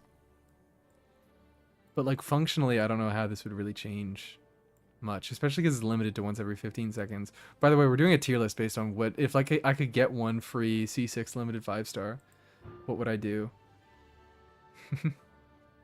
It spawns 2 cats. You get 2 together. It doesn't change. Yeah.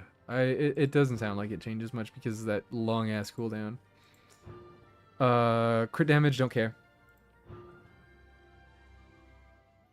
Pyro Res Shred. You could potentially, like, change up his teams doing this. Like, to not include a Res Shredder. But I don't think it's that interesting.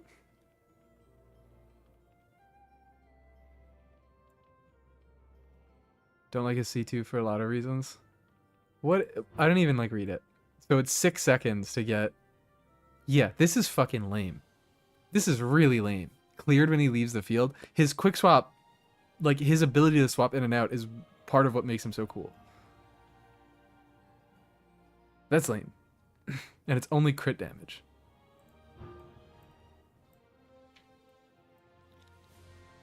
Lenny shouldn't be on field for more than 6 seconds.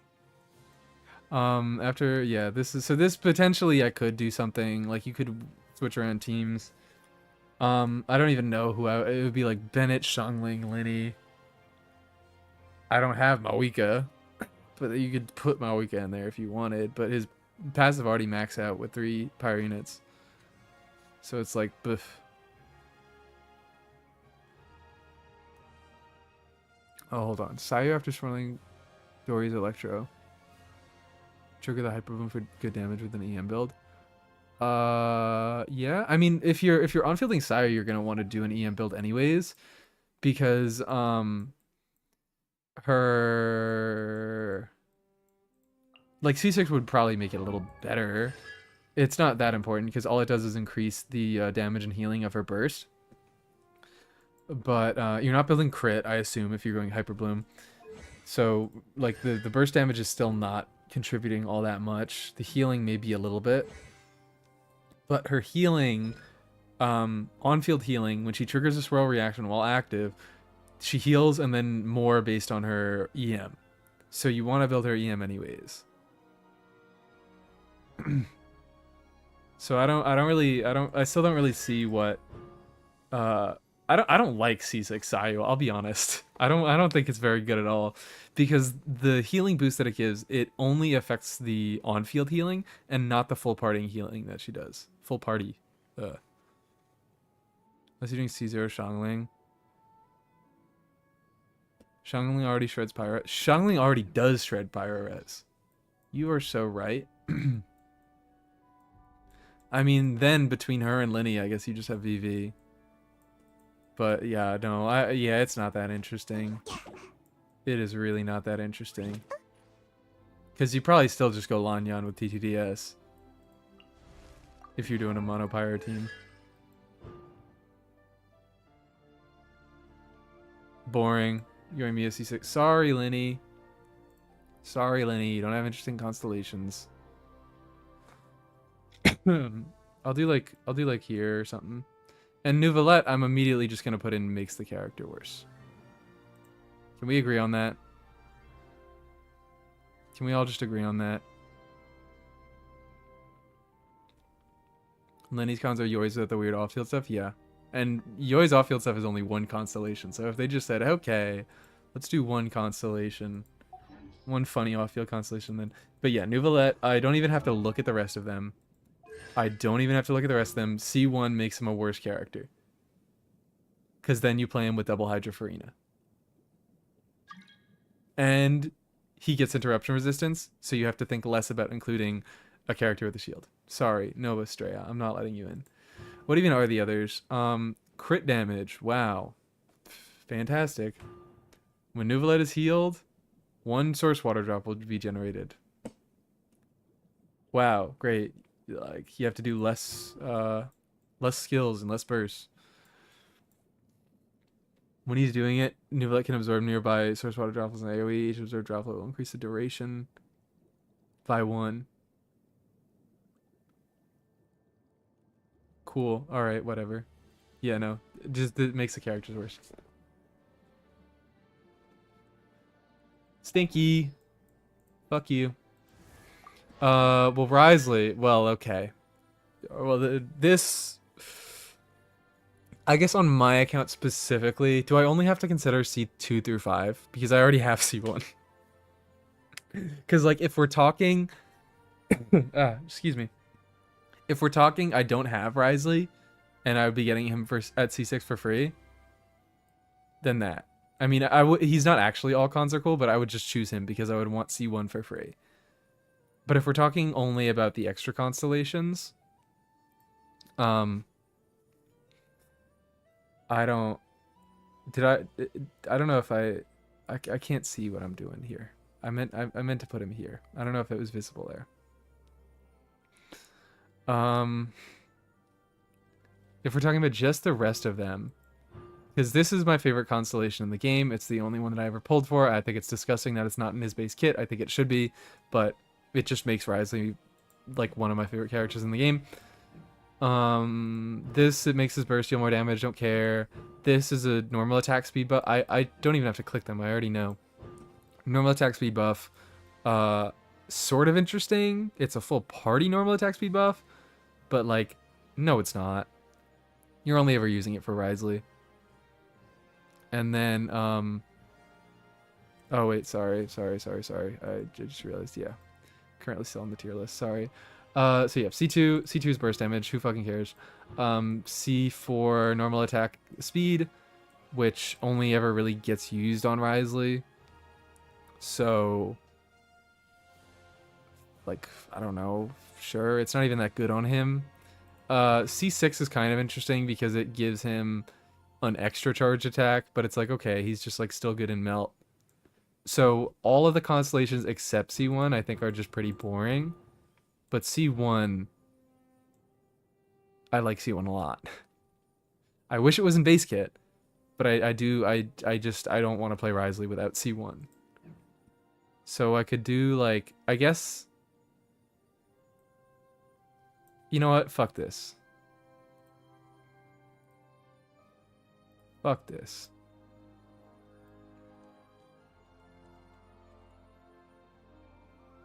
He can't be categorized.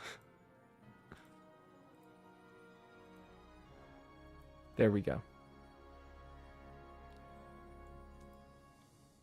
Perfect. And I'm going to put him... I'm not going to have him at the top.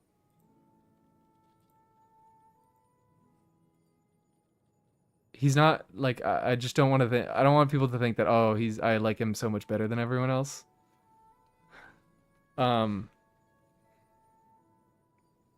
He just, like, yeah. I don't like him without C1, and all the non-C1 cons are not interesting at all. So, I think, you know what? Another one, Farina, also a character that gets worse with constellations. For me, again, it's just like, it's fucking...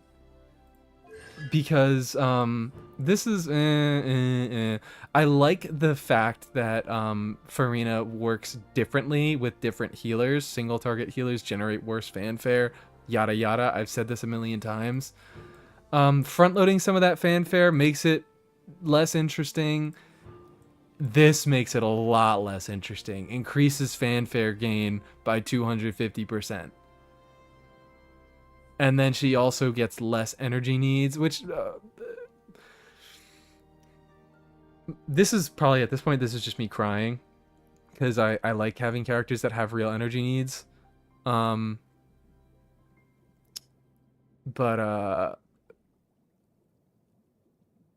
Yeah. And then, yeah, C6 is just boring. I don't know what I'm saying. I like characters with energy needs. It's not inherently bad for C4 to remove a lot of her energy needs, but I like to be able to say that Fav is her best weapon, so I just wouldn't want it. And then C6, yeah, Farina. The C6 is a bit of Farina has no cost. I think all of her constellations are just removing the things that make her interesting to me. So this is like genuinely some of my least favorite constellations in the game. I would never want Farina cons. I understand people who want them. I respect it. Ball out on your Farina cons, but I could fucking never. I just think they're all very uninteresting. They all remove the things that make Farina into a character. Like, she is a very strong character that has a significant cost to include in your team. C2 has interesting things. Does it? Does it? Because I get it's things like it makes it. The main thing I think it is interesting for is making prototype Amber. Okay, fair enough. Prototype Amber being better with C2 is kind of cool. I still like the kind of dynamic of like needing maybe 2 different sources of weak healing. But like specifically with stuff like Bennett or Shilonen, she makes Bennett and Shilonen way better at building fanfare, which I think is just like I don't think that's how things should be balanced. I think if you're using one of those more powerful single target healing supports, then they should be building less fanfare. I I'm with the prototype Amber argument, so maybe I'm a fucking hypocrite.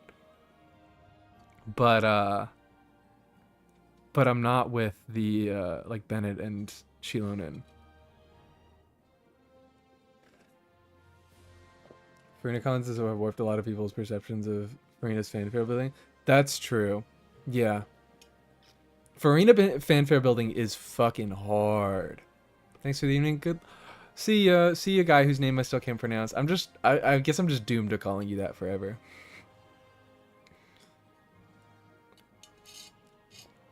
But yeah, building Farina fanfare can be pretty difficult.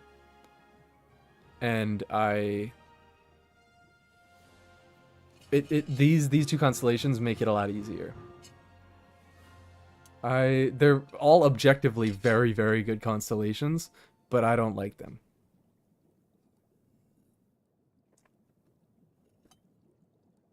I like having to sacrifice slots and bring stronger healers if I wanted to if I want to make full use of Farina. So yeah, sorry Farina. You're great at C0 and I don't like you with constellations. Energy, whatever. Honestly, you know I just said that I do like having to build energy on my characters. Navia is not one of those characters. I wish I didn't really have to build energy on her.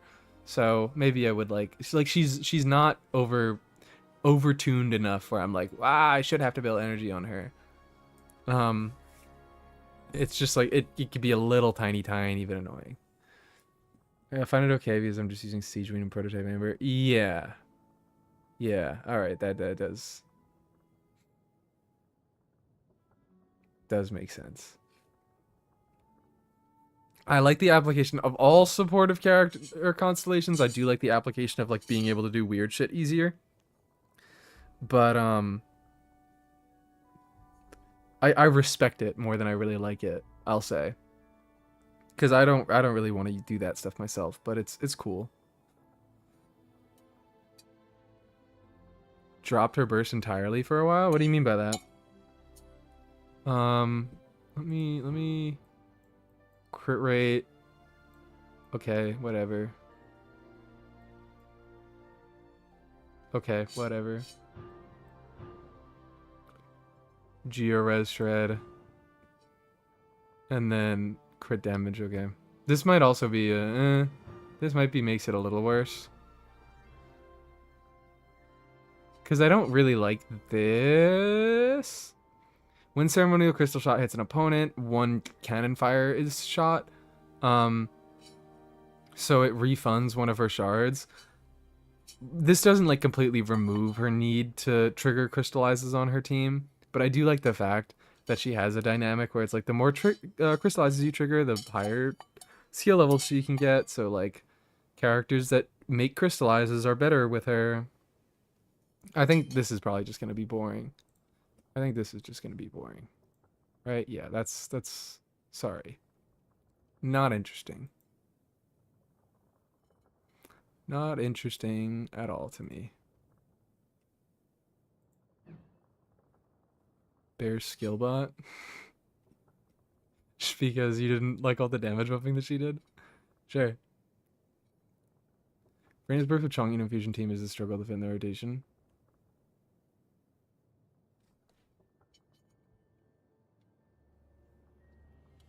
Oh, are we on Shanyun? Yeah. Oh, yeah. Agreed. Agreed on the Shanyun cons. It's like she can be a perfect because it's just one of those situations where it's like she's the support that can buff herself. She has some pretty decent scalings going on in her kit. So like there's no reason that you can't just burst what? There's no reason that you can't just, you know, use her. I don't know what I'm saying. This, I think, yeah, pretty similar to what I feel about Yelan's skill. Can be good for your energy costs, but usually you're not going to be able to cast 2 in a rotation. This just makes her plunge attack damage buff better. So, yeah, whatever. This, it gives you a full party heal on her skill. That's kind of interesting. Gets 9 plungers in her base kit. Yeah, but yeah, you're totally right because it's fucking this constellation.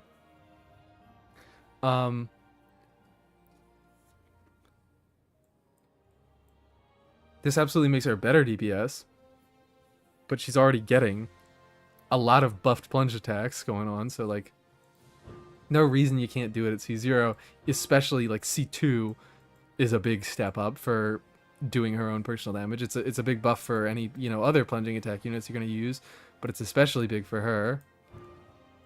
So, yeah, she's also probably just going to I kind of like the full party heal. I like it, but I don't think realistically it changes anything. Cuz she already has a full party heal in her burst. So just like, yeah, you're just boring. You're just boring.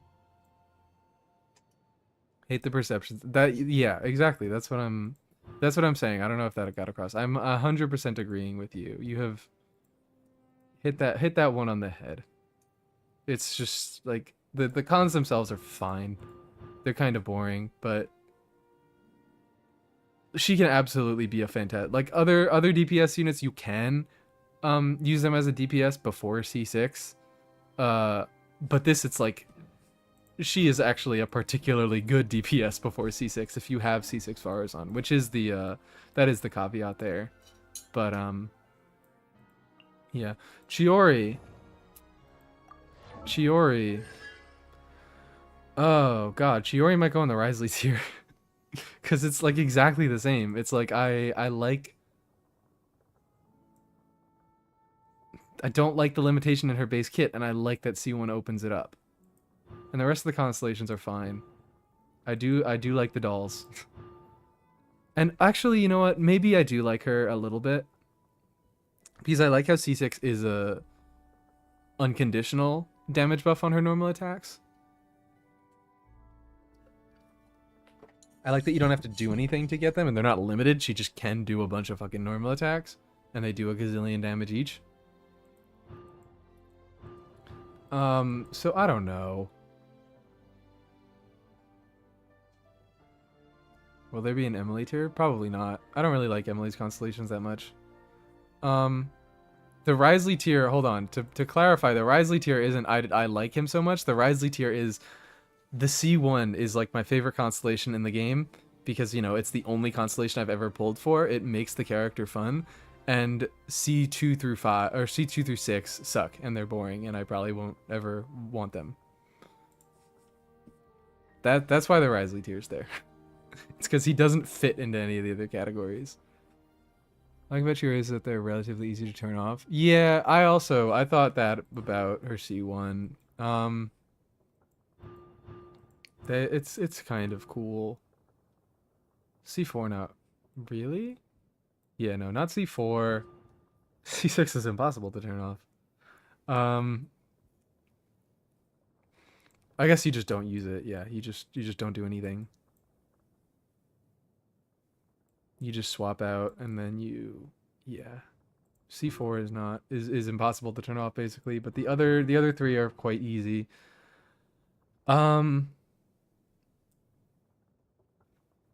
Yeah, maybe for that reason. I might consider it for that reason. I think I like her. I don't know. I think she's sort of interesting. Because fundamentally, I don't think she's that interesting of a character. Like, I don't use her a ton for a reason. She is just off-field geo damage, but I do like her. I don't know. C1 is definitely doing some hard carrying here. But even so, it's like, this one, I'm sort of like, usually I like restrictions, but I think her base restriction is too much for like what she provides, because realistically she's not providing a ton, and letting her, I mean the main combo is Shilon and Chiori, but letting you do Shilon and Chiori, it's not even that crazy, especially compared to like what is currently available using only C0 units. Mawika, Escoffier, I'm talking about you two. But This is one where, yeah, I just wish this wasn't a con. Literally never cared about. You never cared about C1. You don't use her. I use her all the time without construct units. I mean, the team I was using just then, I was using Yunjin and Goro. So that wouldn't be a...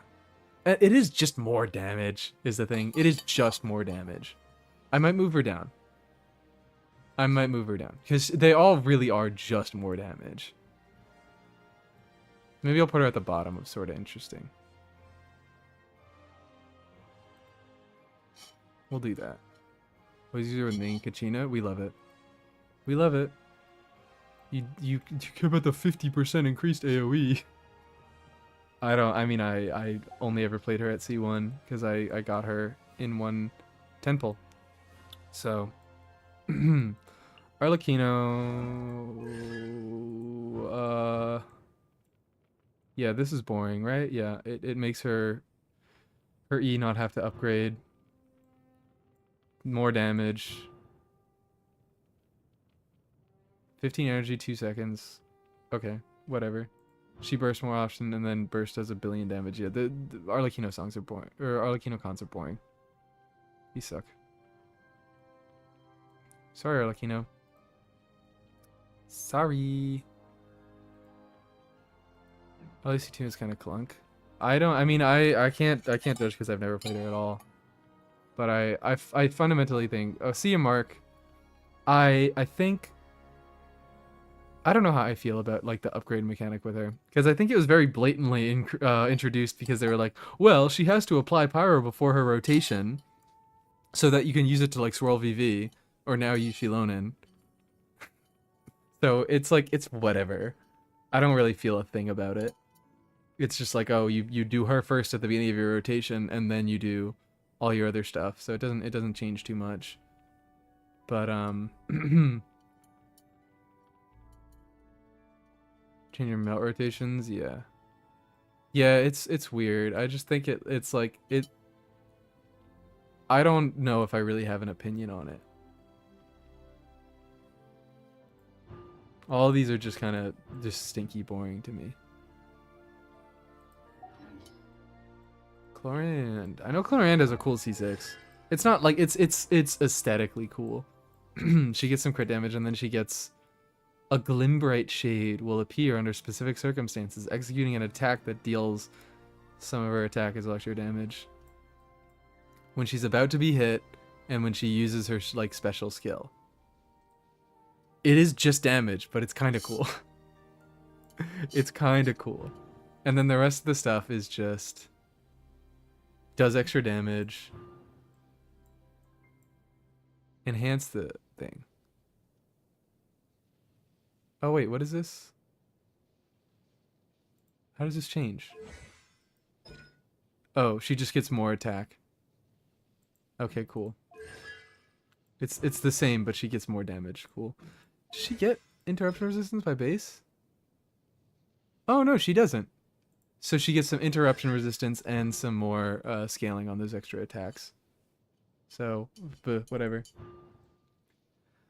When electro damage from climbs in a roll attack state, 2 coordinated attacks. Whatever. This is like, yeah, this is like the edge of kind of cool. Edge, very, very, very edge of kind of cool. Because, like, I guess aesthetically, C6 is sort of interesting. And then coordinated attacks. Kind of cool. But yeah, whatever. These are very traditional DPS counts. All right, now this might be a big hitter here. This might be a big, big, big hitter here. Siegewein. So I feel like I've had not that many left for a while now. But C1, yeah, you noted. I don't think I've had to think about it for any other unit, but like getting full uptime on tenacity is kind of cool. Increasing the buff she gives is kind of cool. It is all just kind of numbers. Bounce 3 more times. But the tenacity is definitely a real thing. It just makes her stronger. And I like when Siegeween is stronger. She gets some red shred here. And creates a bubbly shield worth 30% of her max HP. Shield, whatever. It's kind of boring. But fine. Aesthetically a little cool. I like the utility of adding Hydro Red Shred to her kit.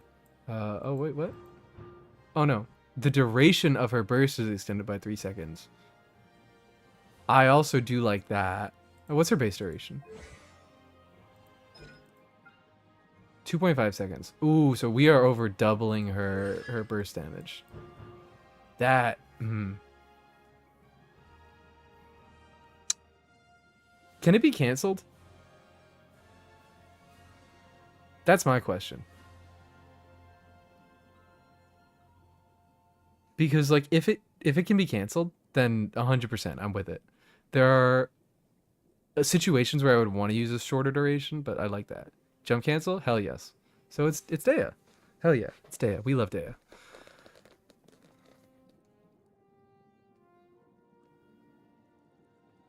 Okay. Alright. I'm losing my mind here. And then this is crit damage, which is really cool. Crit rate and crit damage based on her HP. And I already said I like that with Nilo.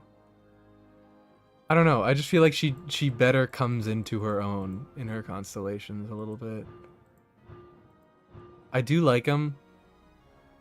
I don't think any of them do anything really crazy. I like C4 a lot, actually. I do really like C4. This is kind of cool. Red Shred is fine. Buff is fine. None of them do anything really interesting.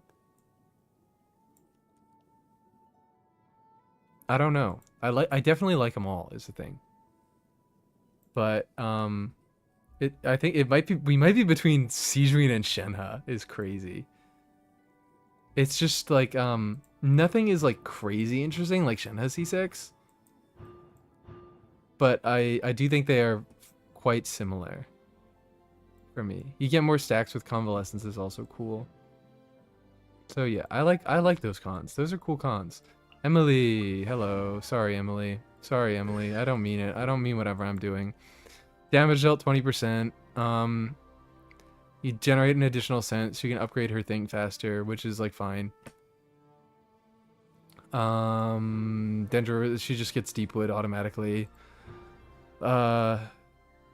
Duration. This is her burst. This is her burst. This is her burst. Interval between opponents being selected is decreased by 0.3 seconds. So it becomes better in single target. Which is like... Yeah. I don't know. I don't know. I don't really care that much about that. It's like not a bad thing. It's a little bit of a bad thing, but it's not like crazy bad. And then this is, she gets a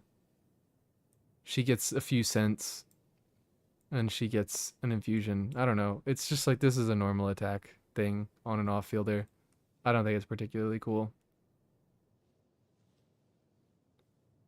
They're just kind of damage. They're like nothing really stands out to me. Nothing stands out to me as bad or good. These are damage constellations. Yeah, I don't know. I just want to talk about Emily more. So I'm trying to think about things to say. This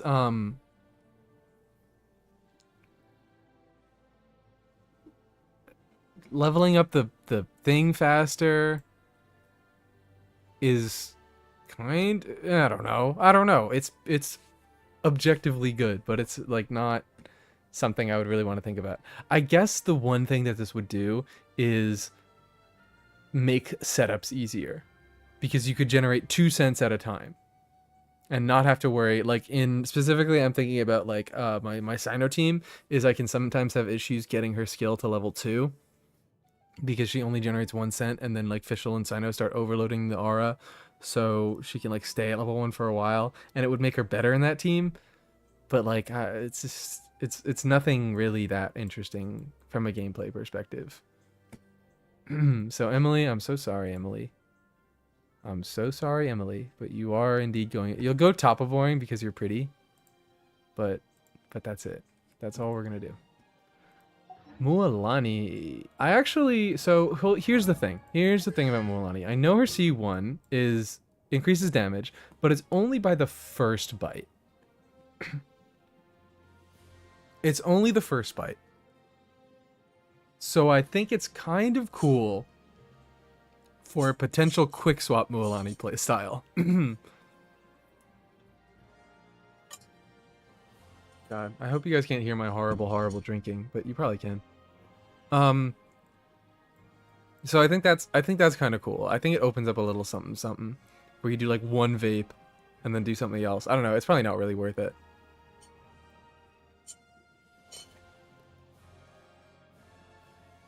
But like potentially a cool thing. 70% of her damage is that first big bite. Fuck yeah. I like that. I like that. And also C2. I need a drink again.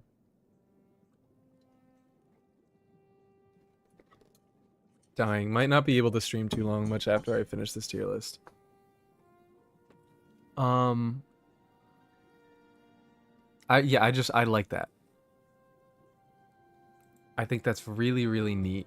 Having a potential quick swap unit where you could just slide in 300,000 damage. More, I think. Probably more than that. Like 500,000 damage and then just go out. I don't like... Funny. I don't like Malwika. Literally does the exact same thing. But Mualani feels bad to play, so I like her more. This is when she enters ice soul damage, she just Surfshark Wavebreaker. Oh, this is eh. I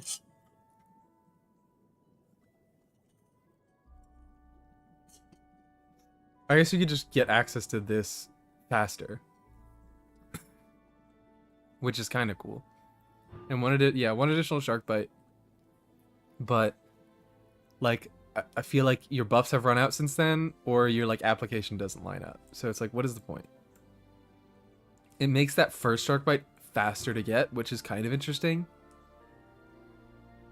But that's it. This is 8 energy. And then she gets 75 damage on her burst. I like that too. Because I like the idea of Mualani as like a quick swap vape unit. And this is... Okay, yeah, this is stupid. So I actually... This makes her a little less interesting to me. But I kind of like the others. I kind of like the others. I kind of think the others are pretty interesting. So we're gonna keep her up there. We're gonna keep her up there. Because she can be like a cool little quick swap vape unit. I don't know. I think I like Mualani. And I would like to see her succeed. Even though I don't have her. Kanich. These are just all damage increases, right? 100 crit damage. This is Red Shred. I know that. Because it's literally the same constellation as... Emily.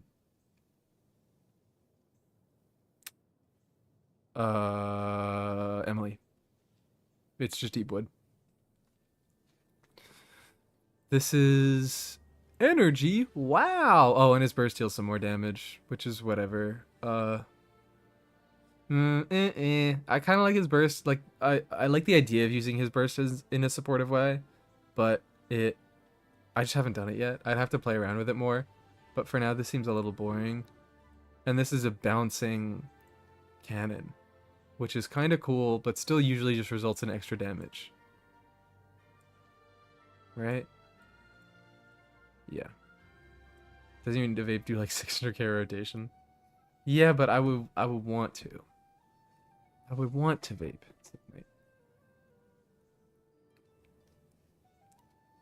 Look at Dory Constellation. I'm only talking about the limited 5 stars here. Dory would win. If Dory was an option, if Dory was a 5-star, Dory would win. Because Jesus Christ, do we love Dory C6.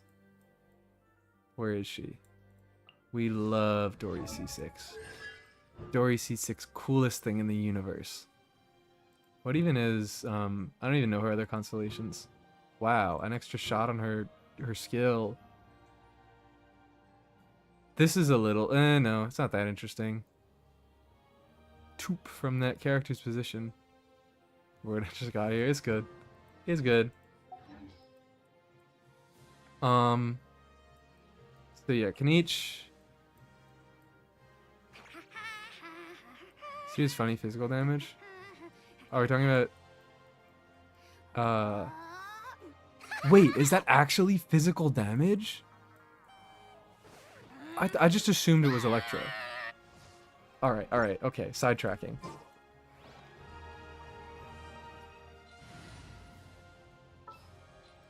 Oron, get the hell out of here.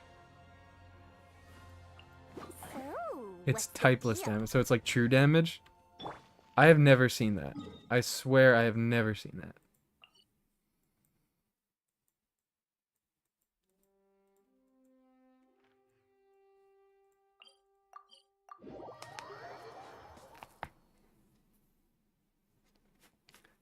That makes me so mad that it's not really physical damage and that you can't red shred for it. Main Dory enough to know what the white numbers are. Sorry. I'm a fake Dory fan. There are always way too many numbers going on my teams. I just assume that the white numbers are when I lost my infusion and I hit with a normal attack. Okay. The condition is just healing, right? When it heals, yeah.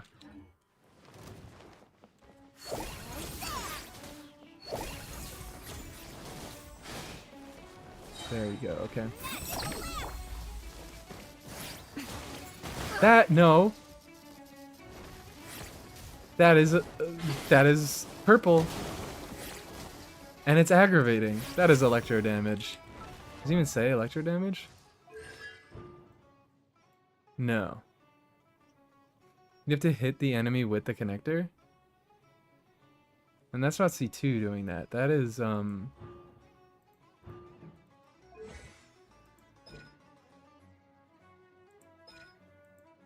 wait.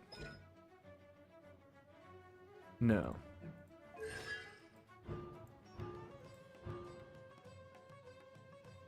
What is doing that then?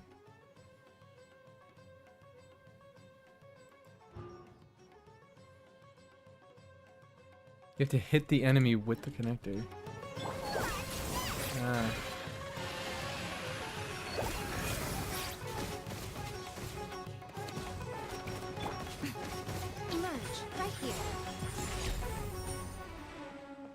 Oh, whoops.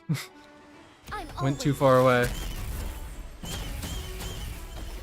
I just need to generate some energy for you.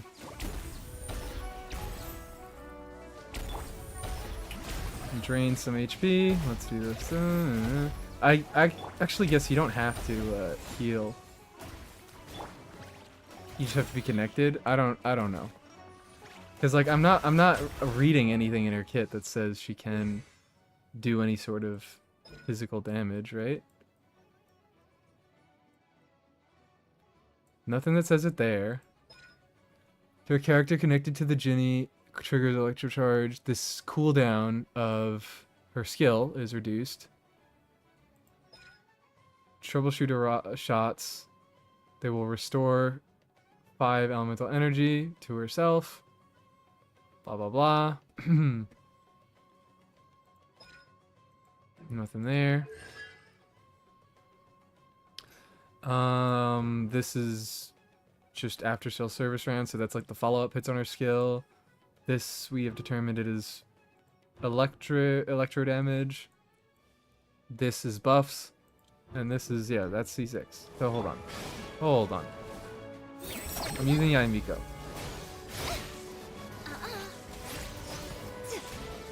I am not seeing any physical damage here. I don't know what would be doing that. Are you sure you're not playing... what is it called? Ocean Heat Clam on your Dory. Because that's weird. I've never seen. I don't think I've seen physical damage out of my Dory.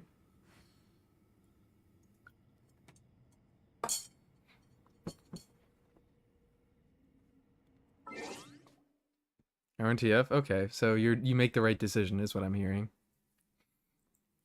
TF Saxword? TF Saxword? Oh, don't look, don't look. It's not supposed to be level 1. Uh. God, I'm expiring here. I am expiring. Whatever. TF Verdict. Oh, wait. Oh, yeah, okay. You're the person who sent that in the Discord. TF Verdict. Fuck yeah. I am so close to the end here, and I feel like I'm dying. So I'm gonna. Did I move Kinich? Because Kinich is boring. Kinich is boring. So sorry, buddy. Just stupid. It happens to the best of us. So Shilonen. We already looked at Shilonen. C1 sucks. C2 is crazy for the Electro. C4 is pretty cool for it makes her Yunjin. It makes her Yunjin. And then triggering 6 times. Ugh. I wish it was more than 6 times. So I wish she was better than Yunjin. No, I don't. Yunjin sells you use. And then this, is it just damage? It is just damage for her. So C6 sucks. C1 sucks. But C2 is cool for electro stuff, and C4 is cool for normal attack buffing stuff. So I think that pretty perfectly fits into a few interesting ones. Next is Chaska, who I also think is pretty boring. Her C2, I know, that's the AoE one, right? Yeah, that deals AoE damage. Which is like, I don't know. I haven't played Chaska at all. I've played her like 2 times in trials and no other time. So it doesn't really, I don't know. It's just like stinky. I think the fact that she's single target is like a good weakness. I think characters should have weaknesses, and that is one of hers, and this removes it. But like, I don't know. I don't think she's like insane enough that removing her AoE weakness is like crazy and makes her worse. Or really like makes her more interesting or anything. Actually, no, her constellations make her less interesting because they take away her limitations. Right? They take away her element limitations. C1 lets her do money. It's a combination of C1 and C2. Because here's the thing, from what I know, here it is.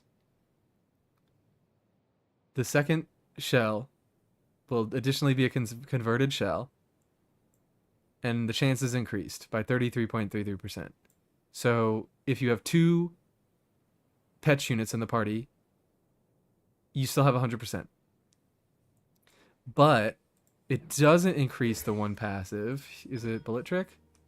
It is Bullet Trick, where the Shining Shadowhunt shells deal more damage based on how many different characters are in the game. So you get more shells, but you don't get the increased scaling. So there still is a limit. There still is a sacrifice that you're making by not including the 3rd Petch character in your party. Which is like kind of like, I like that the limitation's there, but also kind of like, I think they should have just done it both in one constellation. Because C2 does that. C2 does that. And so I'm thinking like, it's kind of cool that they still kept some limitation in C1, but also like, it's constellations. Stop like doing weird stuff. Stop being scummy about it. Just like give the people what they want. This is, she gets energy, whatever. Oh no, wait. No, only energy to Chaska, so it doesn't matter. Multi-target fire charge time decreases. Blah, blah, blah, blah. Fatal round state. The shots will finish charging instantly. And the crit damage increases by 120. Cool, whatever. I think these just make her less interesting.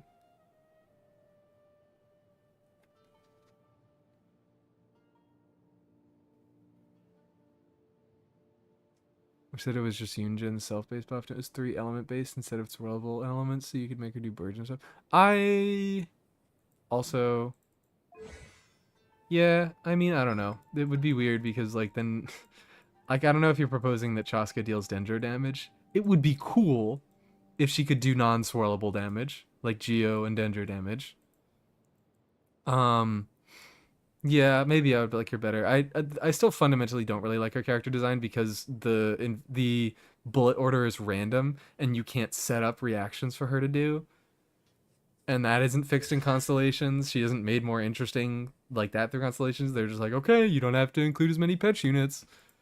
I think she is probably she might go in the gets worse category. She might go in the gets worse category. Oh wait. Oops. I had the thing. I had the whoops. I meant to have her up because I was looking through the stuff and I was talking. But yeah, her C1 and her C2 are just like I don't know. They split up the two different parts of this constellation. Like C1 fixes this part and C2 fixes this part. So it's like it's weird. So I fundamentally don't really love that design. It's kind of cool, but it's also kind of scummy. And she gets more boring. So I think I am just gonna settle on putting her in the gets worse tier. Constellation should have given her yeah, compatibility with Geo and Dendro. Geo wouldn't really matter, but Dendro would be really funny. Mawika. Oh no, see why Mawika's first on the tier list. Hold on, look at this. Mawika's first on the tier list. And Lolly's second. But in the game, it's reverse order. It's Lolly first and Mawika second. Whatever. I'll do Lolly first. C1 quill buffs, kinda cool. Kinda interesting. I've come around on quill buffs, so it makes you more incentivized to build EM because at a baseline, her EM only increases scaling on a burst, which burst damage to Lolly is kind of cool, but not entirely relevant. And the strength of her shield, this makes it so that she buffs based on her EM, which is pretty nice, pretty neat. So that's kind of cool. It gives her better res shred, right? And then gives EM buff. Kind of cool. EM buff is fundamentally pretty neat. Like these all do I don't know about all. This increases her burst damage and makes her a little easier to use burst with, and I do like how much you have to sacrifice if you want to make her a good burst damage unit. I'm not fundamentally against making her burst a little easier to get damage out of.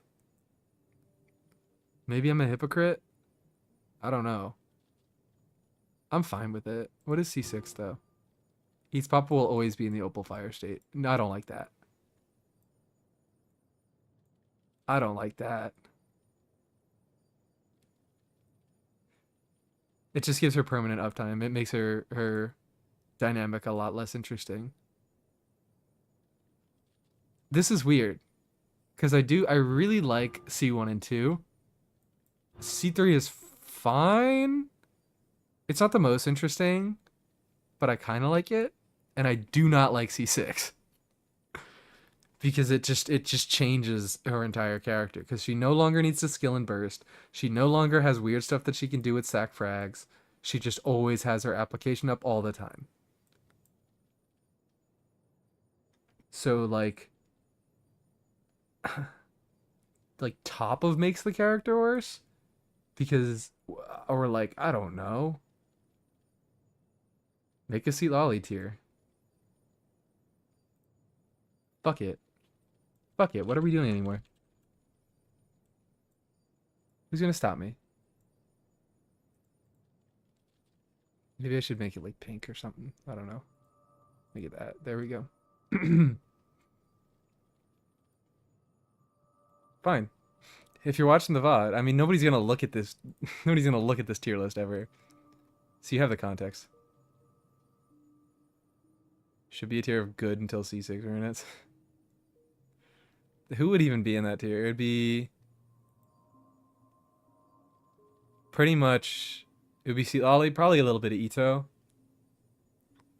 I don't love Ito's other cons, but like C6 is what I don't like about it. Excuse me. It'd probably just be those two, yeah. And I think it's funnier to just have a Lolly in her own tier. So I'll keep that for now. Mawika.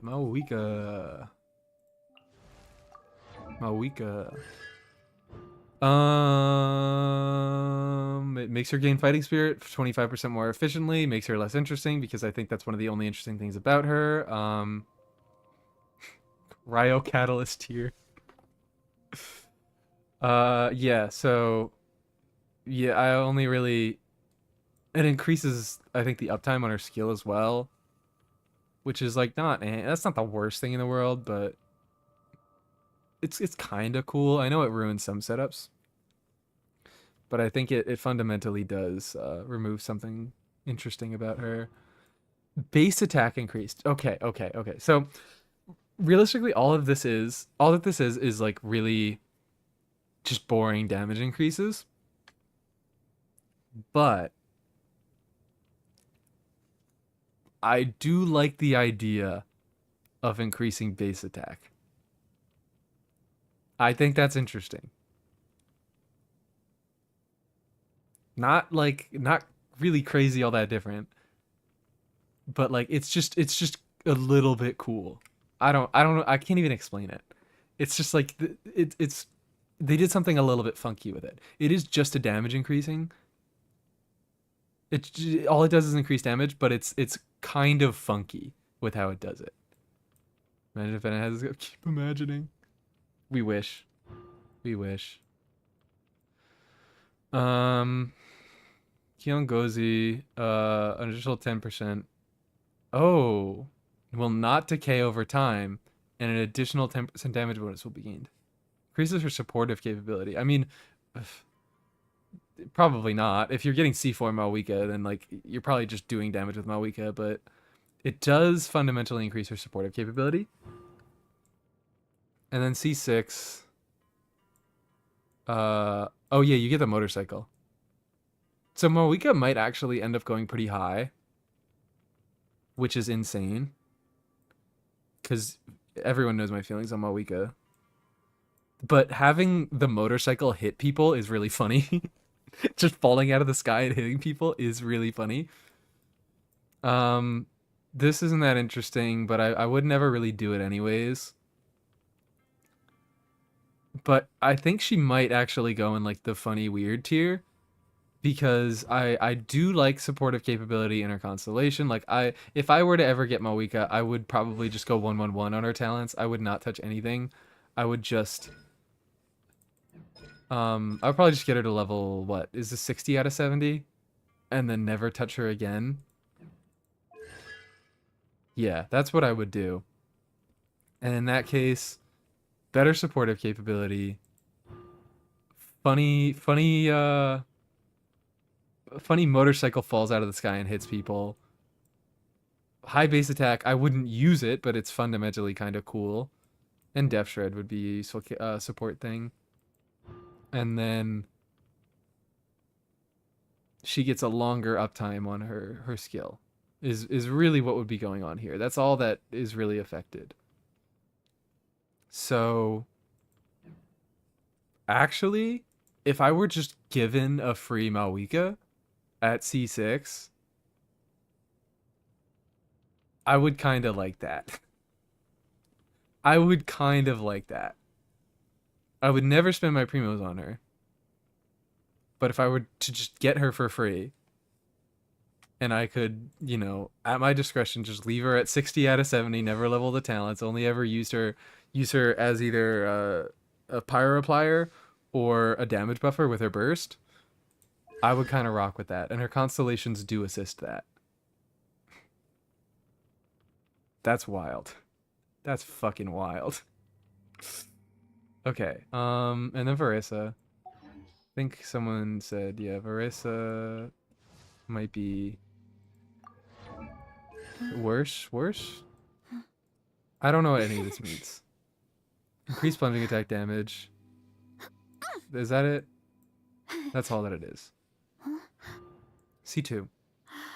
If extra, I have to use it regardless of whether she is in fire passion stage or not. Okay, so this is just that she can use her Q every, her like mini burst every single plunging attack, right? And she gets some extra energy.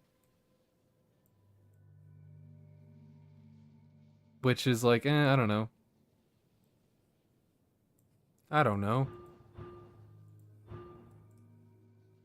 I don't feel anything about it really. I don't think I play Varesa enough to have an opinion about whether she should be bursting every plunging attack or not. I know it's a lot of damage. Is it? I don't know. I heard her first constellations were bad. Sounds like a lot of damage. As for the rest of them, this is what?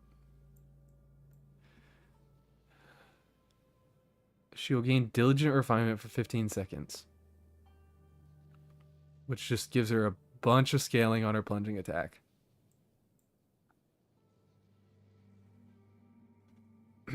Or she gets some... These are just damage. Stores 30 energy when she enters Apex Drive or blending attacks and elements of First Guardian event. Give 10% rate, 100% her damage. Yeah, I don't know. I don't know.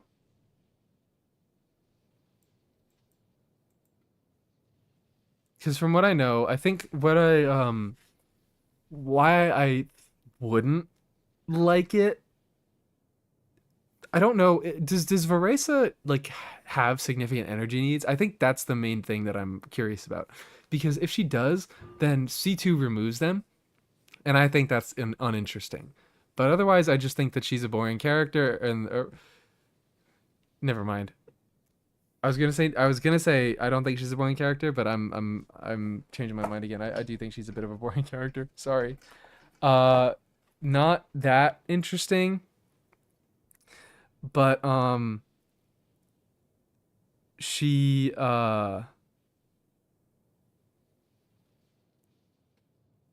like if this constellation removes any energy needs she has, that's probably just like bad. She does in solo electro, in double electro, not really. Okay.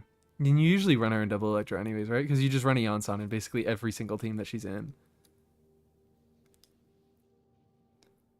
If you're using her for damage, which you would be if you were doing anything like if you were getting constellations, then like I don't know. It's just this seems like it doesn't really change much. It just she gets an extra burst. If I got Moika, I'd literally skill bot her just so I don't have to use Xiangling. Yeah, yeah, that's the thing is I would just be like, okay, I still will say that I do like Xiangling. I'm evil. I'm full of malice and whatever, and I do actually like Xiangling. I like that I have to battery her. I like that I have to think about energy. I like it when I have to consider the mechanics of the game. Um, but there are definitely situations which I think I would prefer Moika, if I'm not like completely lying to myself. So yeah, I don't know. It's just like I think she probably just goes in boring, like probably bottom of boring, on the edge of makes a character worse, but I don't think um I don't think she has significant energy needs anyways. So this removing any potential ones doesn't change much.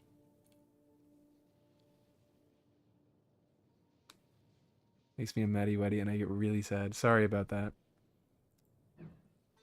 Sorry, I like hot take guys. I like interfacing with the mechanics in the game.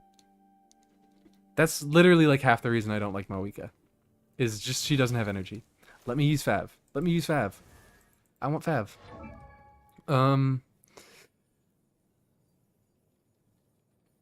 Escoffier. Escoffier. Ah. Where do you even start? This is just crit damage. This is 250 ER Shanley never feels like enough ER. It's not. It's not. Not always. God, Shangli's fucking ridiculous. I love her. Um, this is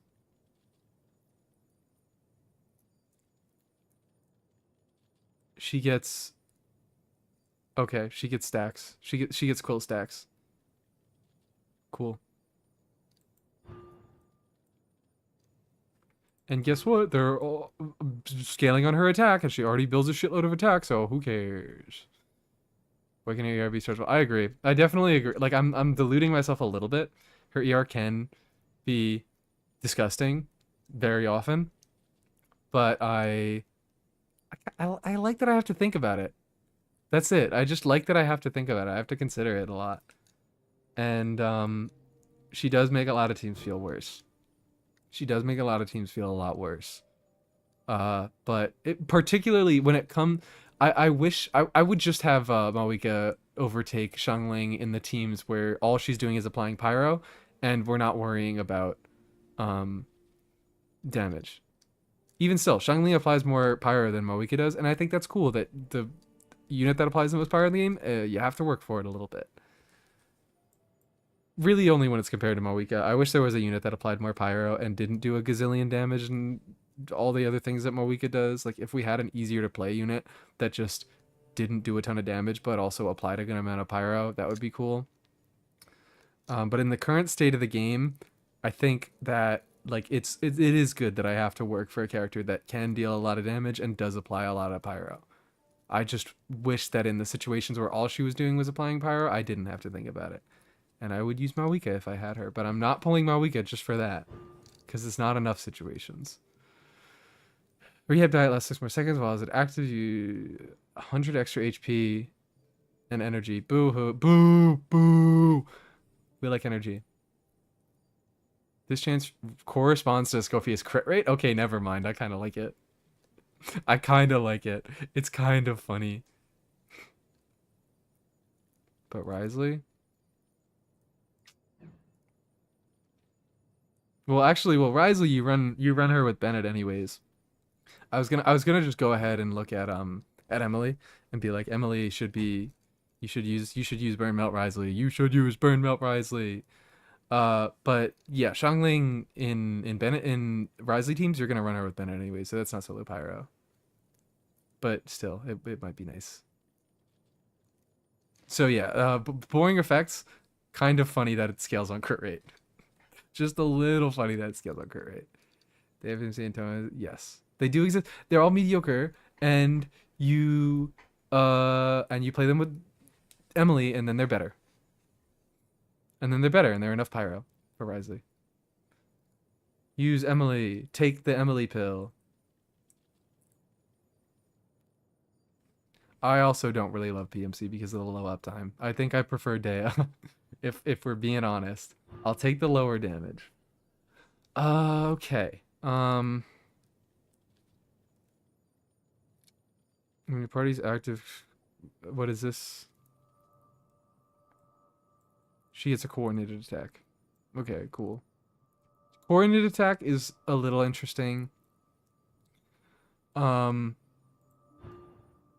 heals is kind of funny.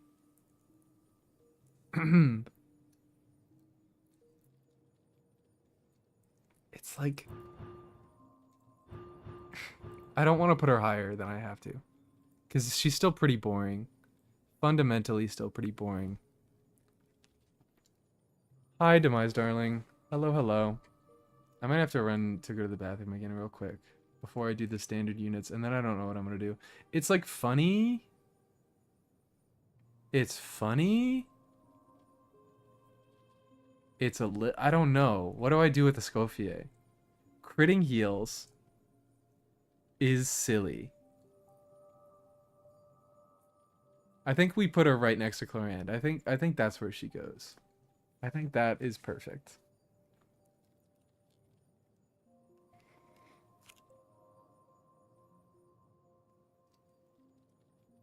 Just spent $70 in Chio's weapon for Albedo and it made his damage go down. How do we feel? What?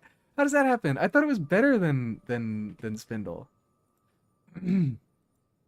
I assume it was on Spindle because I think Spindle is the only weapon that's better. Or like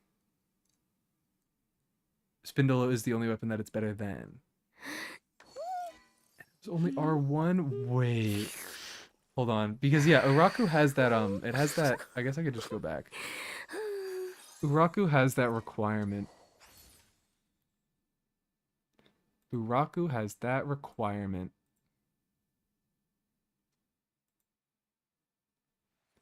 Uraku might be a scam. Uraku. Oh god, this is terrible. This is terrible. But whatever. After a nearby active character deals geo damage, the aforementioned effects increase by 100% for 15 seconds. So I think that's just you have to have a. Do you have to have another G? The way it's worded, it sounds like,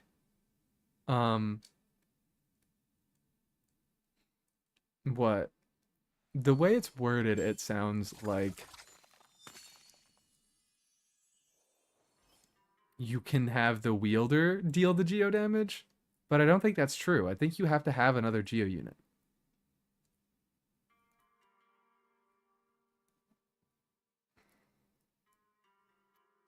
That is insane.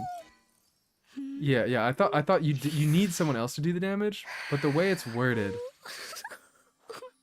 it sounds like you don't have to.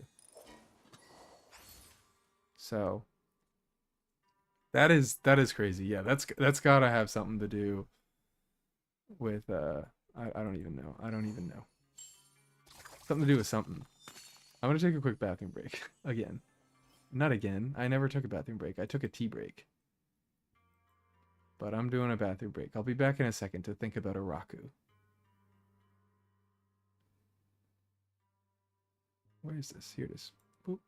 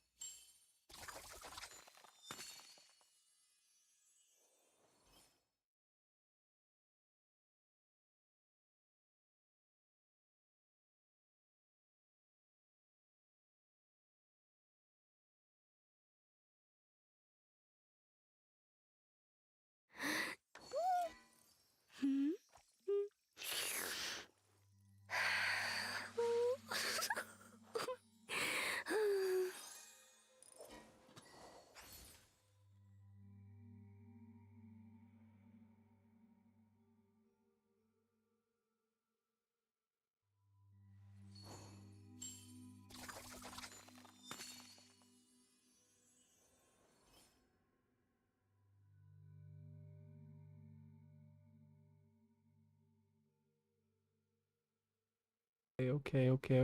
Are we figuring this out? Have we figured it out? We're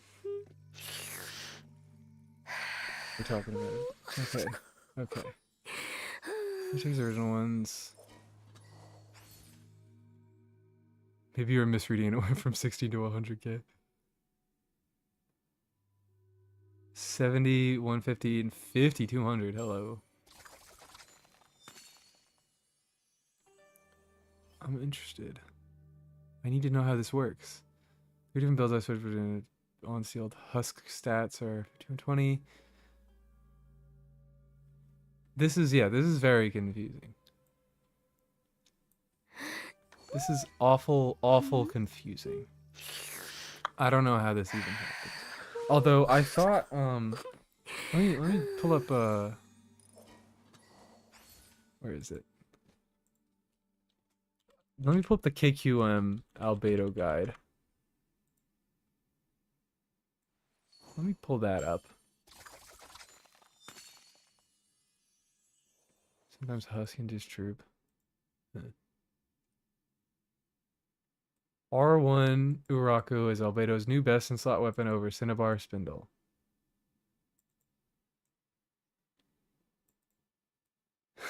Nonetheless, if you already have R5 Cinnabar Spindle, it is generally not worth pulling R1.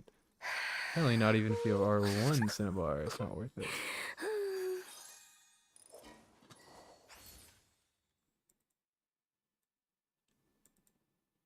It's skill damage bonus, so it shouldn't need a snapshot. Huh.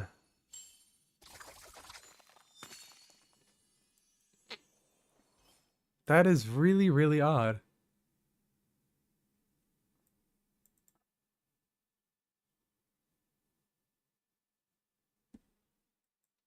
Okay. We're figuring this out. I might think about the standard constellations. Standard constellations. This is weird to think about because I might actually get these. Might actually get these ones.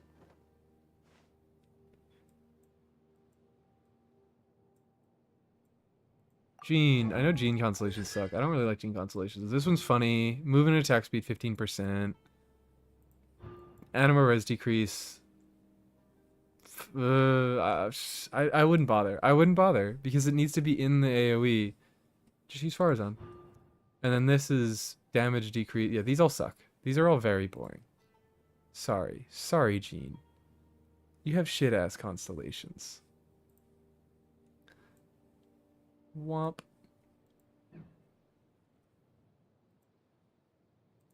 There we go. D-Luke, I actually like D-Luke C6. None of the other constellations are interesting. 15% more damage sucks. Sometimes I put a rubber band in my mouth and pretend I'm a guitar. We're so proud of you. But yeah, on the last note of that, of the albedo weapon. I would just keep testing that. I don't think I know enough about albedo, but I would like to know enough about albedo. Let me check on Spindle. Where is this? I don't know what it is at max, but the effect, it's increased by 80% of defense. I assume he has a crowned skill for you. I assume he does, so let's pull up the scaling on his skills.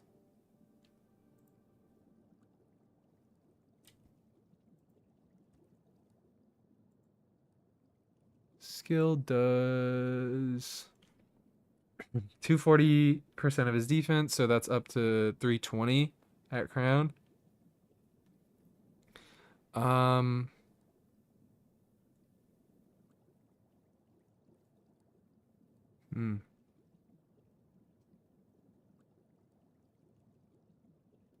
add differences, do you think would change things? It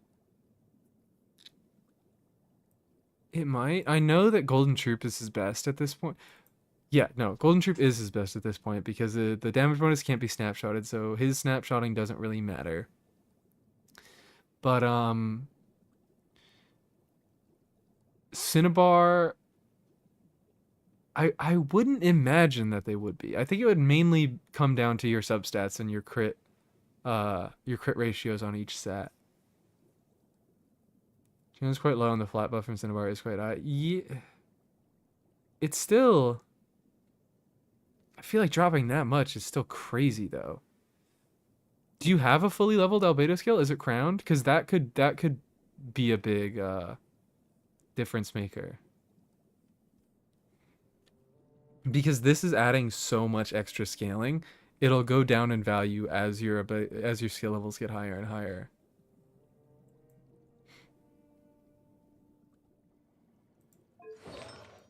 It's 9? Okay.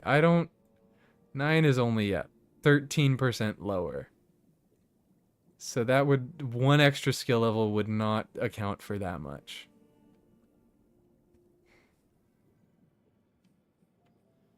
Uraku passive. I've already forgotten. It's 24 skill damage. 48 if you trigger that extra effect, and defense by 20. Might just be my build skill with me and having more defense. It's possible. I mean, I assume are you running a defense Sands? That should really be all that you need. Other defense substats would be nice, but defense Sands, okay, yeah. I have no idea why that would be that different.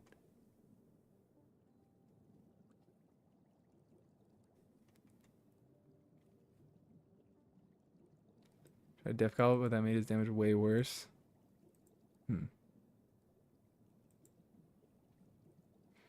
That makes sense, because if you're doing Spindle, you're getting a lot of defense from the actual substat of the weapon. So even if you're running Golden Troop, it would not be ideal. I don't know, try doing something like if you have a built Goro, you could try like snapshotting Albedo buff with Goro buff, with Goro defense buff going on. That's just so odd. I don't know how I would drop that much. Afraid I do. Okay, yeah. Go.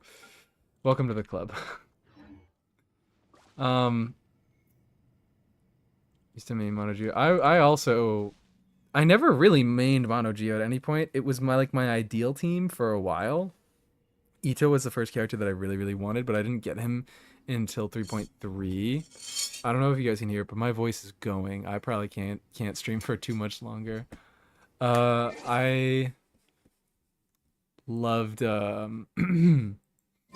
loved Ito when he came out, and I was like, perfect. I'm dumb and I don't know how to play this game, so I'll just play Mono Geo because I just hit things with my meat stick. Doing 2P's gold and 2P's, they're exactly the same. That's so funny. The thing is, I've looked at the KQM and it doesn't have calcs because it's not a complete guide. It's just a quick guide. And maybe I could look up Albedo weapon calcs.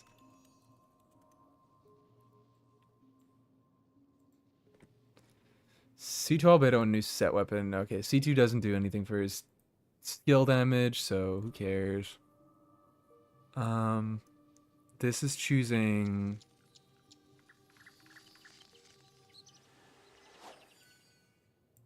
This is about the new set. This is not about Uraku.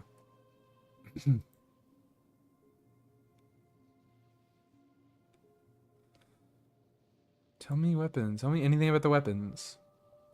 Oh, here it is. Here's some calcs.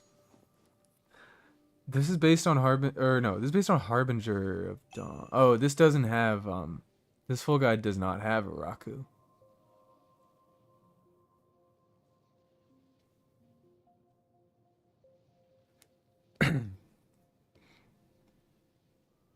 This does not have Uraku.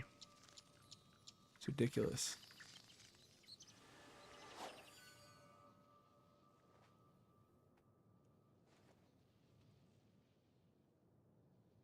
Yeah, if you want to, I'm probably going to cut stream more, but if you want to talk more, I don't know if you're already in the Discord, but it's linked in the description. If you want to ask about it, maybe someone could actually use the build channel for once. I'm joking. But people have just like put their builds in the general channel, and it's kind of funny. That is interesting though. I'm off track now. I started the game. I wanted to play Ito, and then I could never get him. And I finally got him in 3.3, and by that point, I just kind of was a Sino main. There is a build channel. No one. I'm saying no one has ever used it. It's fine though. It's fine. It's fine. Genshin builds channel. Hashtag builds. Literally nothing in the build channel. Yup. Because I think people have just posted their builds while they're having other conversations, and I don't really care that much about like, you guys need to keep the exact things in the exact channels, but like, it's just a little funny. They have C5 Goro. Sorry. I am so sorry. Didn't bother getting Ito. No memes in general. You will be killed if you post a meme in general. If I want to finish this up, Tainari, I don't actually. You know what? Maybe I don't because like generally the Tainari, he's like that. He's not that interesting. His constellations are not that interesting. Damage. Elemental mastery buffs, kind of cool, I guess. Damage, whatever.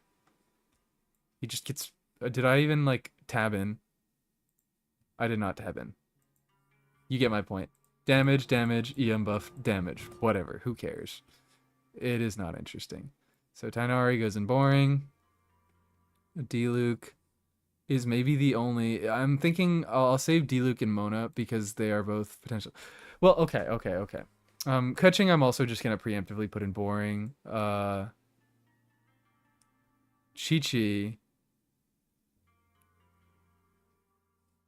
I don't know. I mean, probably boring because they don't do anything. But they I don't know. The Revive Con I'm thinking of. Tenerife playstyle completely changed. Oh wait, hold on. You're so right. The base thing is the base charging time is increased by. Okay, hold on. Yeah. Okay. My bad. We'll do few interesting ones then. C6 is kind of cool. Cause I didn't see. It just says wreath arrows charging time decreased by 1.9 or 0.9 seconds. So he do more. He can get his actual charge attack without using his skill. Sorry about that, chat. Sorry. I know your Discord. Discord is linked in the description of this. It should be, I think. I hope it is. I hope that link works. You're in the Discord? Oh, it's the one with the Sethos picture.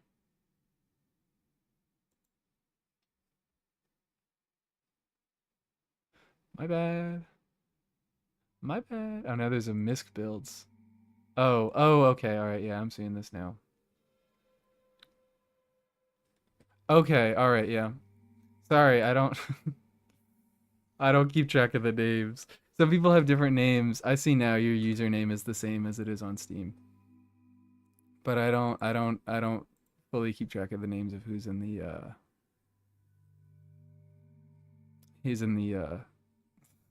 who's talking or not. Apologies. Can't see the build channel.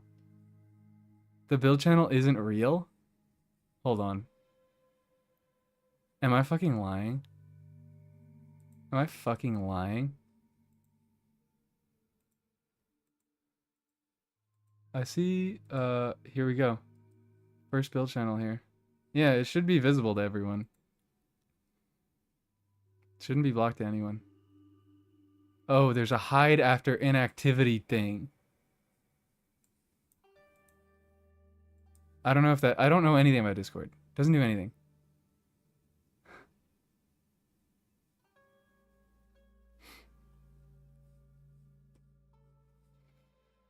I have no idea how this thing works. But we now have a post in the build channel. So it should be visible. Thought about asking to help with your Discord server, but I don't want to look too chronically online. I will take help. I will certainly take help. I already had a friend who helped with most of the stuff. He set up all these like special he was in chat before. But I don't know that I need help with anything at the moment. Maybe I could be wrong if anything looks terrible. But I don't know. I need to finish this off now.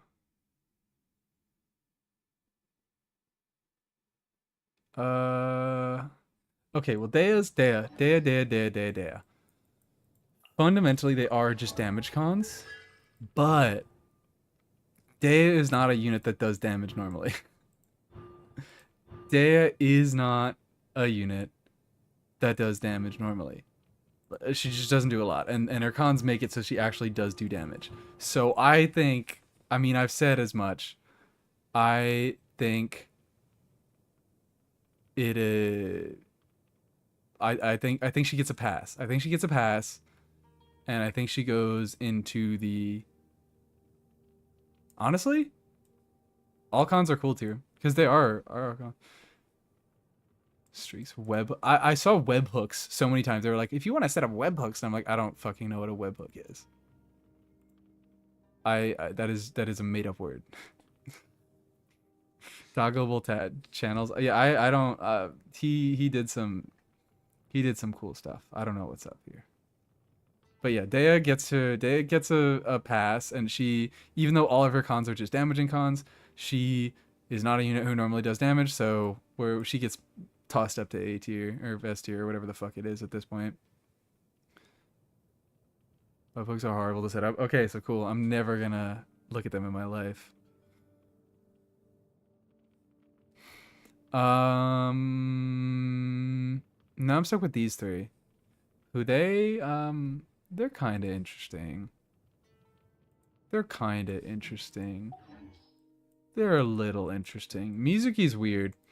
C1 just makes swirls deal more damage, but boohoo, whatever, boring. This giving a full party buff is kind of cool because, like, oh, you're already mainly dealing damage with,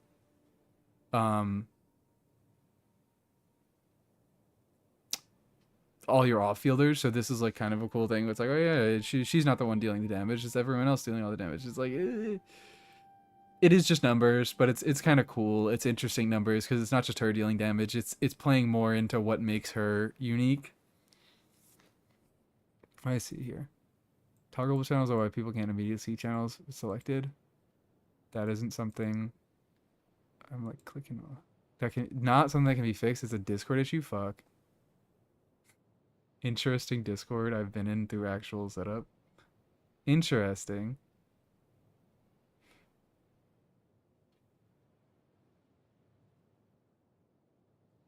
To make is terrible. But what am I saying? What am I saying? C4 just fixes her issue with her healing, so it's like, I don't know. If the character, maybe you just put her in Wisely tier. Maybe I just put her in Wisely tier because it's like, okay, the cons, they're kind of like not all that interesting. They just kind of deal more damage, but there's one constellation that fixes her and makes her not fun, but kind of good. I don't know. She'll probably just get put in the, like, I don't know, the sort of interesting tier. 0.04 is nothing. Oh, it's per elemental mastery point. So that's 40% at 1,000 elemental mastery, which is pretty easy to hit.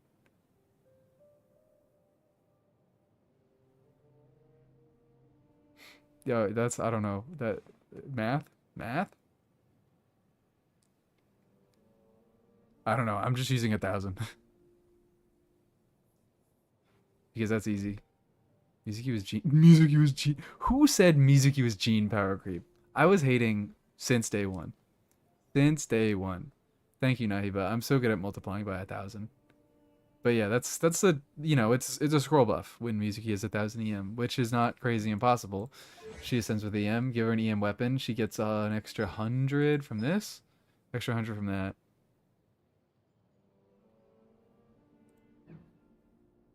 I mean, fucking everybody else who knew a single thing. I didn't even like know how bad the swirl damage buffs were, which these are like nothing essentially. I was just going from the fact that she can't use normal attacks and that her healing is garbage. So it like basically cannot be used for Farina. I don't think it takes much to realize that Mizuki was not a good character. I did not hear a single person say she was Gene power creep though. Mona Diluc. They're both very much on the same page because what whatever. I think C2, Mona C2 is kind of cool. Like pre-release. I still, yeah, maybe I was just not running in the right circles. What are the differences in playstyle between her and Sayu? Sayu is better. That's kind of it. That is kind of it. Going to sleep because I need my big functional brain to love you more. Okay, Nahiba. Good night. Yeah, go to sleep. Go to sleep. But yeah, Sayu is generally just a better Mizuki. God, I am perishing. You're not gonna miss much. I keep saying I'm gonna end stream soon, and then I keep talking. Um, I just saw, I don't know. I made my video, and then I saw a lot of other people saying what I made, and I'm like, this is definitely because of me. It was me. I let everybody know that Mizuki was not good. Nobody knew that Mizuki was bad before I said it. Mona. This is I don't know. It's damage. This is if I am perishing. Jesus. Huh. I think I should have said this probably earlier, but like if you're gonna give me just a regular damage buff, make it at least or like a regular stat buff, make it a crit rate buff, because at least like this is something that I'm gonna consider when building a character. Because crit rate has a hard cap on it. It's not just free damage. It's something, okay, I'm gonna have to think about this buff when I'm building my characters. It's neat, but it still is just a damage buff. As for C2 and C4, both bad, both certainly bad, but kind of cool, kind of neat. We like on-field playstyle. I don't know. I don't really think I really want either of them. I already have C2. But like, she might go like top of weird.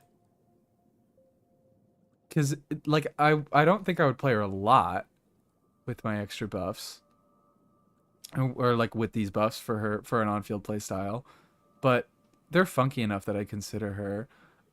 D-Luke, actually I might put it like bottom of a few interesting ones, even though it's not a few. Even though it's not a few, it's only one. It's C6, cause boring damage constellation, boring damage constellation. Boring damage constellation. Actually, never mind. He does have a few interesting ones because casting it in rhythm increases its damage greatly. Don't lie to me. 40% is not greatly. 2 seconds after casting the next one. It's sick. It's a little sick. Not good again, but kind of sick. And then C6 lets you do the Ito thing, the Ito and the Risley thing, where skills don't interrupt his normal attack combo, which is pretty cool. So you skill, normal attack, 2 normal attacks, skill, 2 normal attacks, skill, 2 normal attacks. It's neat. I fuck with this. I really do fuck with Constellation. But I don't have it. I would maybe play D-Luke if I had it, but I don't.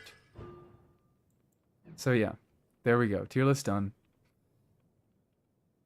Top 3 units I would like at C6 the most is Shenhe, Sijuin, and Dea. That's fucking crazy. And Mawika is all the way up here. This is maybe the biggest surprise, because I did not think that I would actually like her a little bit. I would like her constellations. Ito is also a bit of a surprise, because I like Ito. But yeah, there we have it. I don't know. That took a really long time. That took longer than I expected. I guess I should have expected it to be pretty long, but now I'm sick. And I feel bad. Mawika without her burst is surprisingly balanced. Yeah, agreed. Agreed. So I like refuse to pull her. I don't want to waste those primos on Mawika without her burst. But if I got her for free, I would probably use her. So yeah. Thank you guys for coming. I should go take care of myself. This was fun. I should say I'm a good streamer, so I should say join the Discord. That's what good streamers do, right? I talked less about teams than I thought I would, and just talked about fucking constellations for like 2 hours. I hope you have a lovely day. Hope you had a good stream. Bye bye.